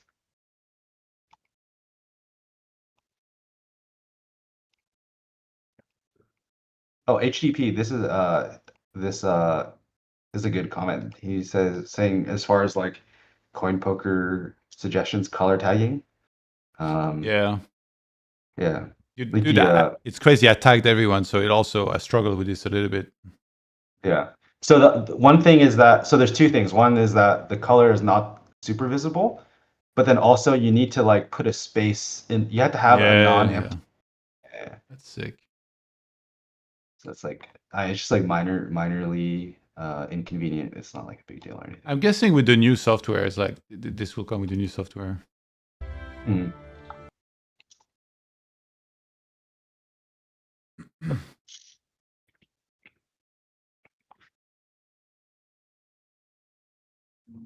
There's kind of a funny effect though, where not saying that this is the case for CoinPoker, but in some cases, the worse the software is, the better the games become. You know, to the point if where like, you know, bad poker software is almost like a feature rather than a bug. And I think it's because like people that like to play a bunch of tables or whatever, like it just like hampers your ability to like play a bunch of tables. It kind of deters regs if the software is like really bad. If you know, like if you can't make a hotkey 2.5 big blinds or whatever, then you're just gonna kind of be lazy and open to 3 big blinds or whatever, like stuff like that. Yeah, okay.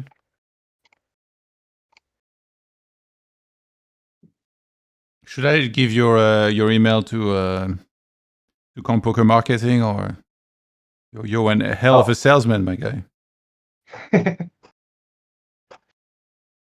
Yeah, just don't give my email to Joel, man. That's that's the main thing.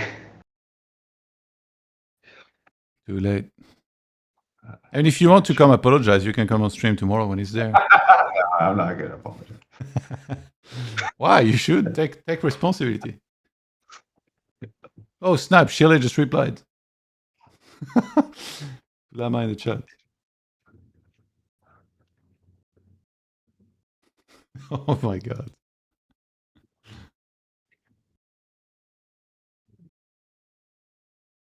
Sabir, if you call me Yolen one more time, we're gonna have a big problem, my guy. No, I'm just kidding. But my name is Johan.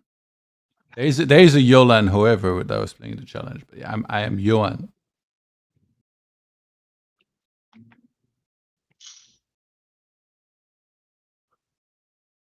What is this hand that Llama and Chile are bickering about? No, they're not. It was about the previous chat. Actually, wait. There's okay. There's some action happening here. Biluzin and Davey. Oh, hi, Mark. A mere spectator in this hand, sitting on the sidelines.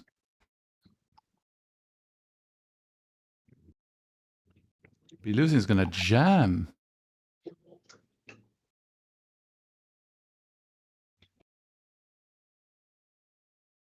Ay, ay, ay. Nuts. The nuts arena. Let's see, what was the action? It was Flats. He just flatted the button. Yeah. Check raise on a queen high board, call, turn top trips. Trips. Check. Bet small. And Davey just called. Check jam. Yeah. You know, when I make this play, by the way, and then I get like somebody folds and like you don't know what they have, I always feel like maybe I missed an opportunity to bet something more realistic and get like some sure value. Hmm. Yeah, this was indeed a huge overbet. Karasabia says, oh, my bad, that's the mix-up. Sorry. All right. All good, all good. Yeah, my name is literally written on the overlay, my guy. Sorry, what are you thinking when you arrive here with, you know, some kind of bluff?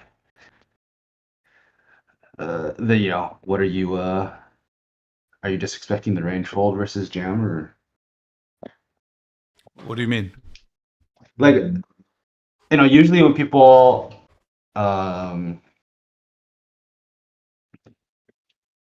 yeah, I guess like, you know, either you're going to get like a range fold when you're bluff. Like I guess it's not really true, but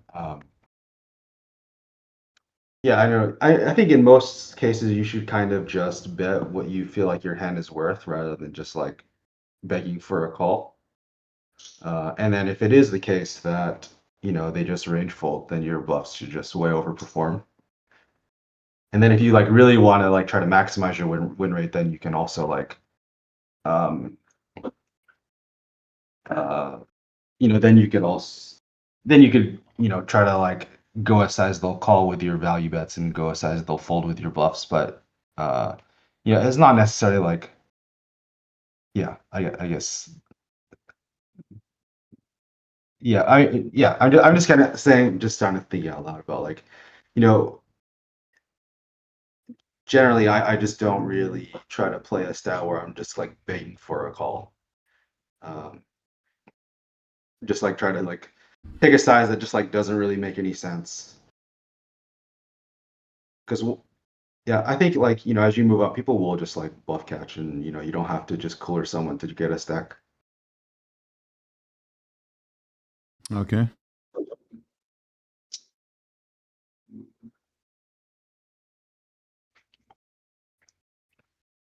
HDP said, question to you guys. How often would you guys face a 15 buy-in downswing in low stakes? I had a 15 buy-in downswing in 2K hands. First time I had that big one in like 350K hands. I reviewed them and it was just a bunch of coolers and bad bits. Is it normal variance?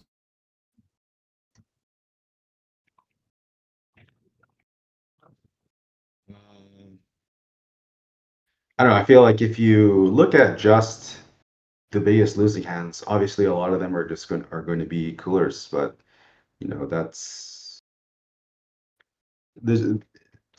I think usually when people lose a few hands, they almost always start playing worse, and that includes like small and medium pots, and that is going to exacerbate the downswing a lot. So I don't think it's that logically sound to like go on a 15 buy-in downswing and then just like look there's a bunch of coolers as my worst hands, and that's the reason for the downswing. It's not like necessarily the case.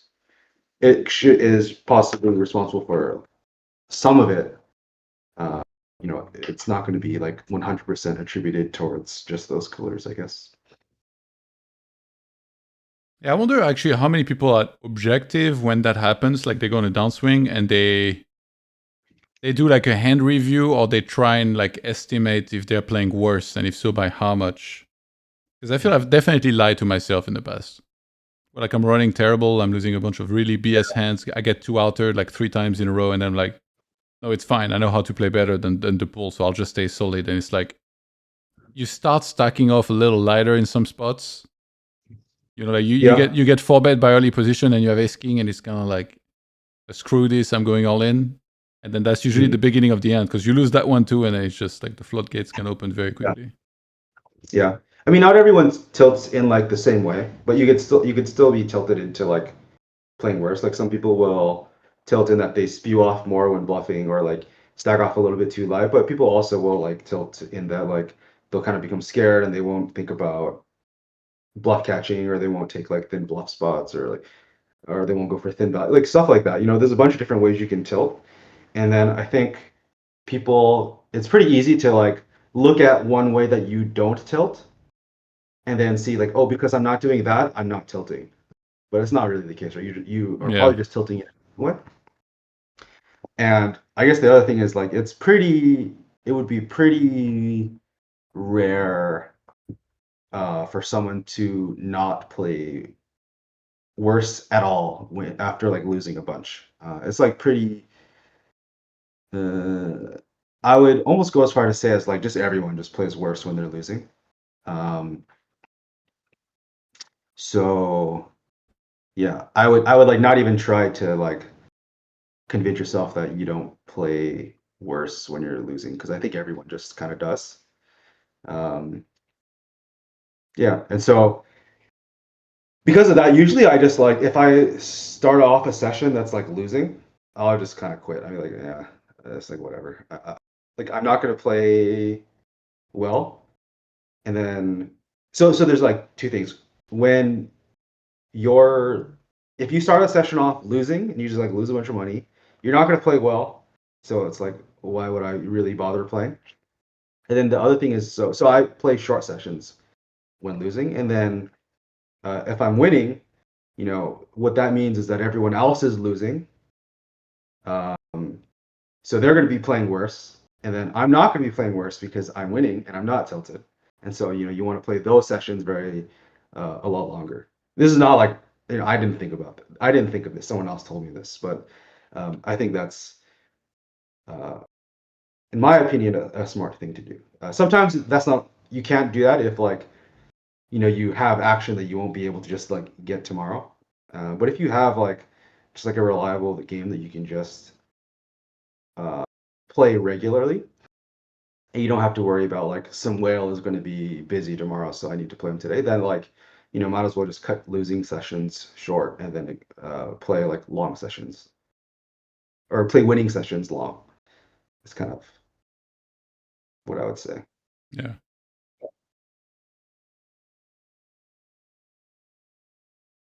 He says, I've had 5-7 buying down swing and 25k out of hands break even stretches before, but 15 buying down in 2k for sure threw me off. So I'll probably take a break, I guess. I mean, it's a lot, but you're probably not playing your best. And so both variance is going to increase and your win rate's going to decrease. So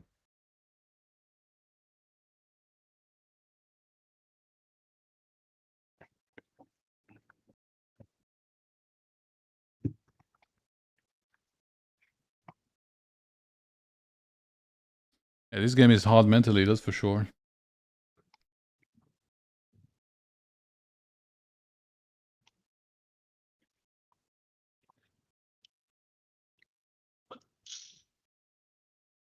Prodigy in the mix. Damn, the action fired intensely yet again here. suddenly came back. There's somebody called Orion 1989 at the table. A name I haven't seen before. Not a show table, however. Yeah, I don't Let's recognize see. Is so high mark at the table? No, he's not. 3 people in the waiting list. I'm gonna make a wild guess and say I think I know who one of them is. You know who? Wait, you know who Orion is? No, I don't know. Oh, This is which is telling.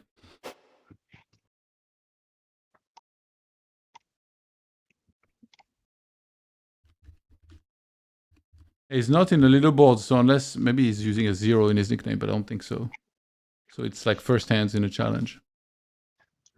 yeah. In this case, because you know there's I's and O's and whatever, so I just search for 1989 or like 989 or whatever. Yeah. I assume that's what you're doing. But like Limitless's name is like I, right? Yeah. Imitless with 3 S's. I imitless. I think his star's name was that too, actually, which is kind of funny. You would think you could just add like a couple more S's, you know, at the end. And it's like, what are you, a snake? Some snake jazz. Rick and Morty. Yeah. Imagine like you played some snake jazz while playing poker and you realize that when you do that, you just win every time. Your life would be pretty miserable, man. Stuck listening to snake jazz.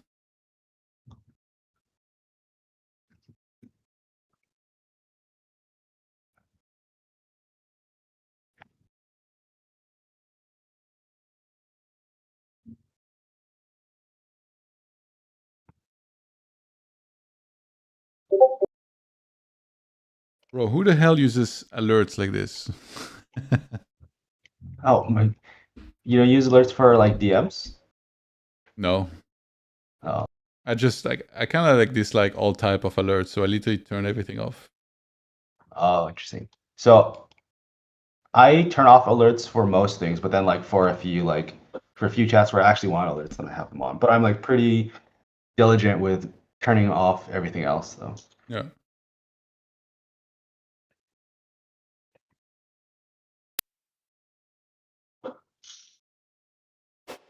Are you playing? Am I playing right now? Yeah. No, that was Discord. Oh, okay.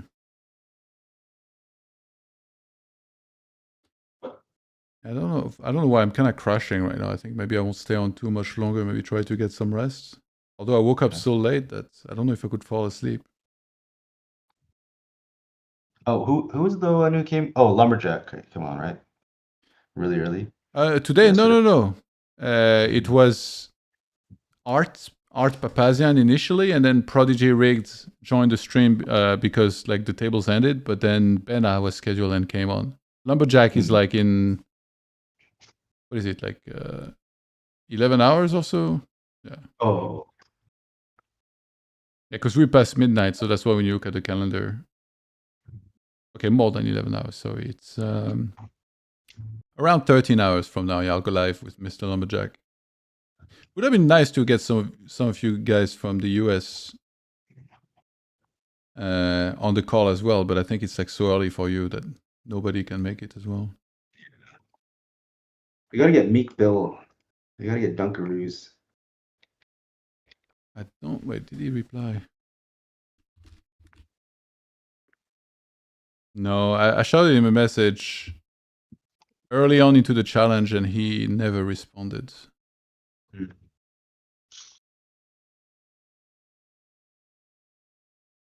I asked Popbet Cat if he wanted to come on the stream, and he did not respond. I did as well, yeah. He even responded me initially, but then after that, just kind of like stopped. Oh.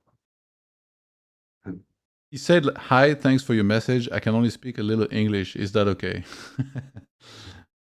Well, I asked him in Japanese, and he is. Yeah.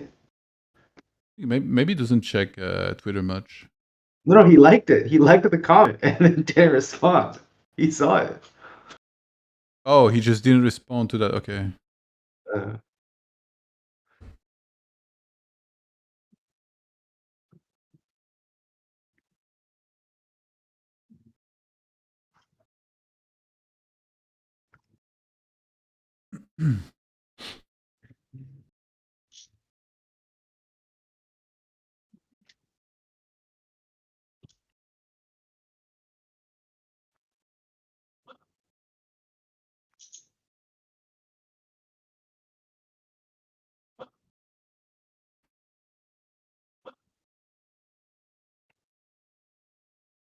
Shameless liked it and was like, "Nah, I'm good." You know, it would have been sicker is if he gave his email to Weston and then Weston emailed him and then he didn't reply. That would have been even sicker, in my opinion. How poetic that I'm now complaining about someone not responding. You know, that's crazy. Like people, they often like press the wrong bell on my apartment where I live. And yeah. And I was going to a Friendsgiving party last Friday. And then my friend was living on 37. And then I got like 37, but I didn't really pay attention. It was 37A. So I rang and I went upstairs and like this dude opens the door. I'm like, wait, is this not the right apartment? Like, is this my friend's? He's like, nope. I'm like, oh my God, I've become the guy that like always makes that mistake. Like I always think like, you know, these idiots, how do they get it wrong? And then I was like, oh my God, that's me now. That's funny. I get ding dong dished a lot actually. I think my doorbell is like kind of on the way home from a bunch of kids like walking home from school, and so they just like ding dong dish me a lot. Damn. Those little stains. Yeah, You just set up booby traps. I know.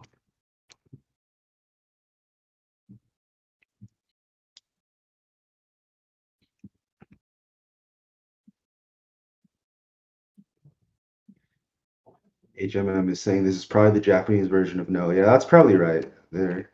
Japanese people don't really they're very non-confrontational.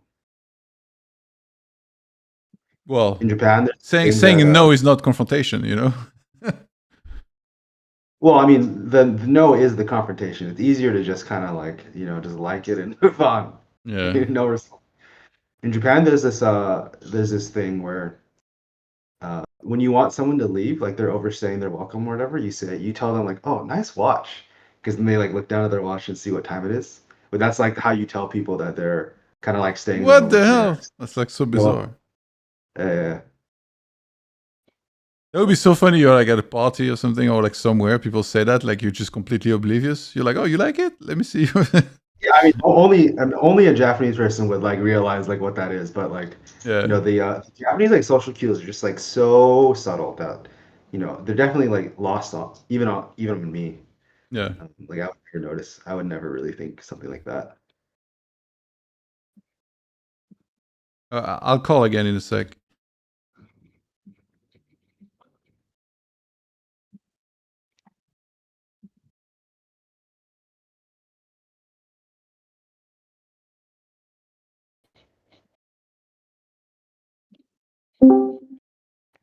Speaking of Yo. alerts, Who what's goes up? there? What's up? How did your session go? Are you still playing or did you sit out? I'm still playing, but I quit the Oh. coin ones. I'm just focusing on these other things ACR? on a site. Oh, on a site that will not be named. Oh, oops. There's more than one that should not be named. What is this ACR that you speak of? This is the only poker set that exists. Oh my god. Yeah. Wait, are you streaming anything, Jan? Or no? Well, I'm live. Yeah. What do you mean? How do I pull it up in case I need to ever see anything? I'll give the link in the chat. So you Yeah, watched send you watched the whole Kevin thing yesterday? Yeah, I watched it. Yeah. How What a was guy, it? man. How was it? He's I like sick. him. I'm a fan. Yeah. If he's listening right now, Kev, I'm a fanboy. Yeah, Kevin, do you have a CFP? I know some people who would like to join. Yeah. Weston. I'm gonna go. I'll be right back. I'm gonna go pee in 2 minutes. All right.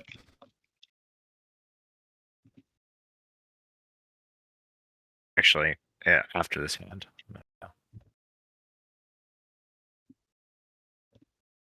Be right back.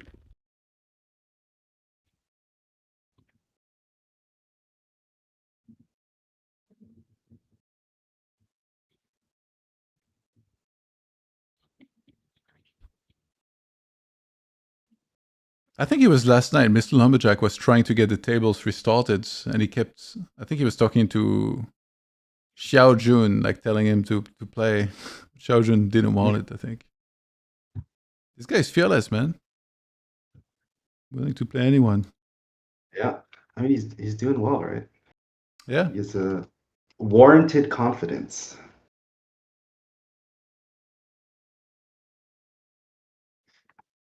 I grew up also on not a farm, but we had a lot of farm-like animals.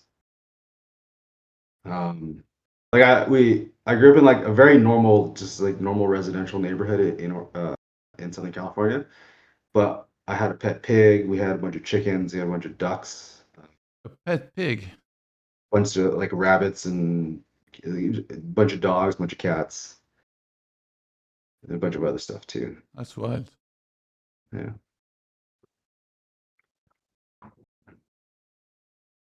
Is that where you think you picked up your poor manners that didn't allow you to answer the email of of Jared's? Yep. That's Michael Quinn says, "What's a farm-like animal?" a farm-like animal, are those are animals that you would typically find on a farm. That's what else is it?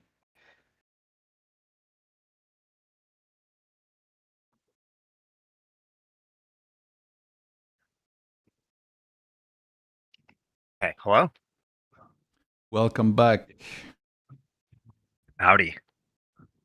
Oh, I'll tell you, you know what I really liked about I guess hearing Kevin and Rig talk is like those guys are sick grinders. Like I've never done that in my life, I don't think. Like even when moving up in stakes and then you have access to playing a lot more volume and blah blah blah, I still never like played as much as any of these guys. So yeah, it's pretty sick to hear. It's like really motivating. Yeah. But they do play at the same time. It's a bit unrealistic. It's like, oh yeah, it's inspiring, but then it's like, all right, well, these guys just play like 8 tables for 16 hours. You know, I'm like, I don't, you know, Well, I it's mean, motivating, but I maybe don't really want to do that. Yeah, maybe it's a bit extreme, let's say. So maybe there's like a happy medium, but it's cool to see that like Kevin was kind of making me realize when I heard him talk, like I mean, it's pretty sick. Like the guy's grinding from a laptop, playing however many tables. Like, Oh yeah, they're like, He's what is it called when they're like not tiled? They're like on top of each other. What is that called? yeah. And then he said something about that 7 deuce hand versus rigged, where he like didn't even realize that he was on the 7 deuce table until like the flop and stuff. So I don't know. It's pretty cool because like I'm a bit of like I said, I'm kind of the opposite, where I'm pretty like strict with where and when I play and blah blah blah whatever. So sometimes it's nice to hear like, say, alternative ways to approach playing and stuff. Like I don't know if one is necessarily right or wrong, but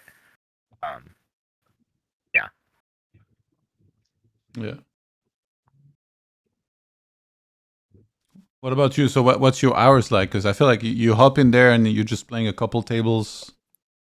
You have other games going at the same it's time. It's a bummer, man. I want it. So I go to Hawaii next week with my family. Oh wow, what a terrible life. Well, I mean, it's a bummer because I won't get to play the last couple days of this. I don't know exactly when this ends and when we go and stuff. But Hawaii has internet, right? You know that they have computers. Yeah. Maybe I'll play on my phone. I'll hop in on the phone from the plane. Yeah. See, that's what Kevin inspired me to do. The blankets. Yeah, the blanket thing was sick, dude. That's something. But I feel like if you do that, like you're just gonna be so hot under the blanket at the same time, and then I can't think when I just feel too hot. Well, also for me, I have like 2 big monitors. So the blanket would have to be massive. Like, I don't know if it would fit. How long are you gonna stay in Hawaii? I think just a week. We're going with my family, and then. Dude, I've always wanted to go. Hawaii is sick.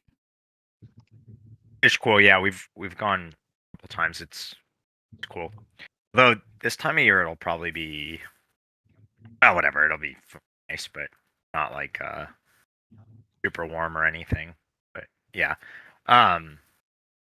So what was I gonna say? Oh yeah, my normal hour. I don't know, because then I do too much other like random shit. That's part of my problem too. So I never like fully super prioritize poker, I guess. Yeah. And then I'm not like a play a ton of hours kind of guy, basically ever. You prefer quality over quantity, yeah? Sure, let's say that. That's a nice way to put it, I guess. Do I sound weird? It looked like my internet went out for a second. No, it's fine. Did you hear Weston telling a story of how he rudely ignored somebody's email after he message after he told him to contact him? Yeah, who is he talking about? Jalderman. Oh wow, are you gonna bring that up on stream? Hell yeah! That's the first thing. I'm not even gonna intro him. I'm gonna be like, so did this West? Let's try to set up a cage match fight between the two of them.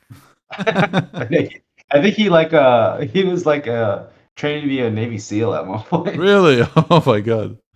You're drawing thin, dude. Yeah, so I'm shooting. Yeah.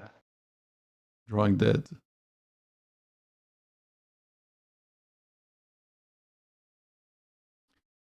Why isn't Kevin grinding on the plane? Feels like he lost motivation.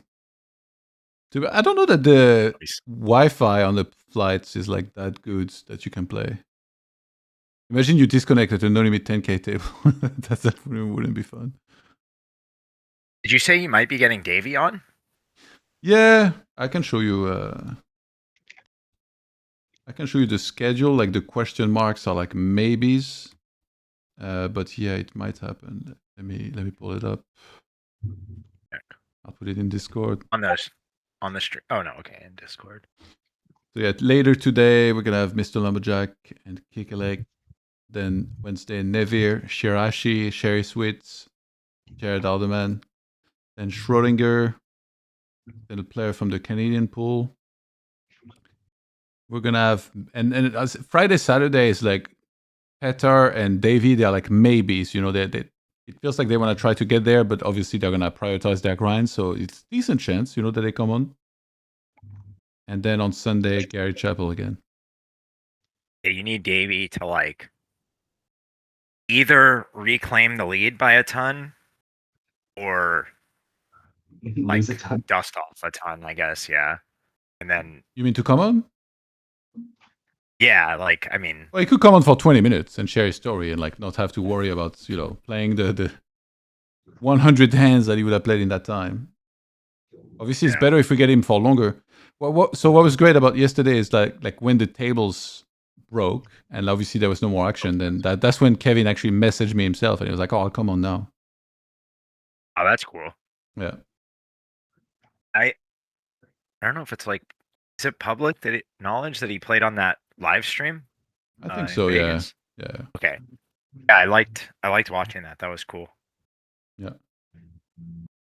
He's got nice hair. The ace nine. You approve? I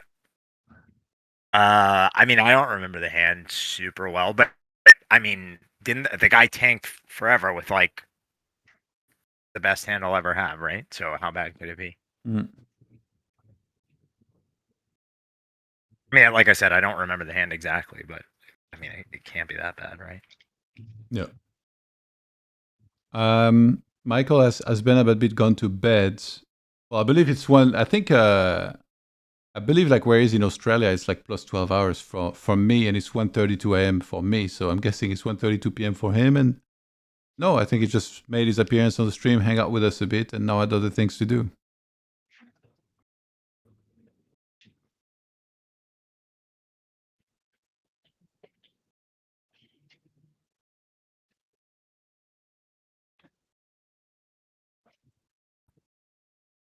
What you up to, Weston? Right now I'm just chilling, hanging out, not doing anything. Dude, come over. Be back in No, I'm back in. Wherever? I'm back in the. No. Okay. You Go done play pickleball, dude. You done playing? Oh, hi, Mark. On coin. Okay, be honest though. There is a table on coin. You're in the waiting list for that table, right? I actually put myself back on the waiting list for all the tables, but I don't think I'll take the seats. Definitely not while I'm on a call. Okay, and there's but that one table though. I actually heard you say that. I wasn't on the list until you said something. That's funny. Oh, I see it now. I mean, I'm like 5th, so I'm not see it. Has Bena been playing this challenge at all? Nope, he has not.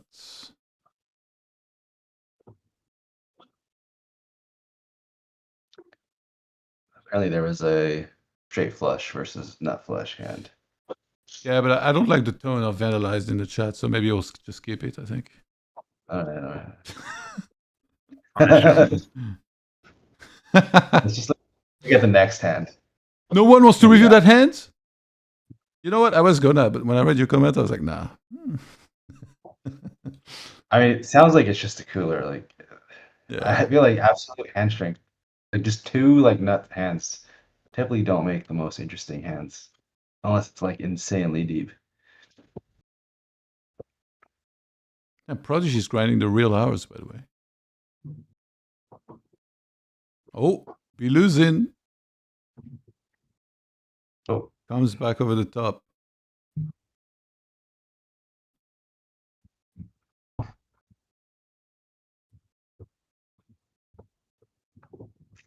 Yeah, I think when it's like a flush draw and like 3 to a wheel, not including the ace, people like to be like really really aggro on these.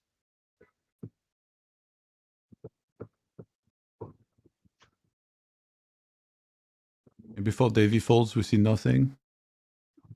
No, rip. Oh, no, it's not a show table. I assume Davey made the right decision. Doesn't he always? Oh my god, Llama flopped the world too.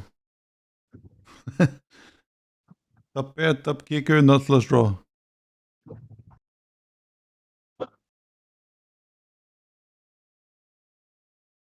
Who's bet raise call? What a river, Jesus Christ. Oh no. 10%! Oh no. Not like this. Oh my god. I mean, I'm guessing Llama's not folding river anywhere, even against a jam, right? Yeah, no, I don't think so.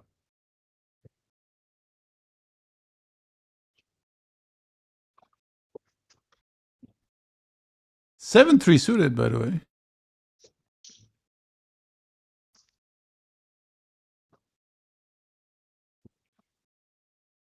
Versus low jack. We had a straight flush. Okay. Is that a guaranteed defense? Or like a must defend? What happened? He defended. He defended 7-3 suited big blind against low jack. Yeah, it's probably close. I don't know what size Llama opens. Did he go win? It's probably whatever either way. He did 2.2. Also, like, this guy's winning infinite, dude. He's like, Post off edge.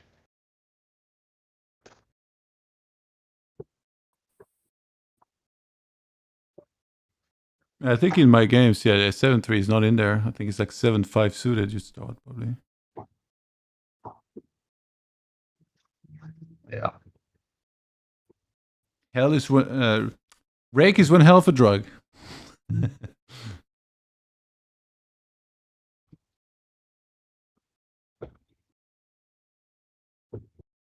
Davey and Llama here on the river SPR1. Ace, Ace6, King Deuce.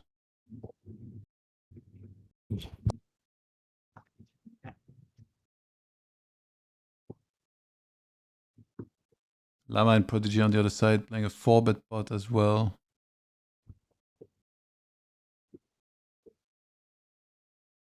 Okay, Llama wins with the 10s versus Davey. And then What was that? monotone boards Yeah, on the other side. what happened there? Or pot, quarter, call, check, check, check, check. Okay. 10s versus 9s, yeah. Seems That makes sense. pretty normal.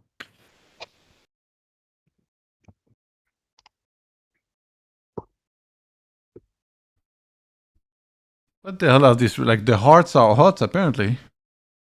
Oh, we have another straight flush alert. Yeah.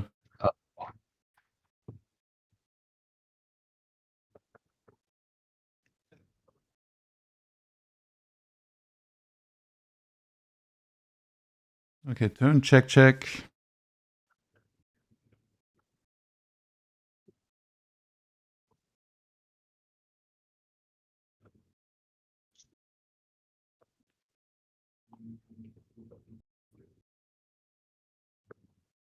So this is 4 at pot, check, see bet, call, check, check. Yeah, I believe so. Small bet for Llama.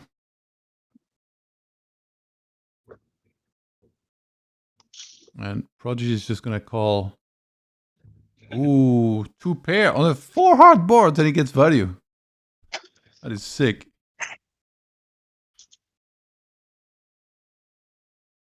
Either they have all the hearts or nobody has them. That's how it goes. All the houses on the board. Yeah, that's what. What?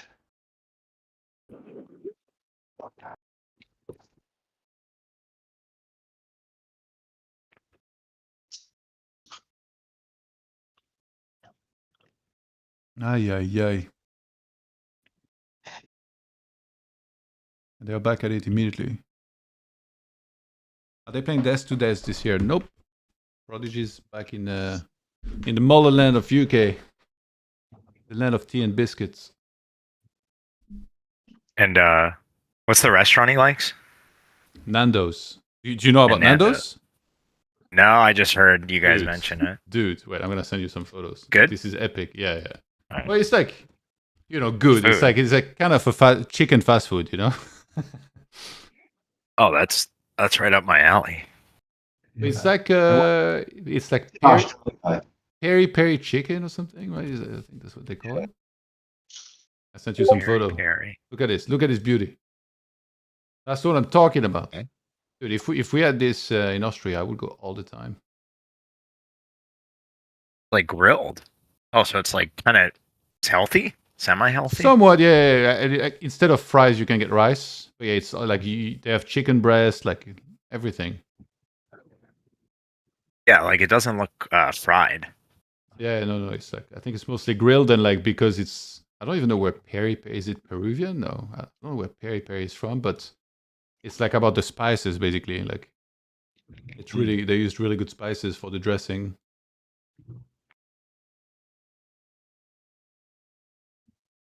And another monster pot here, brewing potentially Owen and Chile.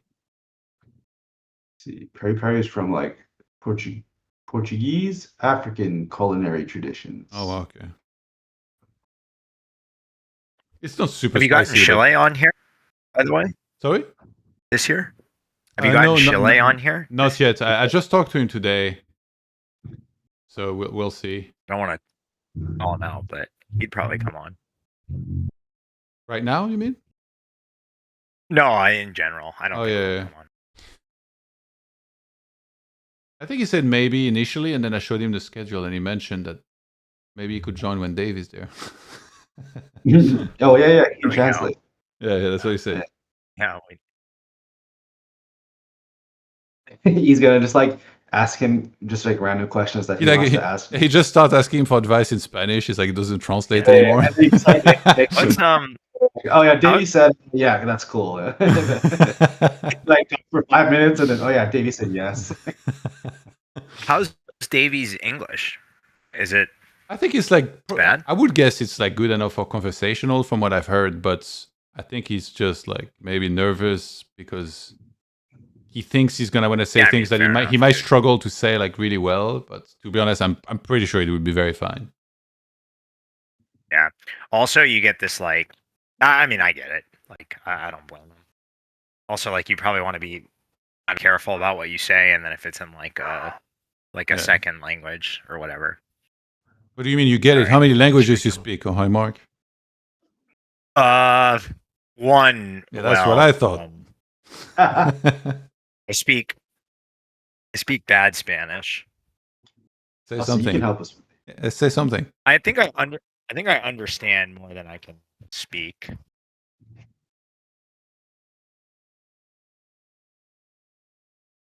All right, you'll translate in the chat then when Dave is on.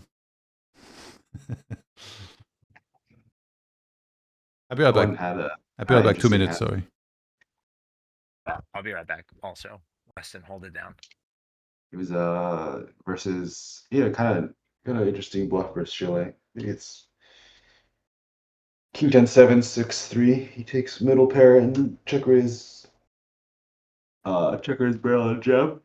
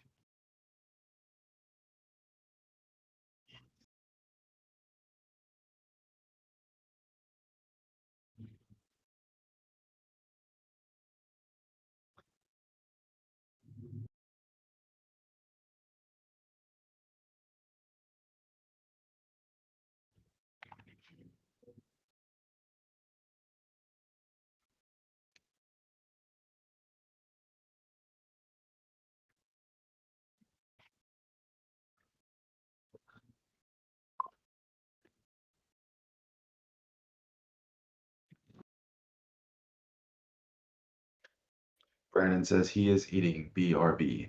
I'm kind of hungry too. All right, back. Ooh, I see a pot brewing. Davy and Llama. It's not the show table, but we can try. Yeah. Looks like single raise pot. Looks like probably see that flop, turn check check, river check, rip bet raise, probably.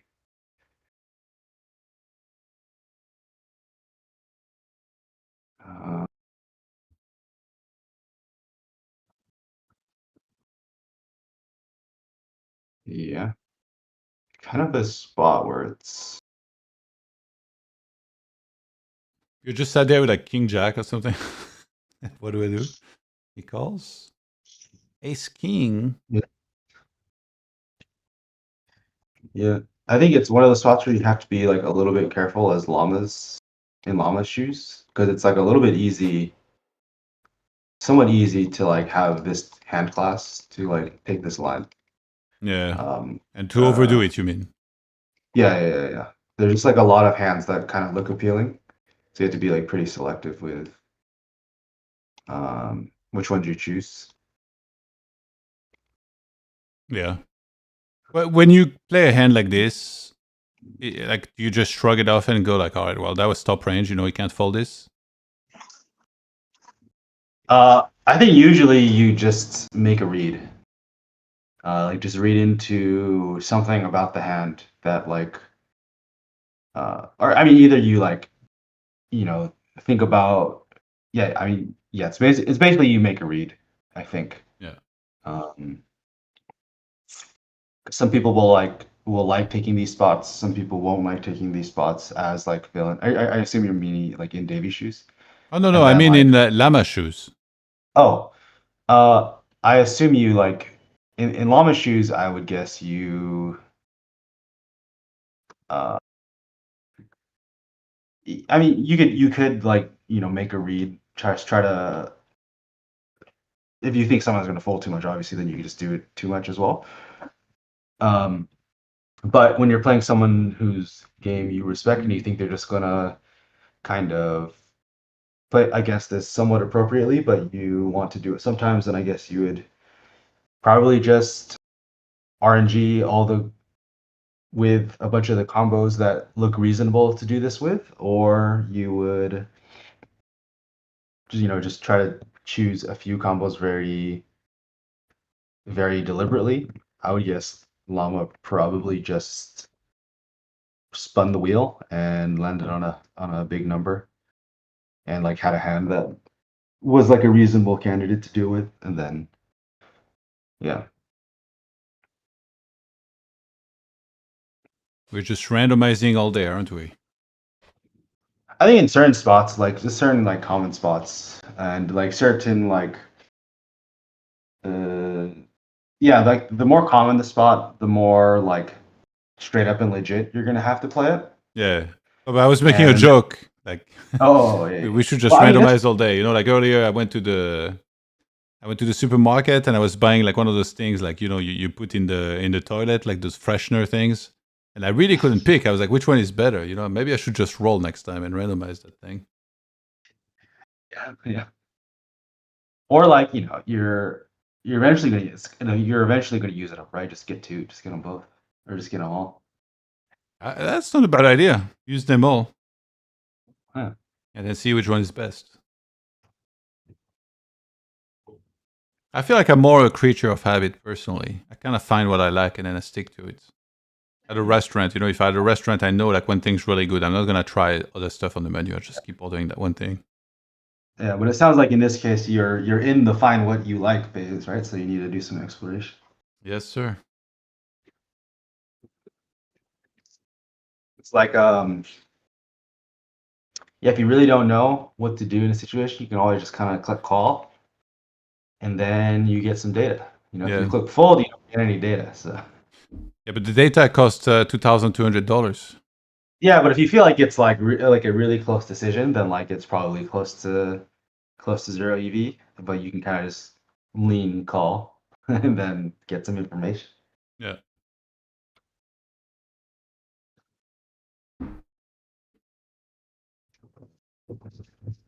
Well, I guess if it's well, I guess yeah, if it's show table, then it doesn't really matter. Well, it's CG. Well, how the tables have turned. Now Mark is on stream and I get to watch.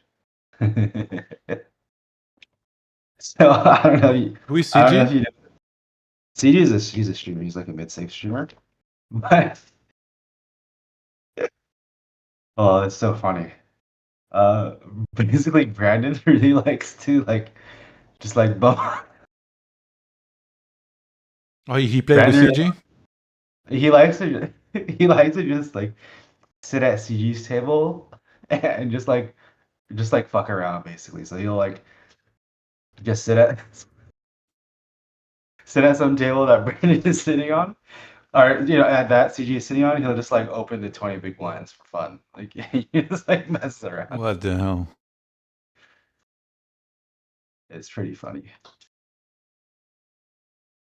It's really good content. I enjoy sweating those sessions.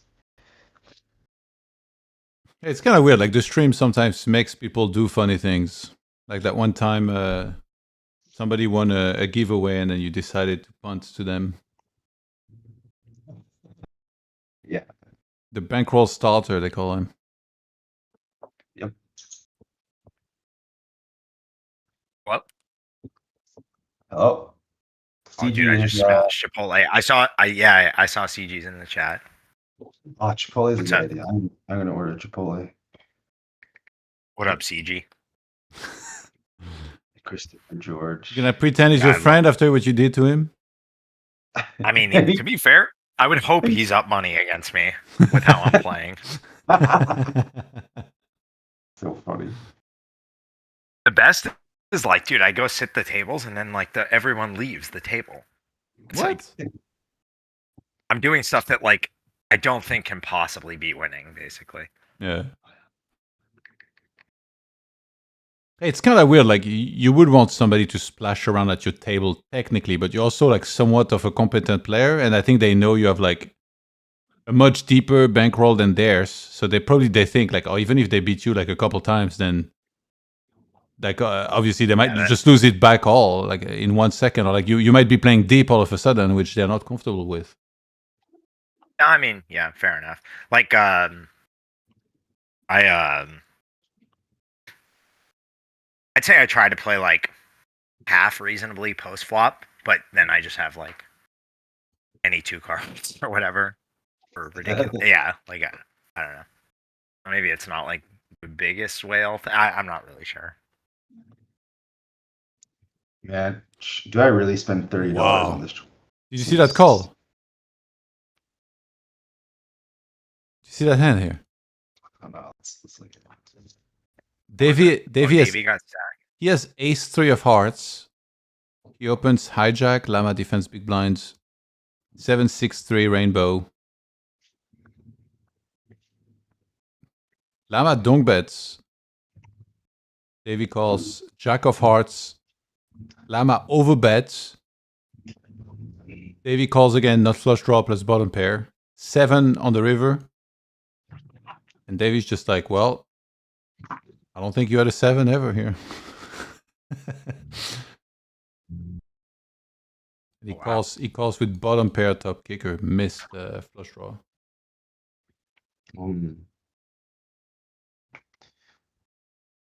That's an interesting one. What was the turn bet size? He overbet. Overbet? Okay.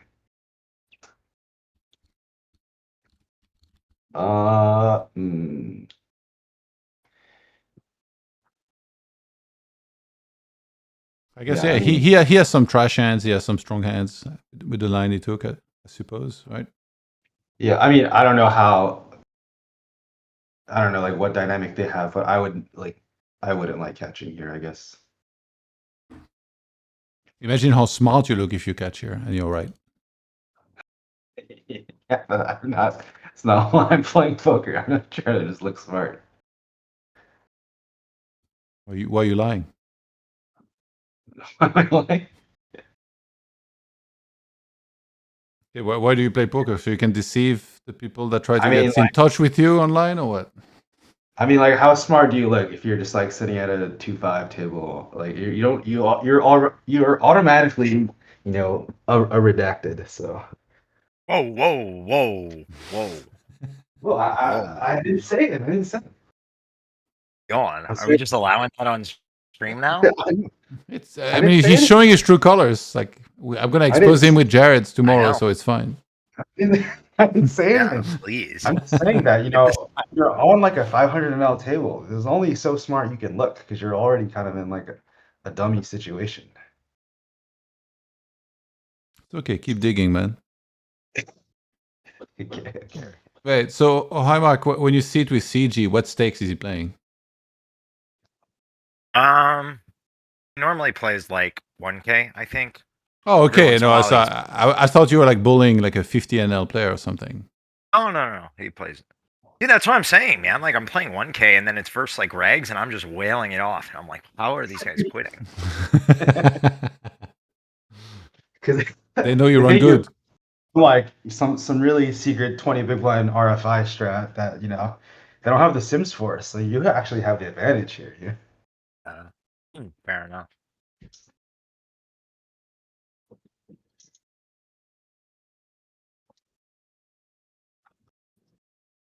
Wait, does CG quit as well, or it's the other guys mostly? I don't know. I'll let him answer for himself. I'd say he quits a lot of the time if there's like no other fish at the table or something, but sometimes he'll play a little bit. Reminds me of someone. That's right. They're the goats. Imagine shot taking 1K and gas sits and starts 20xing. I mean, I do I do the dumbest stuff too, because like I'll open to like 7.2 big blinds with like 7-2 and whatever, like just the most obvious dumb stuff, and then like I don't know. He says, I'm up on Mark, but hate playing against these 10x opens. See, there you go. Hey, it's interesting. What's Something about like comfort zone, right? Like let's say like CG just puts all this effort studying like regular poker, and then suddenly he has to play against somebody that usually plays higher stakes, has a deeper bankroll, and opens 10x. Some players might be like, "Oh, this is awesome. I'm just gonna like look up some stuff on this and like figure out how to adapt." Some people would just use their intuition, and some might think, I'll try a little bit, but I'm also like very uncomfortable. It's Yeah, like that. I mean, fair enough. It's like the story I told of like Texas Mac sat at my table and he was just going all in every hand. I should have been loving it and trying to make as much as possible, but instead I got bored after an hour being carded and I left. Really, I should never be leaving that table realistically. No, I mean it's fair enough, dude. I've actually had yeah, I've had a kind of semi-similar experience, I guess. I didn't leave, but I played like a live PLO game, I think once or something, and this guy was just like, I mean, to be fair, it's PLO, so it's a bit different, but like was just obviously V-pipping, like playing any hand and like going bananas and whatever. And then it's like, but at some point it gets kind of where like, especially if you're maybe really deep with them or something, like it, I don't know. So I get it. Yeah. I mean, it's one thing to all in call. Like, what was this? Ooh, You like I snap might call. try to. Small check, big call, check. Wow. We got some non-believers out there.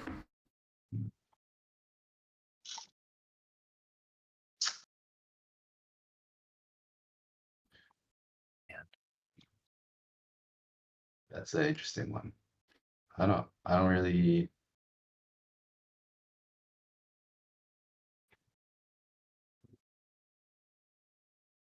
So, by the way, hi Mark, are you saying some millionaire bullied you in a PLO game, so you decided to do it to everybody else? Yeah. That's right. That's As a messed up. child. I guess I'm lucky you can't play on the where I play usually, because otherwise you'd be bum hunting me when I play. Well, to be honest, I play Zooms, so that would be very hard. Yeah. Where do you play usually?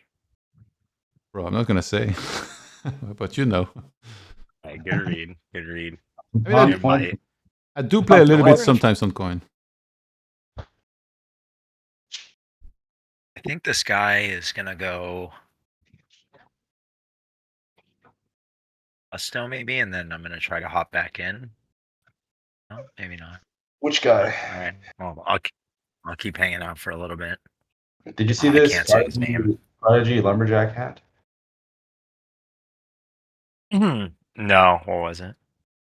It was 3-up pot, small blind button, King 9-4 rainbow, 6 flush draw. Wait, sorry. Small blind button. Okay, 3-bet pot. Yeah, Lumberjack 3 bets. King He continues third pots. Prodigy calls. Okay. He has pocket tens, by the way. 6 of hearts on the turn. Lumberjack check calls. 54%, yeah, ish. Okay. And then Prodigy jams river. Yeah, and then Mr. Lumberjack calls. Yeah, I mean,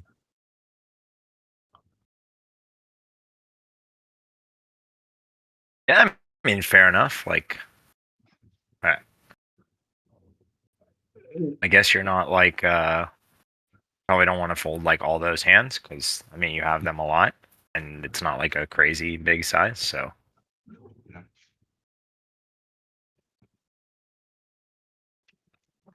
fair enough. Weston wanted to fold. I mean, Weston would have saved $7,000 then. Yeah, I think I would have folded that hand. Just like he folded when somebody tried to get in touch with him.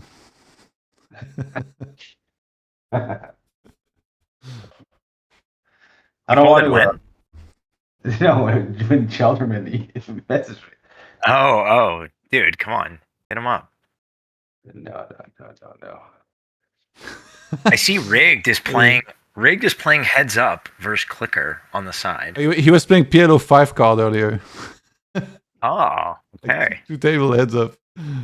He hasn't played enough hands in this challenge, huh? And by the way, 6142 in the chat says, quote unquote, yeah, I mean, fair enough. Unquote. Is every Highmark breakdown. Yeah, that's my experience with this one.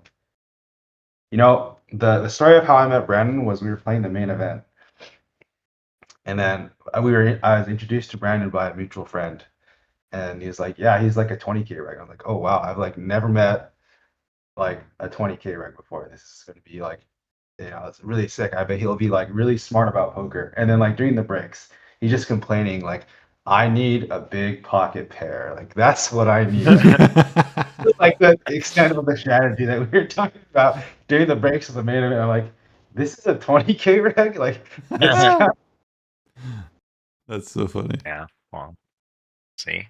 That's what I do. You're just like everybody else. You just want to get aces. You don't realize they're just going to get cracked anyway. It doesn't even matter. Exactly. It's really just running. Who made it farther, Weston, in the main event? I didn't get enough big pocket pairs. Like, what do you want? Yeah. I tried to get the big pocket pairs too. You hear that, Yohan? I outlasted him. Sick. Yeah. Now he's playing the Zhao Jun guy. Heads up. You gotta brush up on your Chinese. Yeah, X. How do you say his name? Xiao Jun. X is SH. Zhao Jun? Xiao. Xiao Jun. Xiao Jun. X is like SH, not. Oh, Xiao Jun. All right. Whatever. Yeah, that guy keeps trying to get anti-games going, but They've been getting no love almost. Yeah, he's something. He is something. Oh man, I thought I was gonna get to hop back in, but the guy tripled up on. Why the did other you table, leave? So because I'm playing these other tables and it's a different format. It's too much. Yeah. And then someone sat me heads up, so I was playing like ante, normal, and heads up at this, and I'm like, all right, Blanket, bro. Kevin, yeah.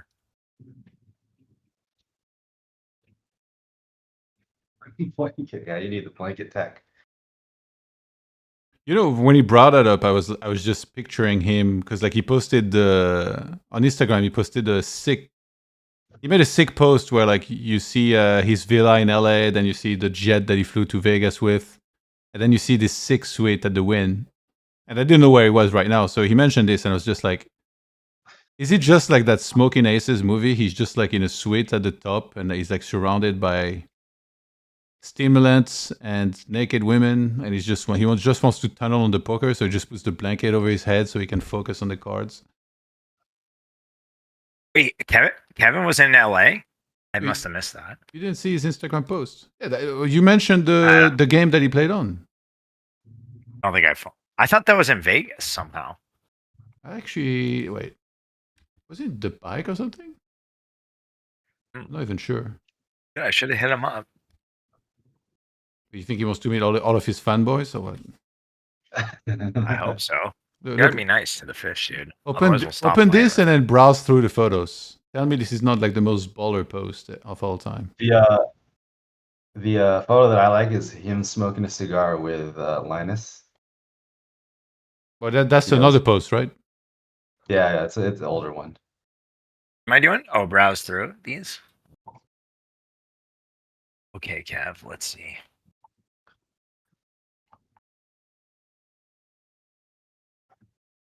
What a goat.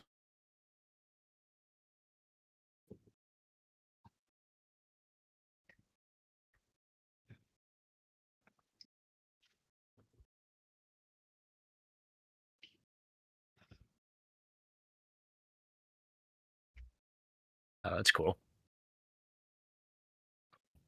I go up to LA. I don't think I went up to LA past however long. So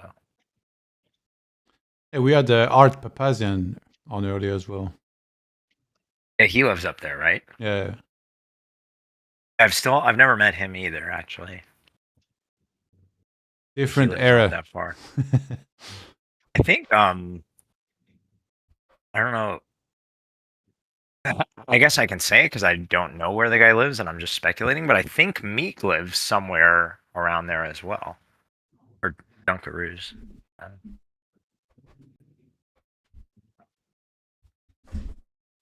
So with you. No.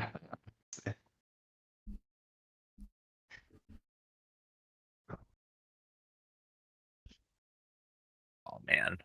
All right. I'm gonna have to go. I gotta go focus. All right, Blanket, go get him. Thanks for having me on. Talk to you Blanket later. tech. Laters. Oh, I think I won't be too much longer either. yeah, I gotta go get dinner pretty soon. Let's try and spot one more interesting hand. Go back over it, and then we'll call it. All right.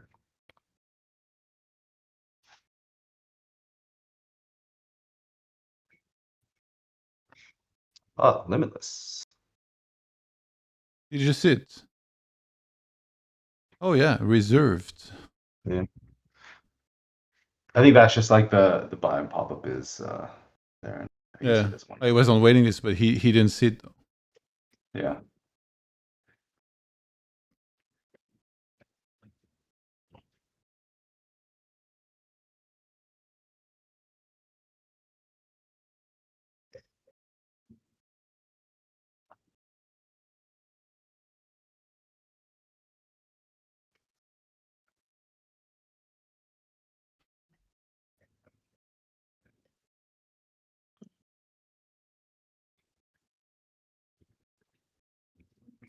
Raphael Pitchler in the chat asks, weird question, how do we know online poker pros aren't using solvers during hands?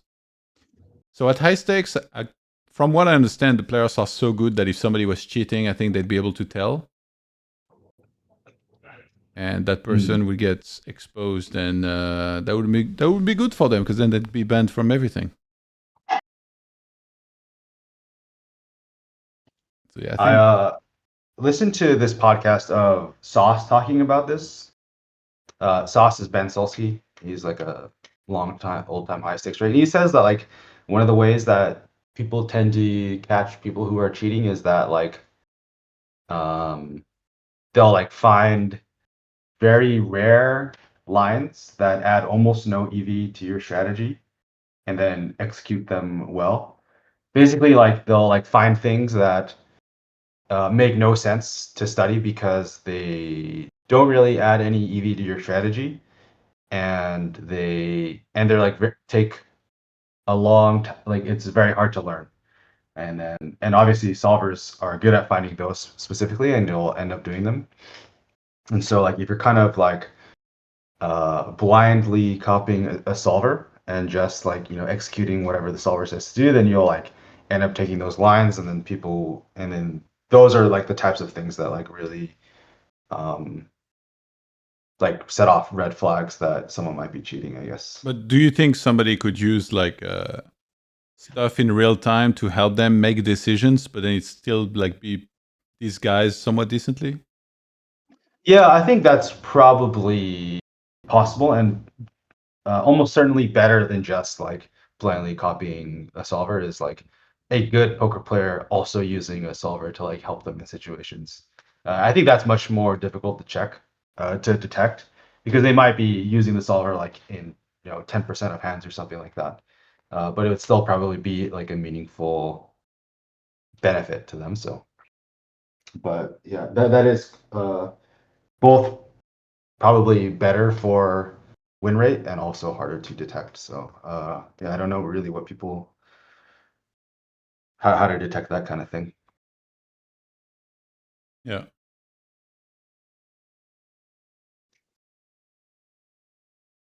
Do you think you could ever get unbanned from that one unnamed sites you got banned from? Like, no, I mean I tried a decent amount. I talked to like people who worked there, people who were sponsored. I talked to some other guy who knew. yeah. Like, I'm trying to just like go to Costa Rica and like knock on Phil Nagy's door. Like, I don't know. Like you show up at his table during like a big series. You're like, yo, what's up? Yeah, I need to go to like a shrine or something. and be Unban like, me, bro.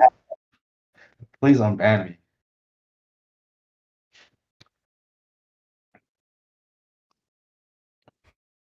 Michael Quinn, I cannot believe you spelled sporadically like that. Prodigy all in. What could be a pretty big pot here with C Llama. If we were to call Voidemets taking a sit, Oh, pull up a seat. Where did he get banned? Well, somebody sent him an email, and no, it's actually not this. He tried to take on a challenge that was issued by the site in question to make a bot. And then instead of honoring their words, they banned him for it. Yeah, basically they had unnamed site had a bot challenge. They were like, we don't have bots, and we're so sure that we're gonna have a bot challenge. And then so the offer was like $100,000, and I was like, I think I can make a bot in like one night. And so I made a bot in one night, and then I ran it, and then the challenge was to do 5,000 hands, and I was at like 3,800 hands, and then they canceled the challenge. So I was like, oh, I guess I just wasted my night. What a scam! And then they banned the account that I was using for the bot, and then they also banned my main account.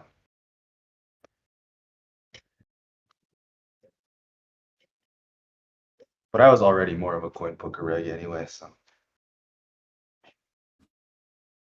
it is what it is. It's that side is a pretty tough side anyway, so.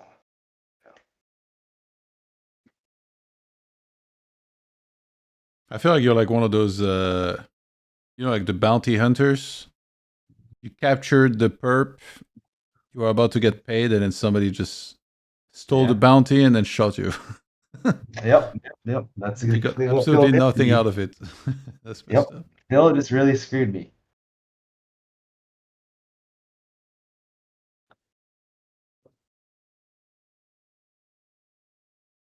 Nice. I'm talking to W about coming back on next time. Oh, I don't know. I don't know much about Doblo. That's one of the people I don't. I know like He was funny. I think a long time ago, I saw him in like a Twitch chat, and he was like, yeah, there's a chance I have the wrong guy, but he was like antagonizing the streamer into playing him like 2K heads up, and then he played him and won a bunch of money. But I could be, it could be the wrong person. But if he comes back, you should ask him about it, because that's like, Wait, he was the one asking a streamer to play against him? yeah. So there was a streamer playing like, I don't know, 3-6 or something, and then he like antagonized the streamer into playing him heads up at 2K, and then he won a bunch of money. Well, how did This he was do that? You just like in chat being like, "You suck." Like, Oh my god, that's genius. I could have the wrong person, but Yeah. this was like pre-pandemic. So, Okay. I could have the wrong guy, but I'm maybe like 60% sure. Yeah. So you can ask him about it. Poker Infobot said, "Wow, you were that guy. I've heard that ASTR story a lot. Damn, I didn't know I was in the presence of a star." Yep, the famous band guy. Can I play your bot? My bot was really dumb. It just range bet every flop and then checked down. That's it. But the point was Sounds not like to the best player I've ever seen. I mean, the point of the bot was not to like have a winning strategy. That's like, that's like an implementation detail of like the bot. The point of the thing was to have a bot that went undetected on the site. Couldn't you sue over this? I don't think I'm not gonna sue anyone over this. It's just like not worth. Oh, you my got time. scammed out of 100K.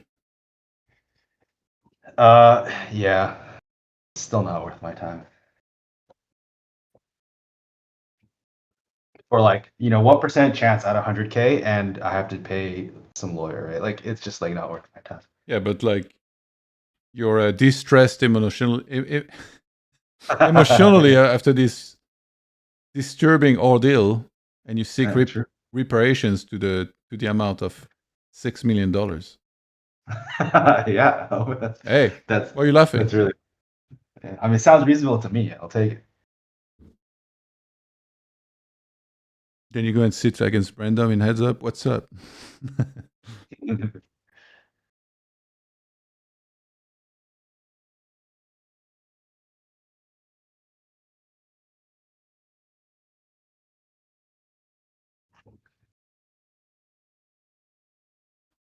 Did somebody say pre-pandemic was when DNX was the best?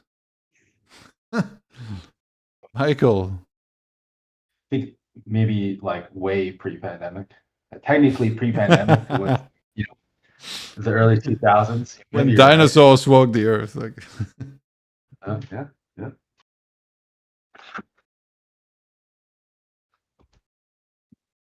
Lawyer would take 30% if it's a guaranteed win. I mean, you never know with this stuff. Don't know that there's a guaranteed win, Especially, yeah, I don't know. Sounds more like a flip. It's definitely not a guaranteed win. I mean, like this site is like a sketchy, unregulated Costa Rican like site. Right? It's not like I don't even know like who's the is there like a body, like a governing body that like I mean they're just like too many like it's just like too much of like a Wild West to like even think about like Yeah.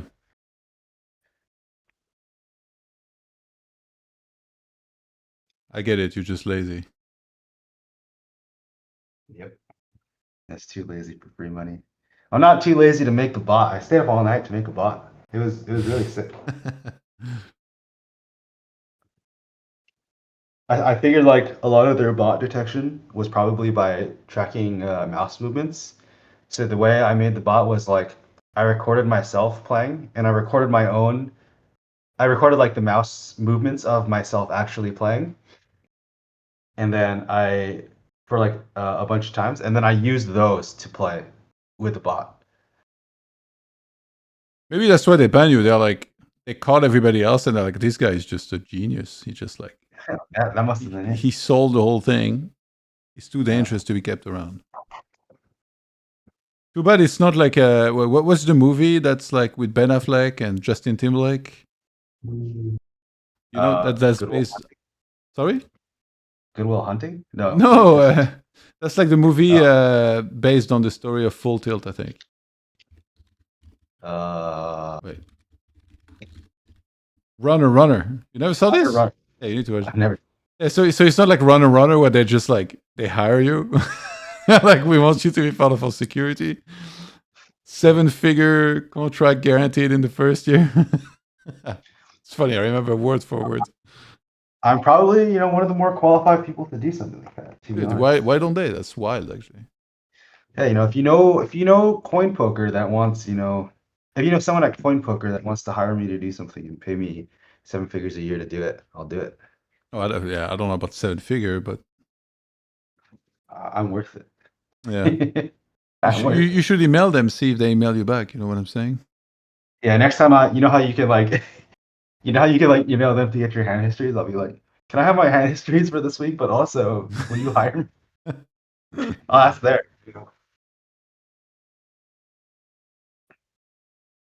That's going to pay me in CHP. That's pretty funny. It's like, oh yeah, I'll never pay Rick again. Why are you laughing? That's how I get paid. In CHP. In sports bet slips. Damn, I wish actually. Oh, they take good care of me. Don't worry.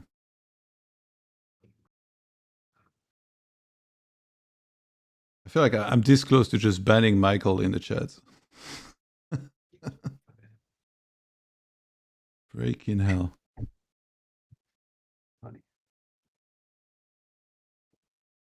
All right, let's try and catch an interesting hand.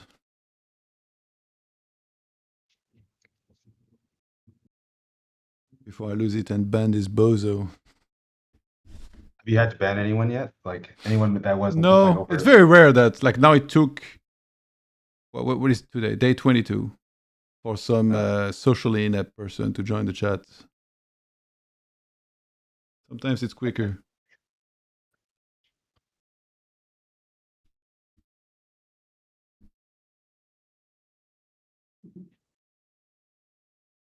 By the way, Lama denied that what he said in the chat was addressed to Chile, because I'm pretty sure that was addressed to him. Oh, yeah. I kind of figured it was, but. Johan, what's it going to take to get you on one of these tables? I guess it's something like $10,000. That would be. What?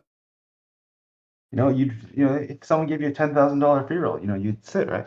I mean, yeah, if somebody staked me to play, I mean, I wouldn't be I don't know. I wouldn't be that excited because I feel like those guys are just too good. But I'd try, I guess, if they give me a free roll. That wouldn't be well invested money because I'm obviously complete garbo. I was gonna like talk about like a super unlikely scenario of like I find like a lottery ticket on the street and somehow it's the winning ticket. Of course, I would dump a couple buy-ins to these guys happily. That happens. How big does that lottery ticket need to be? Pretty big. Yeah.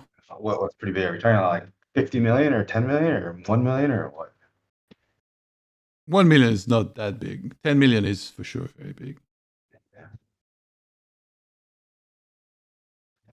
You got taxes. Yeah. You get cooked by taxes. Actually, I think this type of stuff might not be taxed here. I'm not sure. Oh, yeah. That's nice.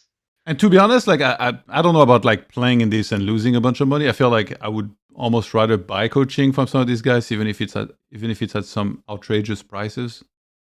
Yeah, for sure.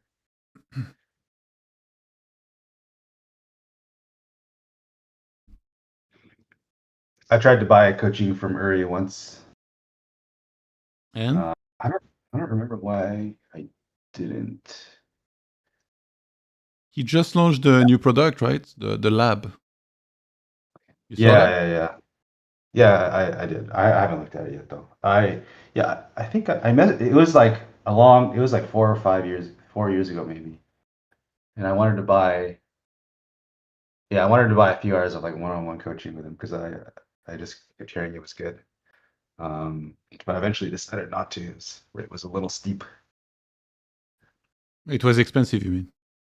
Yeah. Yeah. A little expensive.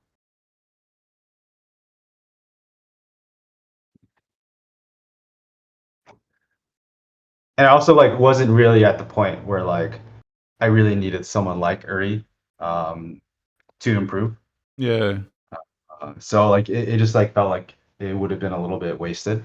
Like it's something where I should probably like go and study for 3 years and then like go like talk to Uri. I spent a lot on coaching this month actually. Oh yeah? Yeah. How's that going? Hey, good. I wanted to do like some session with some very good guys and kind of get some guidance. Are you publicly announcing who your coach is? What? Or like is it like public knowledge who your coach is? It was different guys, and I think wait, let me think. 2 of them played in the Mid-Stakes Championship, but no, it's not public. I'd rather not say. But Oh yeah, you don't have to say. So you have 2 coaches? no, I said like I got like 1 hour with a bunch of different coaches. Oh, I see. Just to get some And guidance and like see how they all like advise like studying and like what to do and stuff. Is the goal to like try out a bunch of different coaches and then choose one to do like more? Well, I don't think I can afford like $100 to coaching regularly, but I just wanted to do it a couple times with some of them to see like just how they study. So it was just like a one-time thing for the most part. I see. I have a coach that I do more hours with, but it's like cheaper than 100. I see. Yeah. Did you find it helpful? Yeah, it was pretty good for sure. I think like Is it like now I'm starting to kind of piece together more and more like some things about the game and like how to study a little better, but it's still like, I mean, those guys are so light years ahead. And also like when I have to produce the stream, it's very hard to take in everything. Like today I was thinking about this because it's like, especially when I do timestamps, I open the replay, I narrate the hands, then the person starts talking, I'll tab, I pause, mute my microphone, and then I have to write like the time and stuff. So it can be very tricky. Were these coachings like database review or like hand history review or theory or like what Yeah, kind of stuff? a bit of all of this, yeah. Yeah. That's cool. Poker Infobot said, Johan, you should add me on Discord and add Ivid Sailiev 77 from the other day. That guy's coaching is worth hundreds an hour, but I think he just wants to study with others for free. Well, you realize I invited him, like he's my good buddy. Like I know for a long time. I think he's really pretty busy, but I've done study sessions with him. He's amazing, obviously. Raphael Pitchler asked, can I look at the Cash Game World Championship hands somewhere? Like look through them. They're not posted publicly, but they're streamed daily, and if you want to watch the tables, you can open the software, and the tables are public. You can open them yourself and watch like that. But there's like no database or anything like that being posted. I don't think in particular it will be very fair, to be honest.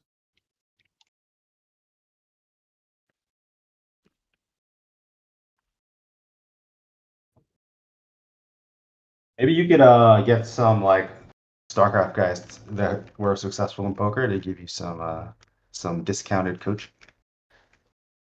I don't really like asking for favors personally, so I wouldn't ask. I Fair know a lot of good players in poker, but I don't ask them to like randomly coach me. Even though it's like some of them I even offered in the past. Oh yeah. I posted like I played a little bit like in the last few days, and I shared some hands in BenaBadBeat's Discord, and you get to hear a couple of the opinions, even though it wasn't super thorough by anybody. Just they gave like some answer about the hands. Is that when Shirachi was flaming you? No, that was like a while back. I was just like casually chatting, and yeah. He responded to the hands that I posted, but like pretty condescendingly. That's what. Yeah, I feel like a lot of times when people are like offering hand history advice in a situation like that, it's really just like they're trying to feel smart. Is kind of my ego, thing. yeah.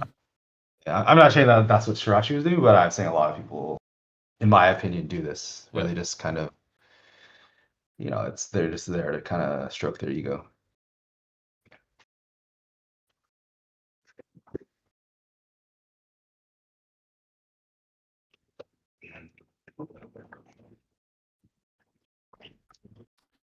Monkey. 66% on the river is going to get called by a 10, and he rivered the trips. I mean, the king would have been good enough. Yeah.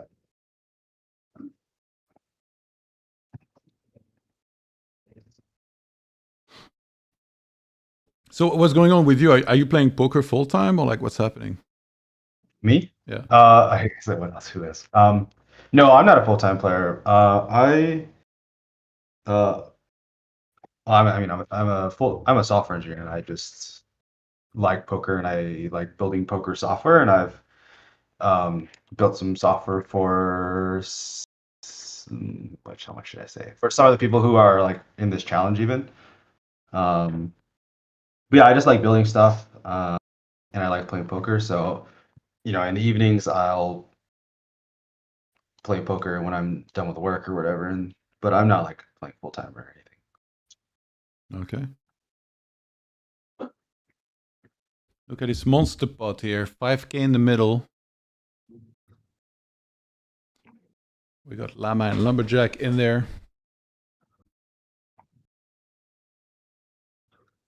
It's a 4-bit pot, I guess. Yeah. Lumberjack gonna continue. 800s. Mm.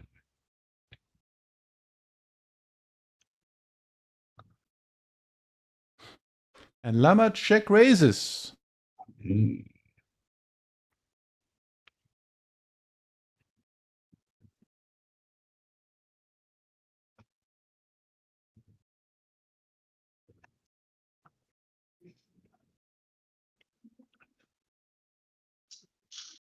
Mr. Lumberjack calls. So he has 6K behind. There's 10.5 in the middle.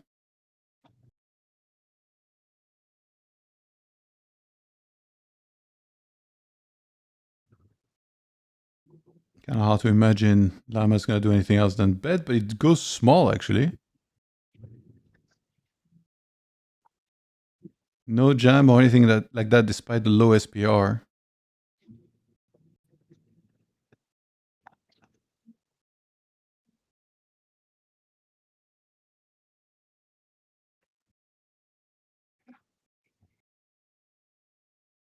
Yeah, I think this card's pretty good for Llama. I think a lot of his hands. Oh, there we go. All right, it flies in. And Llama turned a straight. We have top pair for Mr. Lumberjack, who's going to lose this one.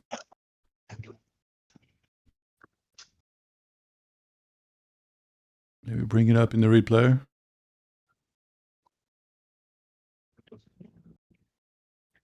Damn, I feel like the King 10 suited in 4-bet pots has been getting absolutely cooked every time we've seen it recently.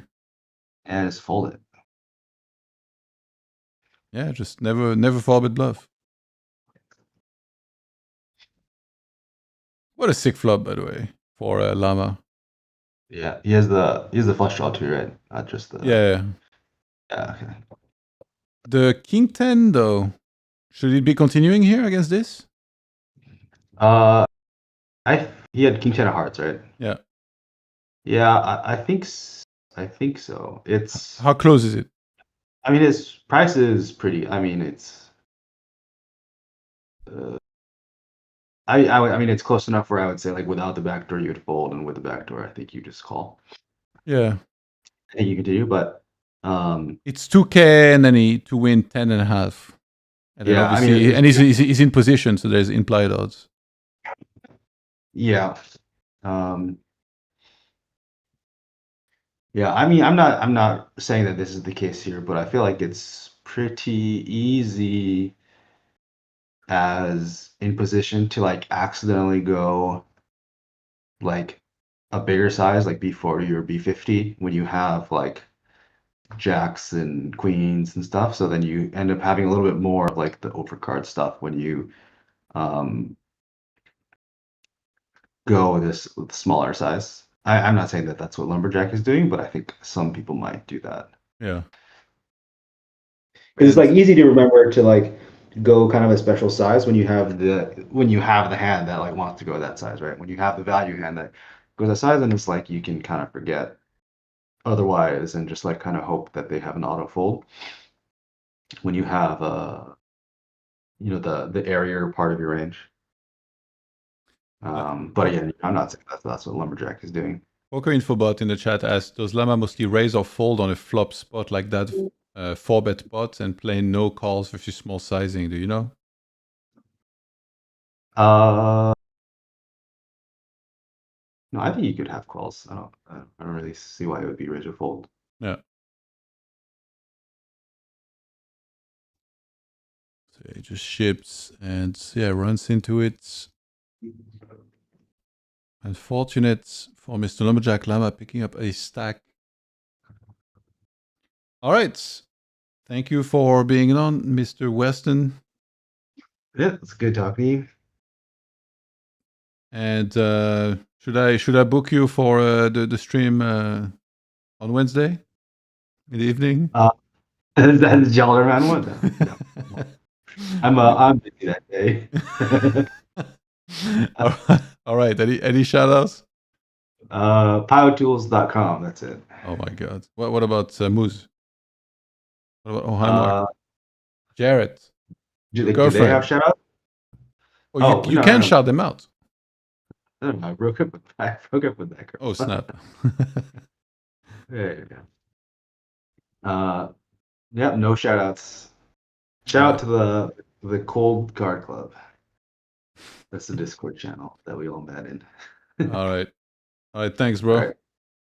Yeah, see you. Have a good night. Laters. All right, guys. Thank you very much for tuning in. That's going to be it for today. We are back tomorrow. Let me actually, let me check the calendar so I can let you guys know exactly what's happening. Well, technically it's past midnight, so we're December the 2nd here. But so yeah, today on Tuesday, 2 p.m. Central European time, we'll have Mr. Lumberjack on, and then 10:30 p.m. we'll have Kikalek, one of the players from Spain that played in the Mid-Stakes Championship. Wednesday, noon Central European time, we're gonna have Nevir on. Very excited actually to talk to him. Love his content on YouTube. 7 p.m. we'll have Shirashi and Sherry Sweets, and then 8:30 p.m. we'll have Jared Alderman. Thursday, 4 p.m. CET, we'll have Schrodinger's VP, and then 2 hours later we'll have one of the players from the Ontario pool, I believe, which I don't know his nickname yet, but we're to be updated. Friday there is a bunch of maybes, because we might have Petar Knop back on. We might have Davey back on. It's not sure yet. Maybe it'll come Saturday or even Sunday. Instead, I'm talking to Doblu as well about being on Friday. Saturday, currently nobody scheduled, but you best believe I'm looking for some people to join for that. And then Sunday, we'll have Gary Chappell at 7 p.m. for the final stretch. And I'm sure a bunch of the players are going to hop in as well. So yeah, thank you guys. Big shout out to CoinPoker for putting this on, PokerStrategy.com as well. PokerStrategy.com/news to follow all the news around the challenge. You can watch this last hand, I guess, on the right side. See what happens. And yeah, I'm back pretty much in 12 hours. A bit less, 11 hours. And if you guys haven't caught up to the VODs, go back and watch them. Like today we had Prodigy, Art Papazyan, and Rigged all in the call. BenaBadBeat joined us. They broke down a ton of hands. Super interesting content. Yesterday we had Kevin, Rigged Deck, and Prodigy, same thing. Talked about a whole bunch of hands. Had great banter as well. And yeah, make sure to give a follow to PokerStrategy and CoinPoker on all their socials. Pretty easy to find, PokerStrategy.com.